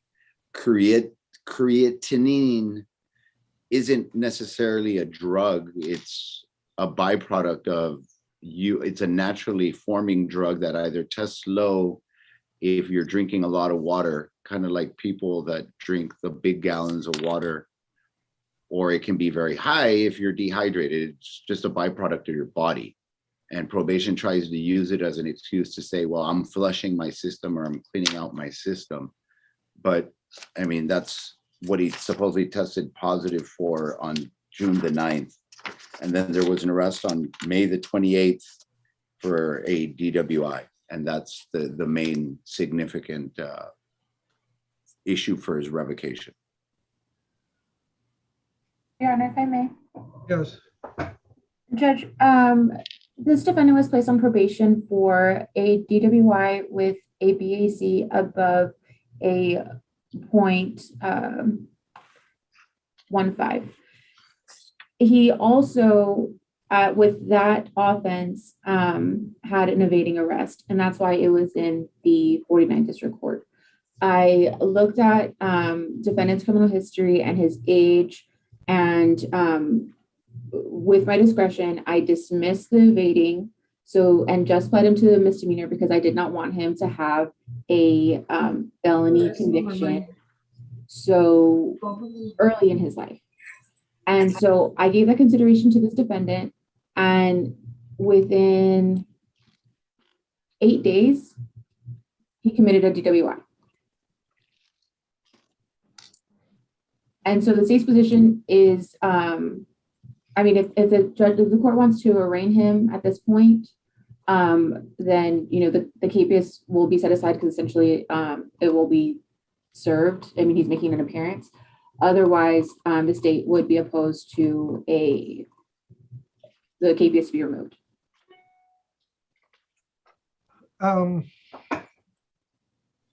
So basically, I mean, I want to make sure I understand this. Then he's placed on probation, and within a week, he has another arrest for DWI. And that's the basis of his motion to revoke?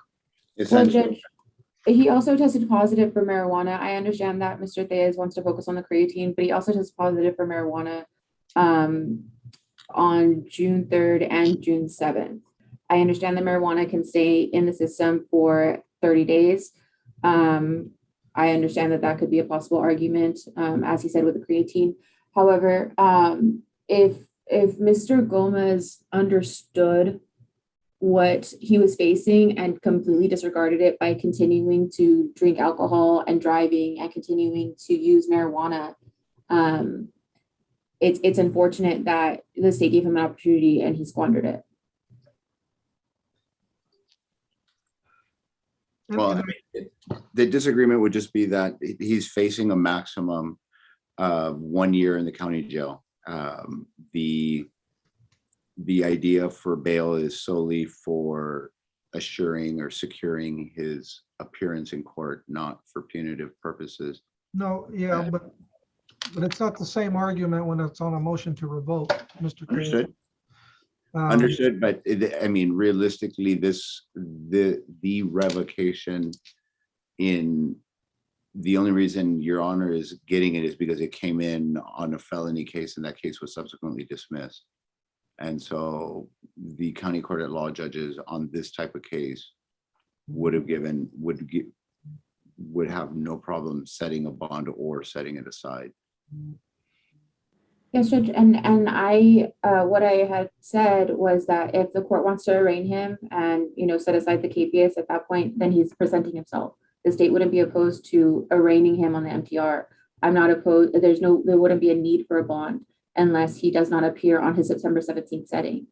We have no objection with, and I guess I jumped ahead, but his appearance today was to get arraigned. And at this point, we waive formal reading the state's application to revoke probation, plea not true, and request a final hearing. And he is here. And so, Mr. Gomez, I mean, you heard the back and forth, and there's a good argument to leave the capias in place and have you turn yourself into the jail. I'm not going to do that today. Your attorney has entered an announcement saying not true to the motion to revoke. You're still going to have to answer. You're going to have to answer to the violations that the state is saying you committed on probation. But, and it also looks like you're working. I'm just writing down everything. I know, but are you working? Oh, yes. Yes, I am.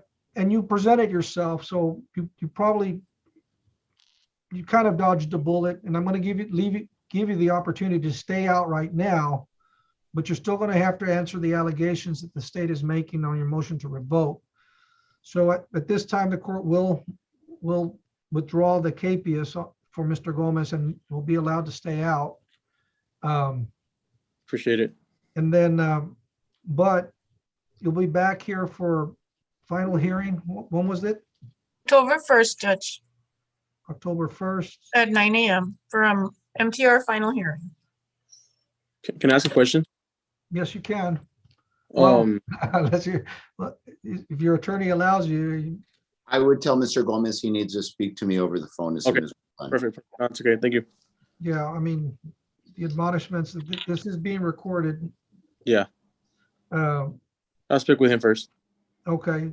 And again, Mr. Gomez, I'm not forgiving anything here, but I will take into account that you came in, and that's why I'm letting you stay out. But be mindful that you do have to answer to the allegations by the state with your attorney present and everything like that. And I'll just make sure that you show up because The next time we'll be having a hearing is, well, Judge, you let him out and he didn't show up. And that's a lot harder to forgive, okay? I'll be there, Judge. Okay, well, all right, and talk to your attorney then. Anything further on this case? No, Your Honor. Okay. I Thank you, guess- Mr. Gomez. I guess just formally, I guess the court never set aside the case, or the court is setting aside the I did capias. set it aside. Okay, The court, I said that earlier, but yes, just to be clear, I did set aside the capias. thank you, Judge. Your Honor, that's all I have. May I be excused? Yes, thank you, Mr. Diaz. Thank you, Judge. All right. Thank you. Judge, if I may, I had a question on the previous case on 2020 CRD 1388 D1 on the bond. That's the capias that was set aside. No, Oh. the one of the 30,000. Yeah, it was 15 and 15. Okay, sorry. so for clarification, Judge, it is an MTR and count 2 was dismissed on the original sentence. So there's only one count. So it would be 30,000 for that one count, or Yeah, I meant to put a 30,000 bond total. And when they said there Okay. were 2 counts, I said 15, but yeah, sorry about that, Mr. Diaz. okay, But That's fine. my intent was a 30,000 and that's what I told the defendant. No, So no, I understand. That will stay in place. okay, thank you, Judge. Okay. Am I excused also, Judge? Yes, Mr. Gomez, sorry about that. Yes, you are excused and thank you for showing up and hopefully things will Thank you work out. You're in good hands. Thank you. All right.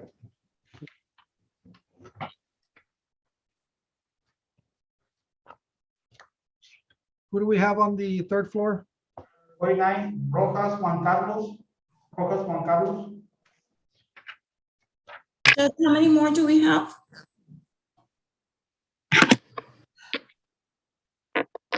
Are we almost done with the docket, Judge? I think we have maybe 3 or 4. All right, thank you. 35. Okay. Victor, please, someone remember, please. The court called Rene Canto. Oh. 2016 CRD 1363 D1 State of Texas versus Juan Carlos Rojas. Mr. Rojas, do you understand English? Yes? Your Honor. Okay. Yes, Your Honor, Crystal Calderon for the state. We have an agreement on this case and there is a plea.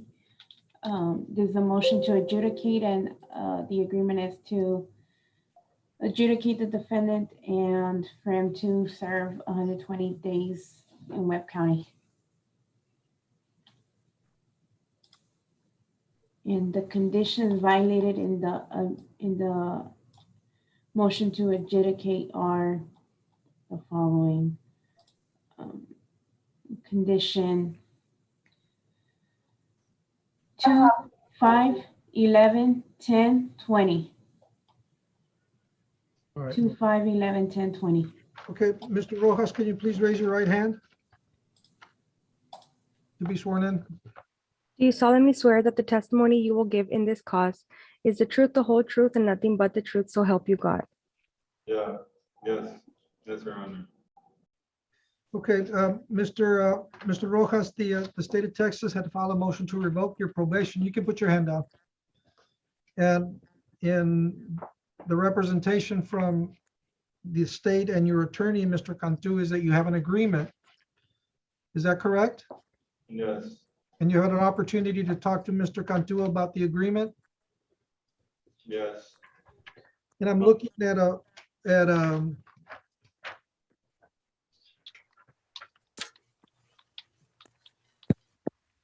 I guess the punishment agreement here, and you signed that with your attorney? Yes, Your Honor. Okay. Okay, Mr. Rojas, the state has alleged that you had violated the terms number 5, 11, 10, and 20. As to those, how do you plead true or not true? True. Okay. Now, you've just pled true under oath, so I'm going to accept your acceptance of that plea of true on those violations. And I'm also going to approve the agreement that you made with the state of Texas, okay? which is as follows. You will be granted credit for time served. You are going to have to serve 120 days, but as I mentioned, you'll have credit for time served.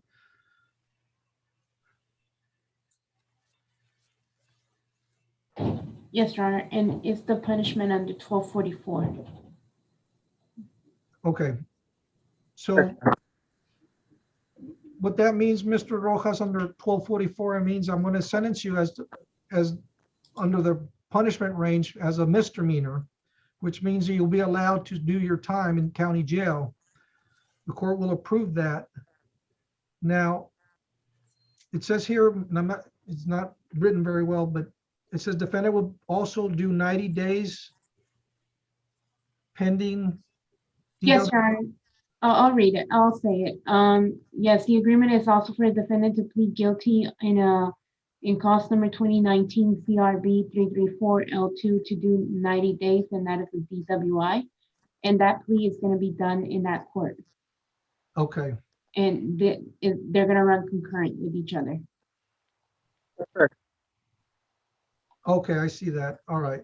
We'll run concurrent with that in the 2019 340 CRB 3341 CRB 334 L2. L2.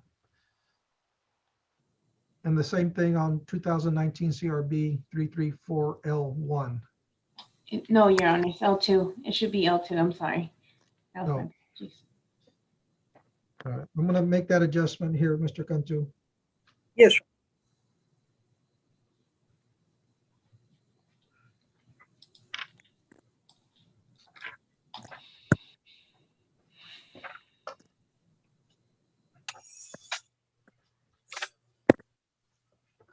Just out of curiosity, it doesn't have to be exact. How much time credit does he have? Judge, I believe he's been in there since July 15th, Okay. more or less. Okay. Mr. Rojas, did you get all of that? I wanted to ask a question. My lawyer told me it was gonna be 4 months, and with the credit I have, he said I'll be out by October. Is that correct? Doing the rough numbers, yes, and it sometimes do they do good time there at the county, Mr. Cantu? I believe so, Judge. I know he's been trying to become a trustee there. I don't know if you have to be a trustee to get that time, but the jail's been really good about sometimes giving them 2 for 1. I mean, to try to get them out sooner. So Based on what you're telling me, that sounds about right, Mr. Rojas. And I have approved, the court has approved credit for any time you've been in there, you're going to get credit. So that sounds about right. Okay. All right, Your Honor. All right. And Your Honor, just for the record, the defendant has been adjudicated guilty, right? Found guilty. Because this was Yes, the first. I have, yes, and Mr. Rojas, just so we're clear, and I know I've approved, but you pled true, and because of that, the court had found that you had violated those conditions and found you guilty of violating those terms of your probation, which is number 5, 11, 10, and 20. And the court did also approve your agreement. So nothing that your attorney hadn't already discussed with you happened. Basically, the court has approved the agreement you have with the state of Texas. Okay? And all right, so yeah, you should be out around that time. You said around October, but more like late October. Okay? All right, Your Honor. Okay, Mr. Rojas, good luck, and you might be out sooner, and I will tell you right now that the agreement that the state made with you is allowing all the charges you have to run concurrent. So you're doing one time for all these offenses. Sometimes they stack them, which means that you serve one and then you have to serve the other one. That's not going to happen in this case. You're getting a big break on this, so you need to take advantage of that, okay? Yes, Your Honor. All right, good luck, Mr. Rojas. Thank you. Okay. Thank you, Mr. Honor. Yes, sir. Thank you, Judge. I have one more, so I'll just stick around for that one. Probably Okay. one of the. Who do we have on 4? Víctor Eduardo Lascano, 49, also needs an interpreter.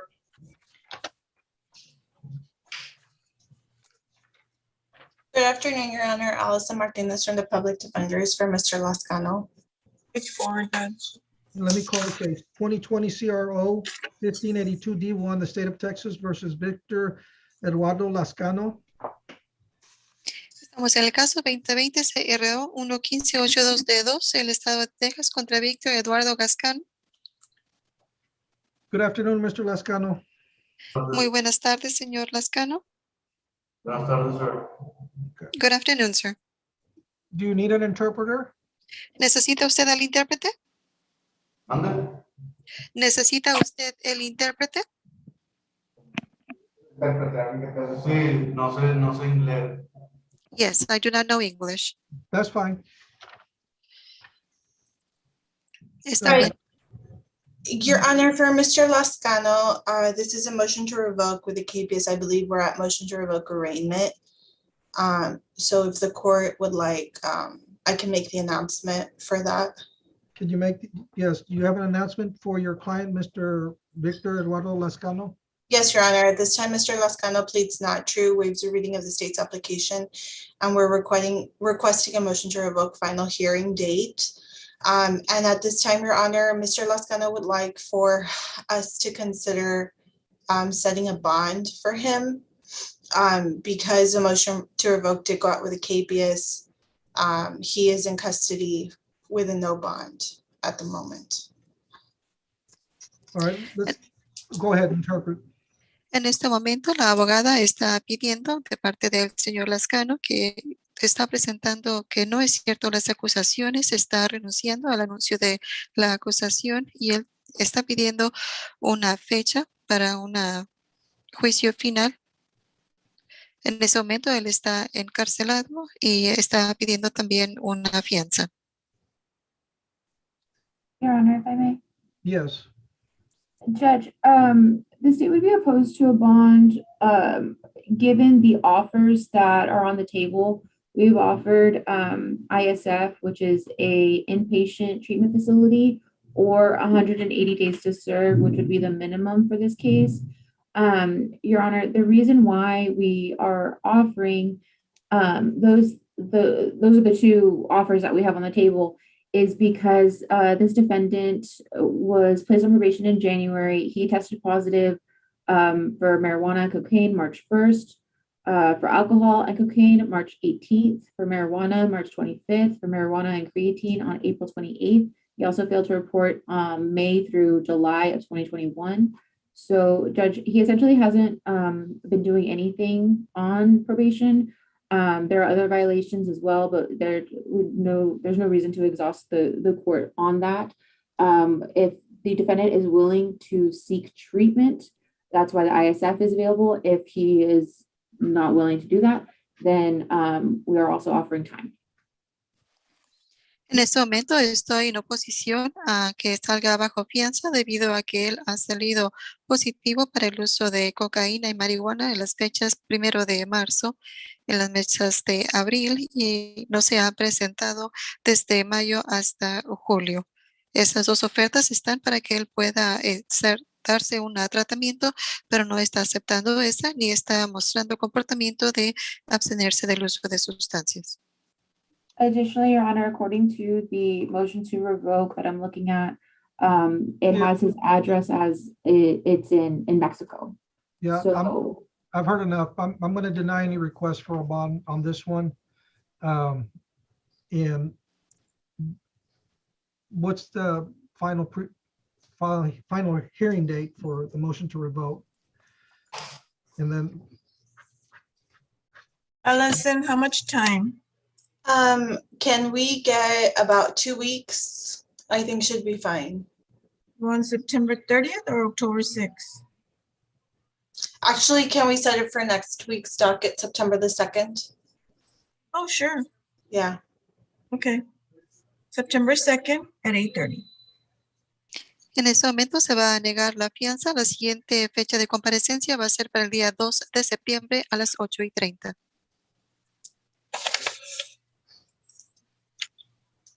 Okay. Thank you. You're welcome.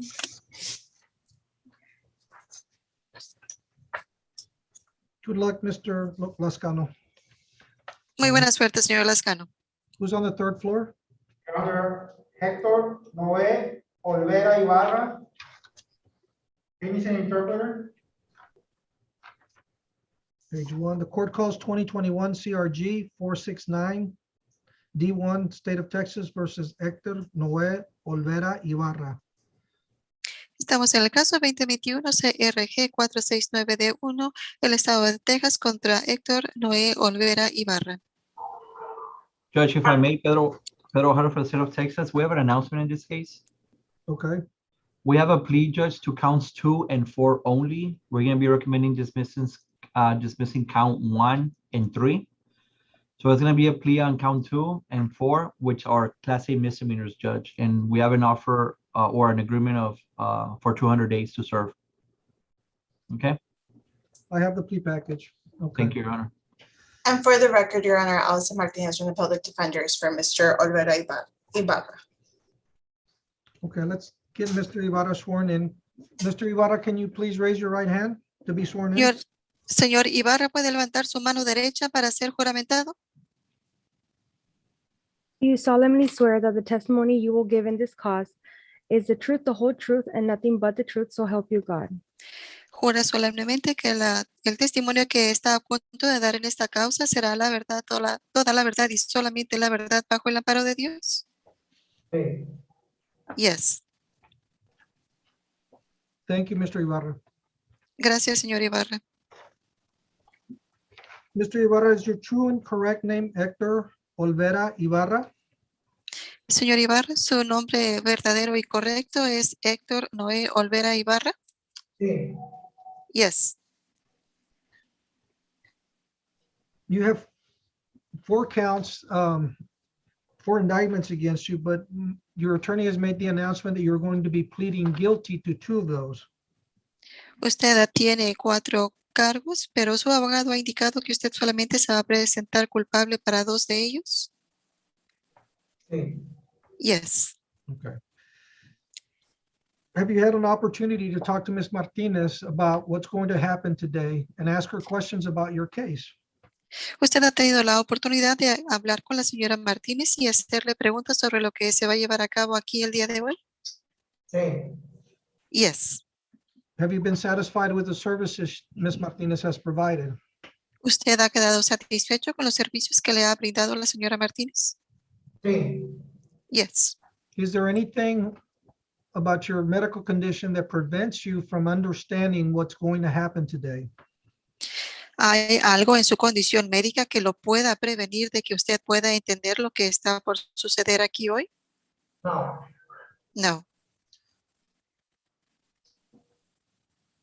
Ms. Martinez, do you believe your client to be competent to go forward today? Yes, Your Honor, I do. Señora Martínez, ¿usted piensa que su cliente es competente para continuar el día de hoy? Sí, su señoría. And one last question, Mr. Ibarra, you're satisfied with the services she's provided? Señor Ibarra, ¿y usted está satisfecho con los servicios que le ha prestado su abogado? Sí. Yes. If we go forward today with your pleas of guilty, there are certain rights that you're giving up, and we're going to cover a few of those. Si continuamos el día de hoy con su declaración de declararse culpable, hay algunos derechos de los cuales, a los cuales usted está renunciando y los vamos a repasar el día de hoy. Okay. You're giving up the right to remain silent, and also you do not have to plead guilty. Do you understand that? Usted está renunciando a su derecho de permanecer callado y también está renunciando a su derecho de presentarse culpable. ¿Entiende usted esto? Sí. Yes. And that you have the right to have a jury hear your case and assess your punishment. También usted tiene el derecho de que un jurado escuche su caso y pueda ponerle su castigo. Sí. Yes. I have to ask everyone this. Are you a U.S. citizen? Le tengo que preguntar a todos estos. ¿Usted es ciudadano de Estados Unidos? No. No. Okay. do you understand that by pleading guilty today, that can affect your ability to remain in the country? You can be denied re-entry, and you could be denied the right to become a U.S. citizen. ¿Entiende usted que por medio de presentarse culpable, usted puede perder su habilidad de volver a entrar a Estados Unidos? And Yes. Hold on. And can you also say, can also affect your right to stay in this country? También le puede afectar a su derecho de quedarse en este país. Yes. And also to become a naturalized citizen. También pierde su derecho de poder llegar a ser un ciudadano naturalizado. Yes. And having explained all of this to you, do you still want to go forward with your plea of guilty? Ahora que ya se le ha explicado todo esto, aún así usted quiere continuar declarándose culpable? Yes. Ms. Martinez, normally has the public defender's office made an immigration attorney available to him? yes, Your Honor, for the record, our immigration attorney, Mr. John Bailly, has visited with Mr. Alvera Ibarra. He has interviewed him, and I have shared the findings that he has given us to give a more holistic representation as per Padilla. Como defensor público, a él ya se le hizo disponible el defensor de inmigración y ya se le ha introducido y también se le ha mencionado los hallazgos para con él. So, Mr. Ibarra, again, I have to ask you, so you are still prepared to go forward with your pleas of guilty? Señor Ibarra, le vuelvo a preguntar, ¿usted está preparado para continuar declarándose culpable? Sí. Yes. Okay. Mr. Ibarra, as to count 2, assault, Class A misdemeanor, and count 4, resisting arrest, Class A misdemeanor, how do you plead, guilty or not guilty? En cuanto al cargo que usted tiene, que es clase A, un cargo menor, que es asalto, y también el resistir arresto, ¿cómo se declara usted culpable o inocente? Culpable. Guilty. Judge, and if I may, count 2 is an assault class A family violence, Judge. Oh, okay. Mhm. Do I need to include that in the plea package? I believe it's included count 2 assault class A family violence. No, it's not. Martinez? I apologize, Your Honor. I thought I had included it, but it's the count as is reflected on the indictment, family violence. Okay, any objection to me putting family violence? Not at all, Your Honor. No objection. Thank you, Your Honor. En el cargo número 1 se le va a agregar que el cargo es violencia doméstica. No, Mr. Ibarra, we did not add a charge. We just clarified that the assault count 2 was family violence. No le agregamos un cargo, solamente estamos aclarando que el asalto, que es el cargo 2, incluye violencia doméstica.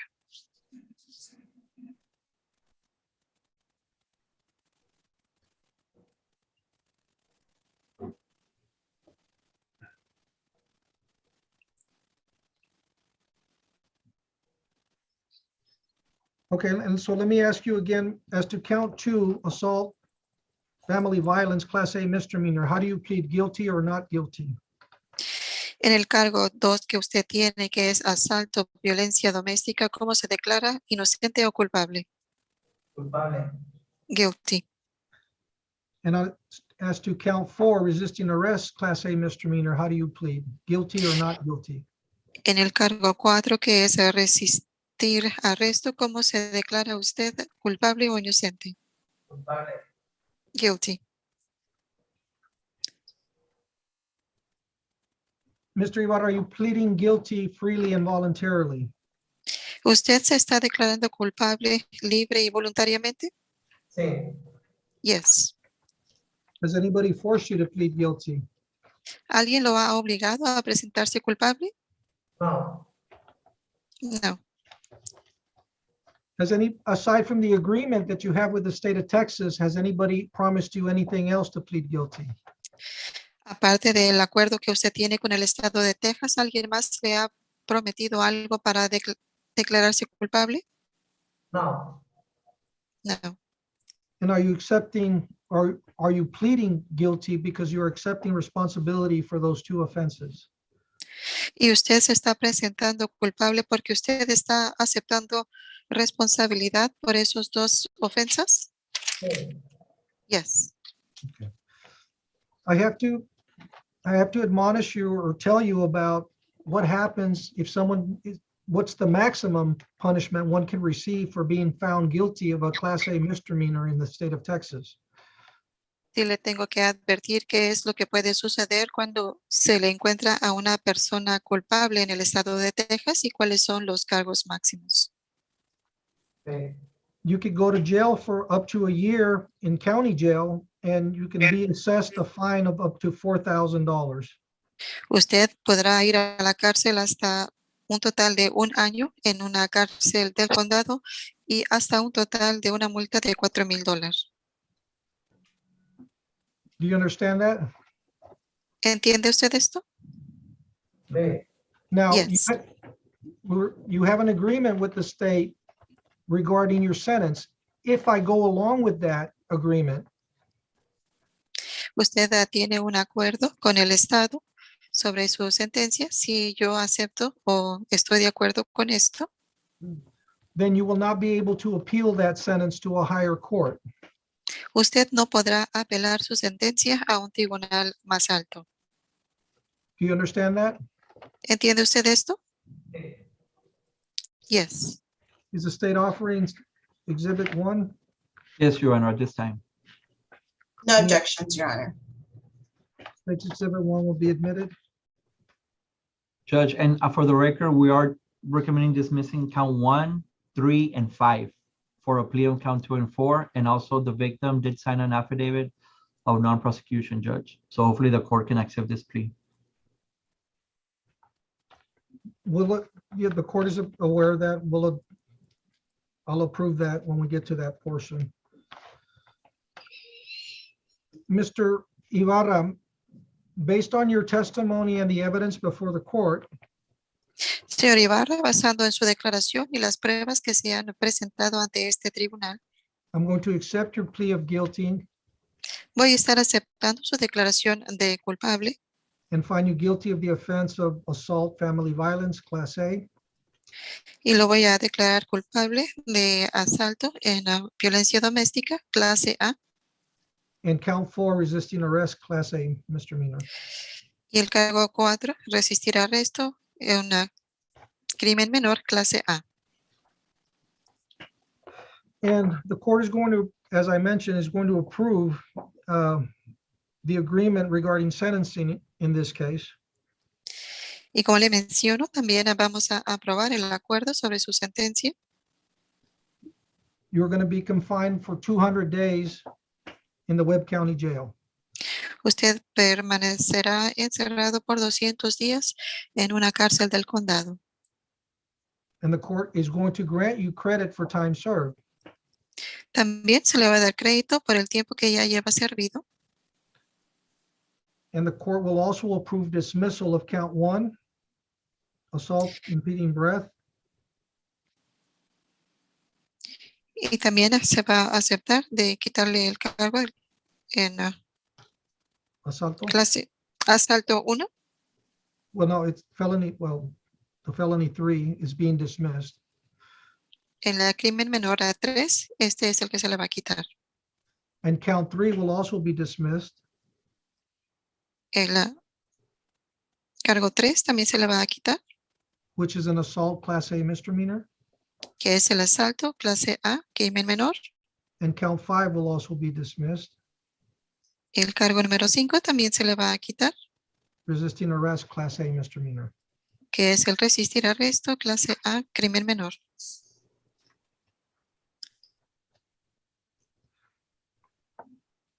The court will order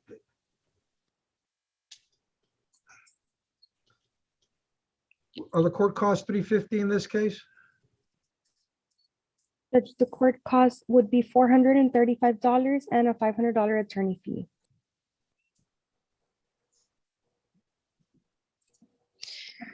And Your Honor, if I may, because Mr. Olvera Ibarra is appointed to our office, we're asking that the court waive the attorney fees for this case.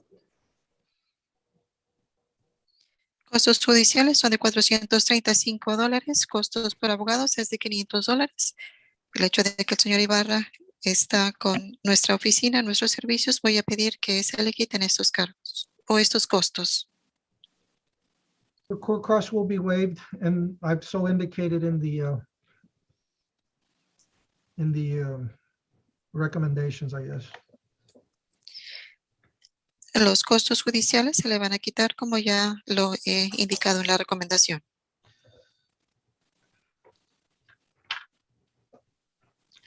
And Your Honor, also for the record, we did file a verification for time served that has been signed from the jail. Mr. Olvera Ibarra has 207 days credit as of today. Para que quede constado en acta, hemos verificado el tiempo que ha servido y este ha sido firmado por medio de la cárcel. Ya tiene 207 días servidos. So he'll be released as soon as this gets processed? No, Your Honor. Entonces, Oh, I'm sorry. entonces a él se le dejará en libertad una vez que se termine este proceso. No, su señoría. He's being held RCC 1 case that was not included in this case, but it has been set for Monday. He will be taking a plea that day. And it's gonna run concurrent, Judge, with this one. Yes. Yeah, just so he knows where he's headed in the next few days, now that he's here. Él está sirviendo junto a otro caso que se va a presentar el lunes y ahí es donde se va a hacer la presentación de su declaración. Any questions, Mr. Ibarra? ¿Alguna pregunta que tenga, señor Ibarra? No. No. All right, well, good luck, Mr. Ibarra. Muy buena suerte, señor Ibarra. Thank you, Your Honor. That's all I have. May we excuse? Yes, thank you, Thank you, Mr. Your Honor. Bobby. Stay Bye, safe. Pedro. Bye. Same announcement for me, Your Honor. That's all I have. My excuse. Yes. Thank you, everyone. Have a good evening. Third floor, who do we have? Elida Santos, Your Honor, Elida Santos. Yes, Your Honor. Rene Cantu for Mrs. Santos, Your Honor. We have a plea agreement on this case, Judge. Sandra on this standing in for Joaquin Rodriguez, Your Honor. What page is that on? Oh, here. What was the name again? Elida Santos, Your Honor. Oh. Here we go. Court calls 2017 CRO 971D1. State of Texas versus Elida Santos. Good afternoon. We're here on a motion to revoke. That's correct, Your Honor. Which are the alleged violations? Your Honor, she'll be entering a plea of truth to all of the alleged violations, Your Honor. I believe I have the motion in front of me, Judge, but if probation has it or the state can inform the court, Judge. Yeah. Yes, Your Honor, it is condition number 1, 2, 5, 11, 19, and 20. And the agreed upon punishment? The agreed upon punishment is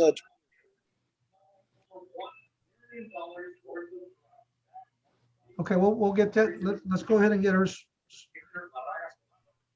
Mr. Cantu, yeah, we got a real bad connection with your office. Somebody has some noise in the background. Is that better, Judge? Yes. Okay. And I didn't hear the announcement. Regarding, what was the agreement that you have with the state regarding punishment? It was 2 years, Your Honor, at TDC. And then the state would NAFPA pending DWI, state jail felony. 2 years to serve to TDC, and what was the other?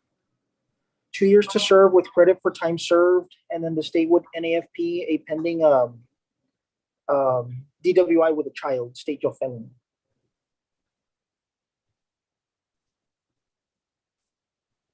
That's correct, Judge. Okay, Ms. Santos, can you raise your right hand to be sworn in? Do you solemnly swear that the testimony you will give in this cause is the truth, the whole truth, and nothing but the truth, so help you God? Can you speak up a little bit louder, Miss? Yes. Okay, thank you. You're here with your attorney, Mr. Cantu. Did he explain to you what's happening to here today? Yes. Okay. The state has alleged that you violated certain terms of your probation, specifically conditions 1, 2, 5, 11, and 11, 19, and 20. As to those violations, do you plead true or not true? True. Are you pleading true, freely, and voluntarily? Yes.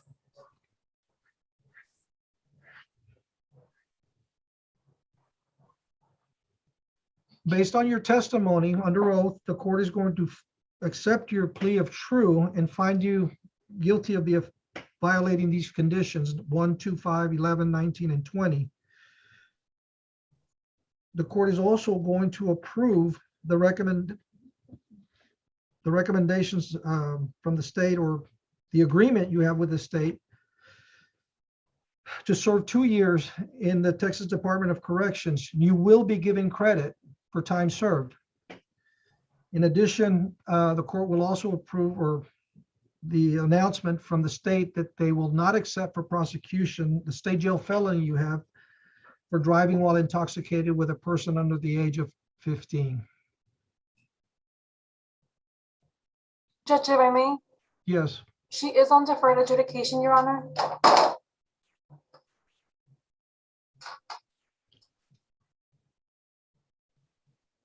So we have to adjudicate her. Oh.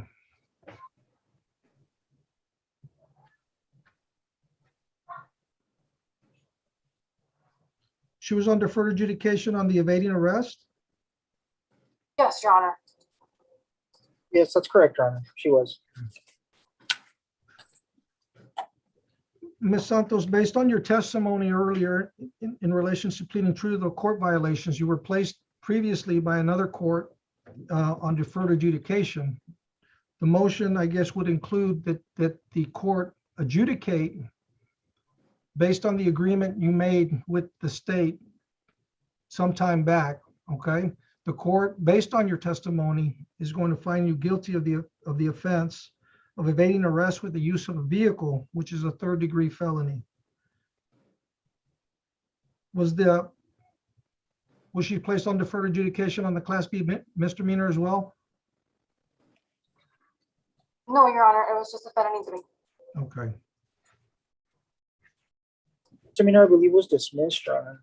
Okay. Well, it's here on my little docket deal, and that's why I was asking. Okay. Yes, sir. Yes, sir. And then there's no action on the Class B as being priorly dismissed.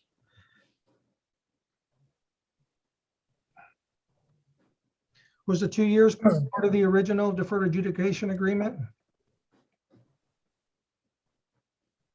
The original term, Your Honor, was 243. Okay. Well, the court will accept the agreement. Just so you know, Ms. Cantu, Ms. Santos, when you're placed on deferred adjudication, when you violate those terms, the court would have been free to assess punishment at the full range, which would have been up to 10 years.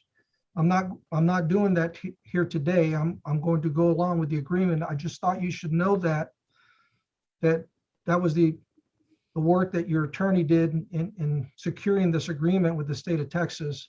I understand 2 years is a lot of time, can be. I'm not sure how much time you have for credit, but you're being given an opportunity here, because I would have been full within my rights to sentence you up to 10 years.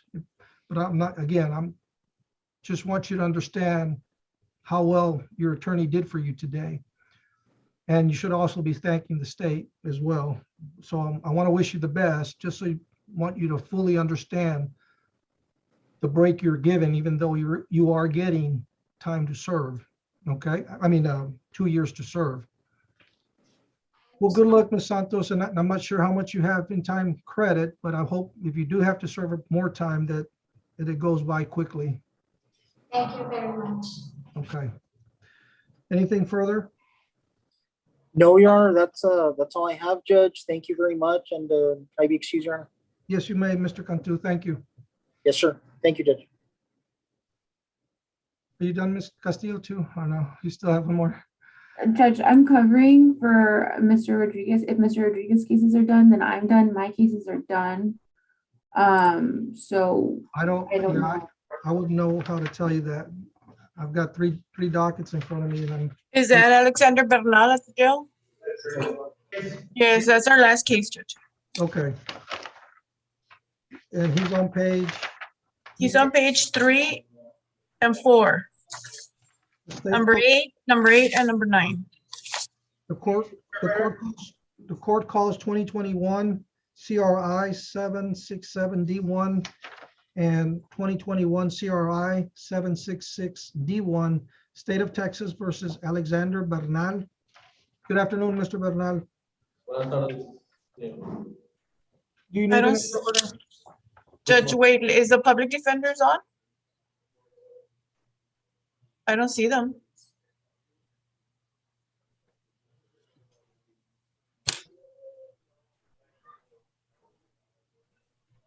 Judge, I think everybody's gone. Everybody else is from the state, pretrial, clerks, interpreter, court. I'm calling Fred. Hold on. We're set here for a status. it appears so, Judge, but I'm not sure what the status is for. Say again, I didn't catch the first part. It appears so, Your Honor, but I'm not sure what the status is for since I'm standing in. I can check the notes real quick. They were going to transfer cases from the 406 to the 49 for Mr. Bernal. Another case, because these are both set on the 49.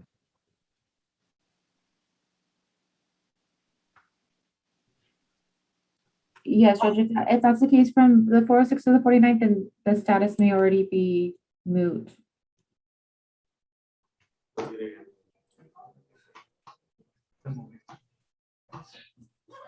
Mr. Bernal, when was the last time you talked to your attorney?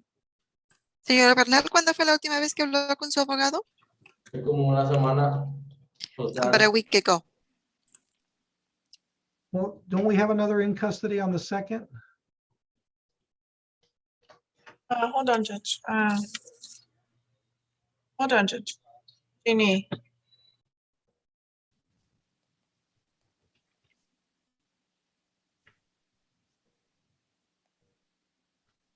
Judge, I was just advised by the public defenders that it's Mr. Arce's case, Jose Arce.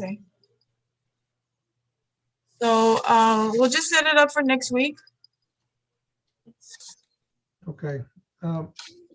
Mr. Bernal, Mr. Arce, your attorney? Yes, sir. Okay. Well, he's not here right now, and this is the last case. So what we're going to do is reset it in 7 days. For September 2nd, Judge. For September 2nd at 8:30. 8:30. And Judge, may I? I Yes. believe Mr. Arce was appointed for the 406 cases, and then for the rest of the cases, the public defenders is appointed to those remaining cases. And I had spoken to Mr. Arce and informed him about his client and the pending transfer of cases. So Mr. Arce is aware also about the transfer of cases. Mr. Parra, do you know which was the one that was transferred? Is it one of these? It is, let me verify. Give me I one. believe it's both because both of them were D4 cases and other D1 cases. It's And does he have another D1 with us? yes, he does. Okay, I'll check all of them and put them all together. Okay. And I'll send notice to Mr. Arce. Did you That's understand? it, Judge. Okay, did you understand that, Mr. Bernal? Sí, más o menos. Okay. You had some cases in the 406 that are being transferred all to the 49 so they can all be handled together. Can you translate? Tiene unos casos en la 406. Estos van a ser todos transferidos a la Corte 49 para que se le puedan poner todos juntos. Okay, muchas gracias. All right, we thank you very much. That's it, Judge. Alma, we also have an Eric Chapa. I guess we just reset him. Oh, Eric Chapa? Yes, ma'am. 49. Oh, yes, I forgot Eric Chapa. That's true. Oh, I know why I forgot. Because I was never able to get in touch with Mr. Denkos. He never answered, Judge. Never answered. Well, So I'm gonna set him up again for next week. okay. Mr. Chapa, do you understand English? Yes, Your Honor. Okay. You were set for today, but for some reason, we were unable to reach your attorney to see why, to get him notice. So we're gonna reset your case for 7 days. Okay. Okay, so he will be back here on the 2nd at 8:30. Thursday. All right, we'll see you then. So there's no way of bond or anything until you talk to my attorney? Yeah, your attorney has to be here and you're looking at a 2nd-degree felony, so I do have to hear from him. Okay, Your Honor. Okay, Appreciate it. good luck, sir. Thank you, sir. That's it, sir. All right, Thank everyone. you. Everyone's excused. Bye, Judge. See you Thank tomorrow. Thank you, everyone from the jail. Thank you, Judge.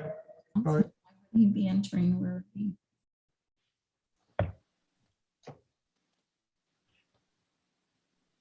I'm not sure why Mr. Thompson is coming in. You can log off, Ms. Escobar. Thank you. I'll stay on to see what he wants. Thank you, Rosario.